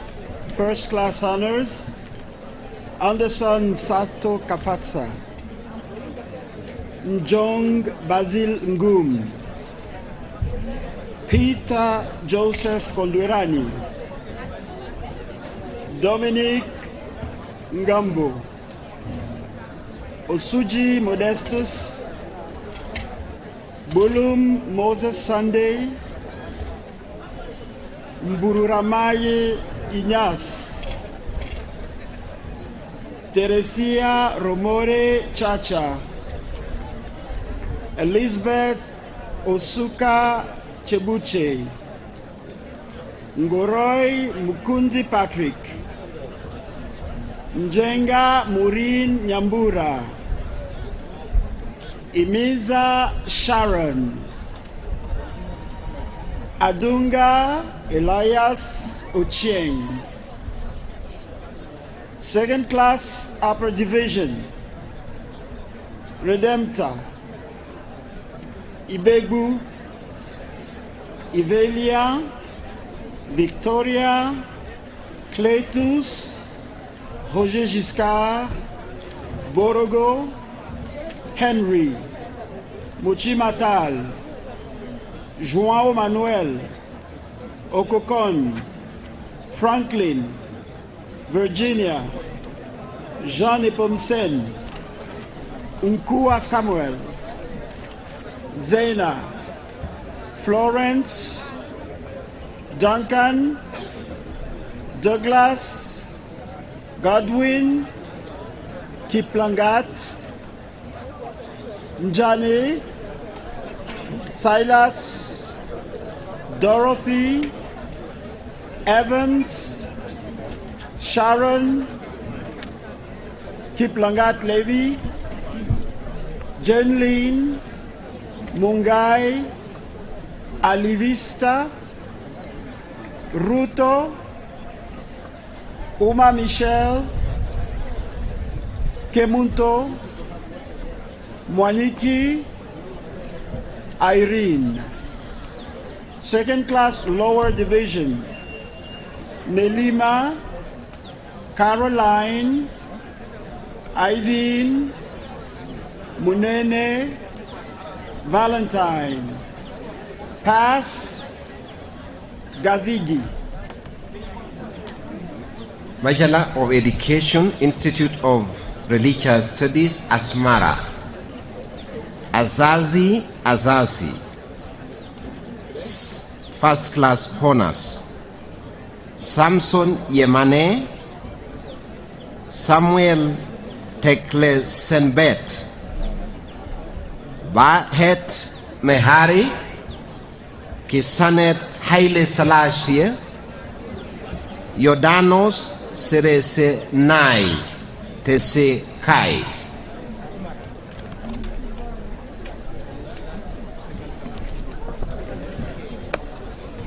Bachelor of Commerce. Sorry.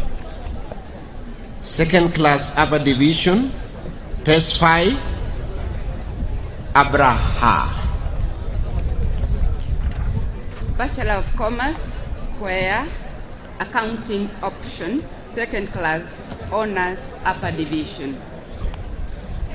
Bulen, Mwangi, Anyango, Kalekie, Kibambi, Mawia, Chepkilui, Jepkemei, Jelotich, Modeo, Morgan, Chepto, Okoth, Awol, Kiptum, Wasike, Boro, Nakalei, Kiprotich, Kiplagat, Hilali, Sigala, Jelly, Chepkemboy, Favor. Second class honors, lower division. Joanan, Abu, Nyamuhu, Weda, Kelvin, Kipkoskei, Mututu, Gloria, Egidius, Wafula, Apach, Akinyi, Iwagwi, Mayo, Motuko. Banking and Financial Services option. Second class honors upper division. Veronica. Second class honors lower division. Matundula, Taban, Muiruli. Finance option. First class honors. Brian Kibawat, Chebet June, Ongwae Helen. Second class honors upper division, Chepchuba, B, Wanjiku, Kamau, Wanjiro, Kimani, Mudhoni, Munyao, Siteia, Adeba, Maanya, Richard, Wachuka, Kamau, Simi, Malakwen, Adhiabo, Mwenda, Kimalu, Mugo, Joguna, Jepto, Busia, Somane, Nzoro, Shalon, Ngeli, Ngule, Mtenga, Moses, Kedogo, Oduo, Joseph, Gaduo, Mugambi, Keta, Baitukubake, Apuoka. Second class honors lower division. Dindi, Mwakwinda, Hinga, Suku, Chepkoesh, Kiplimo, Bethwell, Agau, Karemi, Mwende, Okelo, Maina, Amala, Wanjunu, Kalebe, Buva, Kemboi, Katoto, Dua, Getofu, Edwin, Kemei, Pass, Umunyaku, Mwangagi, Olayo. Human Resource Management option. Second class honors upper division. Cecilia, Ruanika, Jebet, Naomi, Otieno, Makena, Honge, Emma. Second class honors lower division. Waboi, Cheluyot, Karaoke, Barole, Mwaura, Bumba, Baabu, Mukami, Toet, Pass, Bungei. Marketing option, second class honors, upper division. Omondi, Walutati, Nyakundi, Hosea. Second class honors, lower division. Wamboi, Kabaya, Jeanette, Mwangi, Obizi, Mwangi, Agodoa, Morei, Nyambu, Adedun, Bachelor of Commerce, second class, upper division. Rebecca Anai, second class honors, lower division. Adhiabu, Maluti, Wamai. Bachelor of Business Administration, Catholic University of South Sudan. Second class honors, upper division. Emmanuel, Lado, Bojo, Foni, Sebit, Kiden, Jaguru, James. Second class honors, lower division. Sarafina, Butrus, Pio, Abraham, Adam, Angok, Anthony, Chok, Angelo, Ishaba, Joseph, Lemmy, Lueza, Margaret, Garang, Alimas, Susan, Quat, Alfred, Ukelo, Genti, Dow, William, Daniel, Grace, Jacob, Ephraim, Morris, Matwain, Peter. Pass, Alfred Wol, Deng, Alice, Chenigan, Matiang. Bachelor of Human Resource Management, Catholic University of South Sudan. Second class honors, upper division. Charles, Kenneth, Peter, Nen, Joseph, Flora, Emmanuel, Magdalene, Priscilla. Second class honors, lower division. Jacqueline, Martin, John, Rhoda, Jackson, Christine, Diana, Deng, Abraham, Dorothy. Bachelor of Procurement and Logistics, Catholic University of South Sudan. Second class honors, upper division. Ajak, Majur, Gaiden, Mauda, Clementina, Brigida, Joseph, Modi, Lino, Sarah, Malesh, Atem, Leju, Lado. Second class honors, lower division. Ludia, Abraham, Gaitela, John, Monica, Dahlia, Achot. Pass, Lele. Bachelor of Accounting and Finance, Catholic University of South Sudan.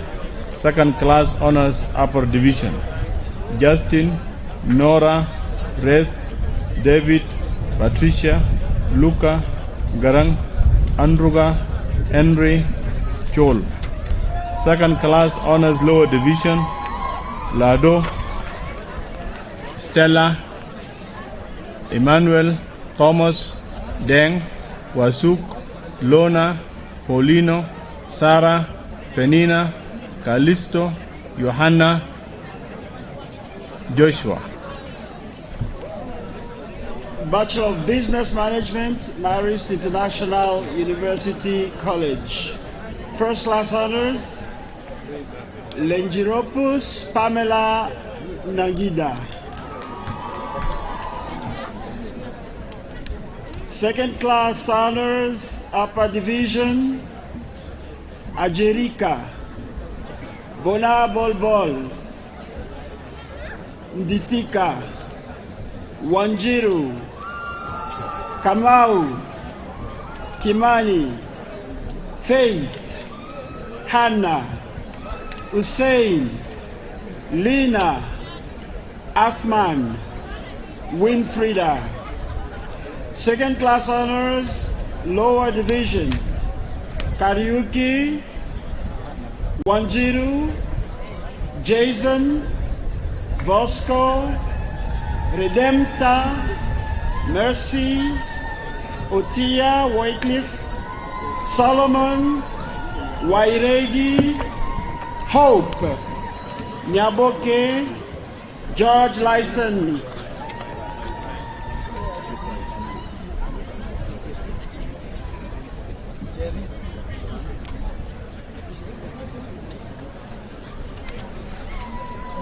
Are we done? You're done. Okay. Bachelor of Laws.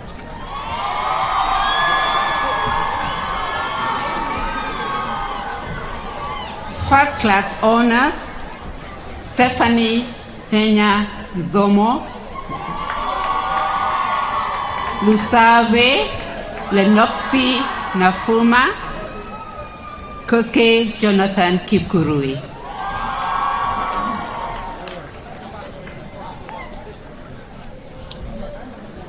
We request that you maintain silence as the Dean reads out the name, please.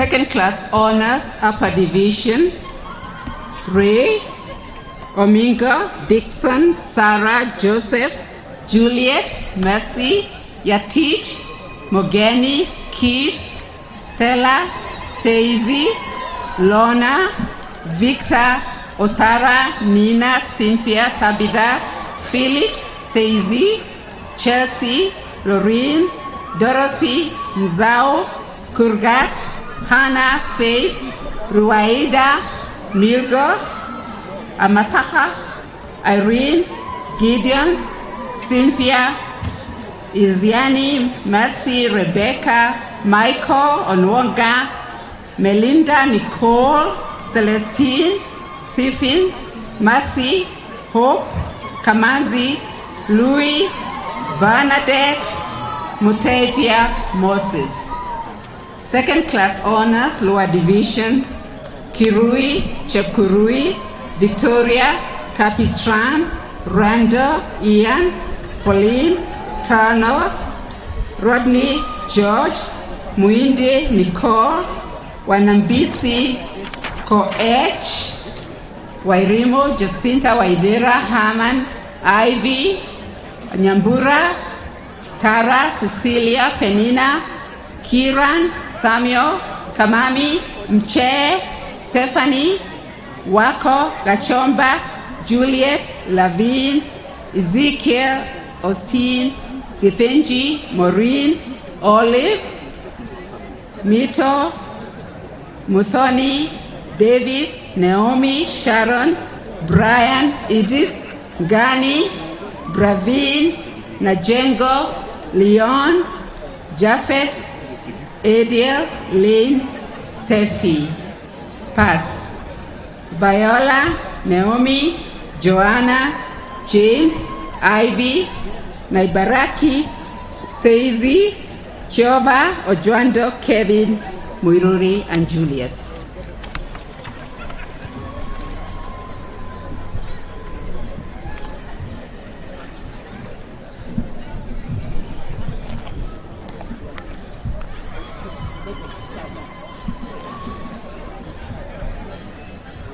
I ask His Grace to confer upon these graduates bachelor's degree in their respective areas of specialization. You may all stand up now, please. If you can remain upstanding.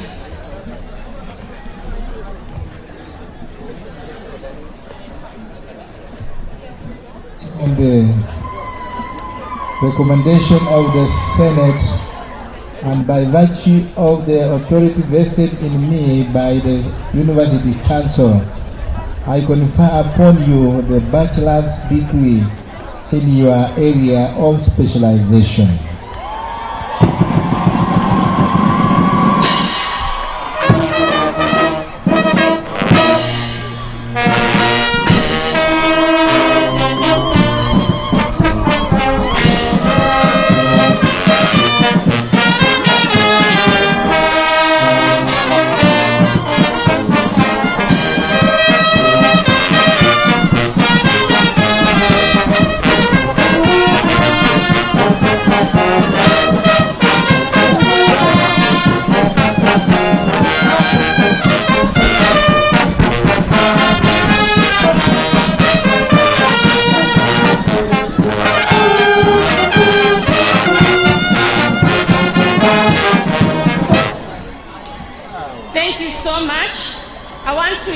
all of us to give a thunderous round of applause to all the graduates for today. Let us appreciate them with a bigger round of applause.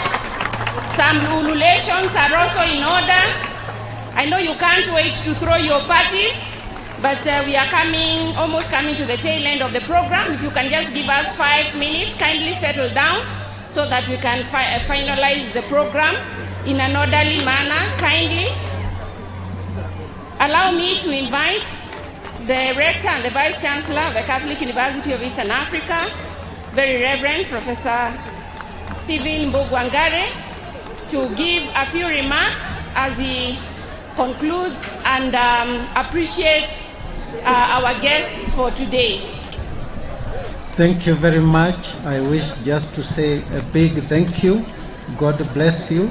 God bless our chief guest, and we pray for you as you start your career. We will be working together with you, and God bless you and your family and your work. We also thank our council, our faculty members who are here, our students, our parents and the guardians, and all our guests. Just one announcement: all the degrees and certificates will be ready for collection from 8th of November. So within this week, we sign all of them, and they will be ready from the 8th of November. Thank you very much.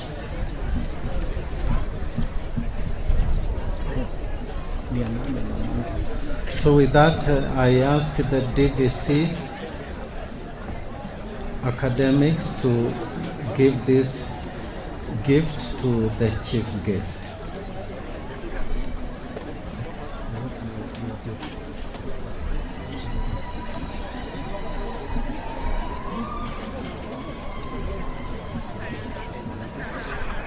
Yes, I would also like to invite Sister of Ikamani to come and give the gift to the Archbishop, the chair of the trustees.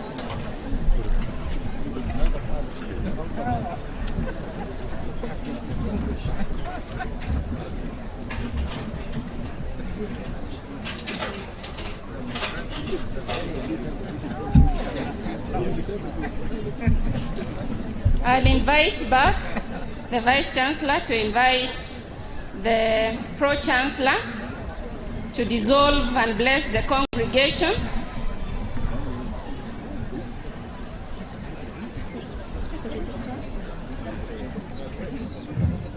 Thank you. My apologies, sorry. I will ask the registrar to read the citation, and then after that the Pro-chancellor will dissolve the congregation and bless us. I ask His Grace Archbishop Philip Anyolo to dissolve the 41st congregation of the Catholic University of Eastern Africa. So by virtue of the power vested in me by the University Council, I dissolve the 41st congregation of the Catholic University of Eastern Africa.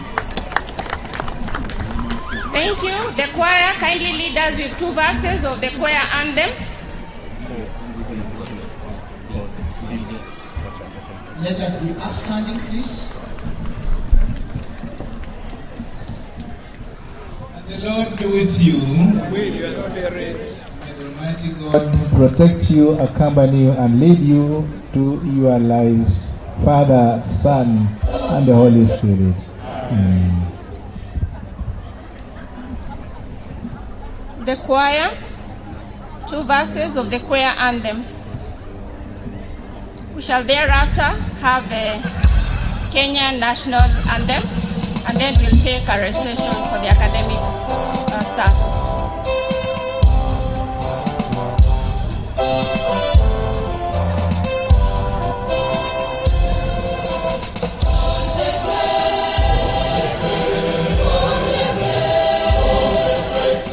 Oh,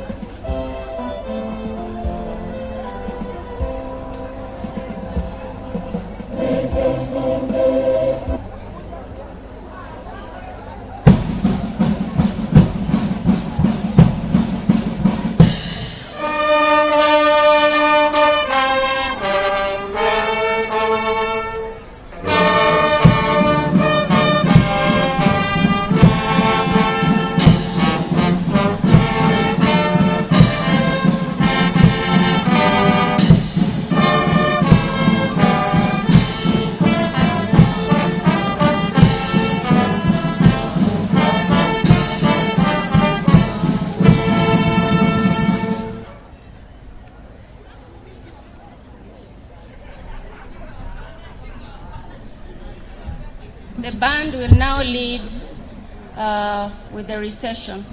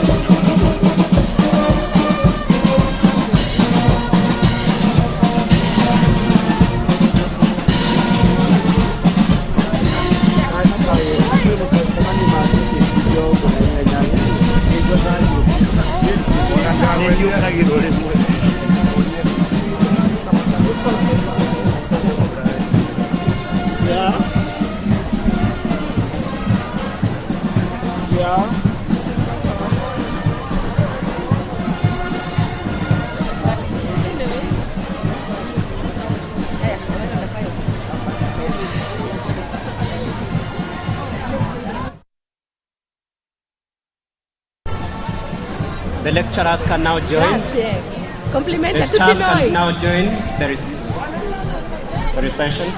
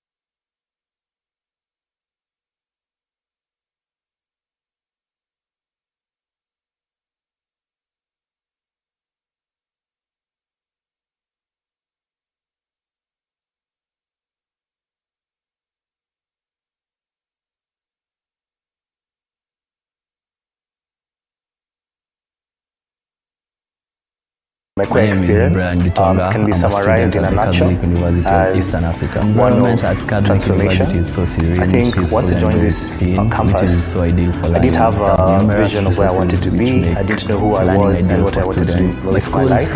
And I feel like the environment and the people who've mentored me along the way have enabled me to find out who I am and have helped me figure out where I want to go in this life. They have a good quality education, which I 100% vouch for. Enroll at Catholic University of Eastern Africa for courses in nursing, law, business, economics, computer science, education, community health and development, actuarial science, international relations, counseling psychology, regional integration and theology. September intake ongoing at Langata and Eldoret campuses. Email admissions@CUEA.edu or visit CUEA.edu. CUEA for innovation.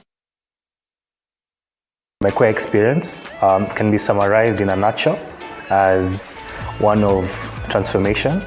I think once I joined this campus, I didn't have a vision of where I wanted to be. I didn't know who I was and what I wanted to do with my life.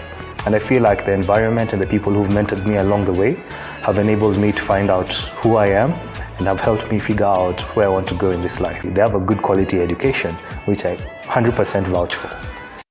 Enroll at Catholic University of Eastern Africa for courses in nursing, law, business, economics, computer science, education, community health and development, actuarial science, international relations, counseling psychology, regional integration and theology. September intake ongoing at Langata and Eldoret campuses. Email admissions@CUEA.edu or visit CUEA.edu. CUEA for innovative, marketable graduates.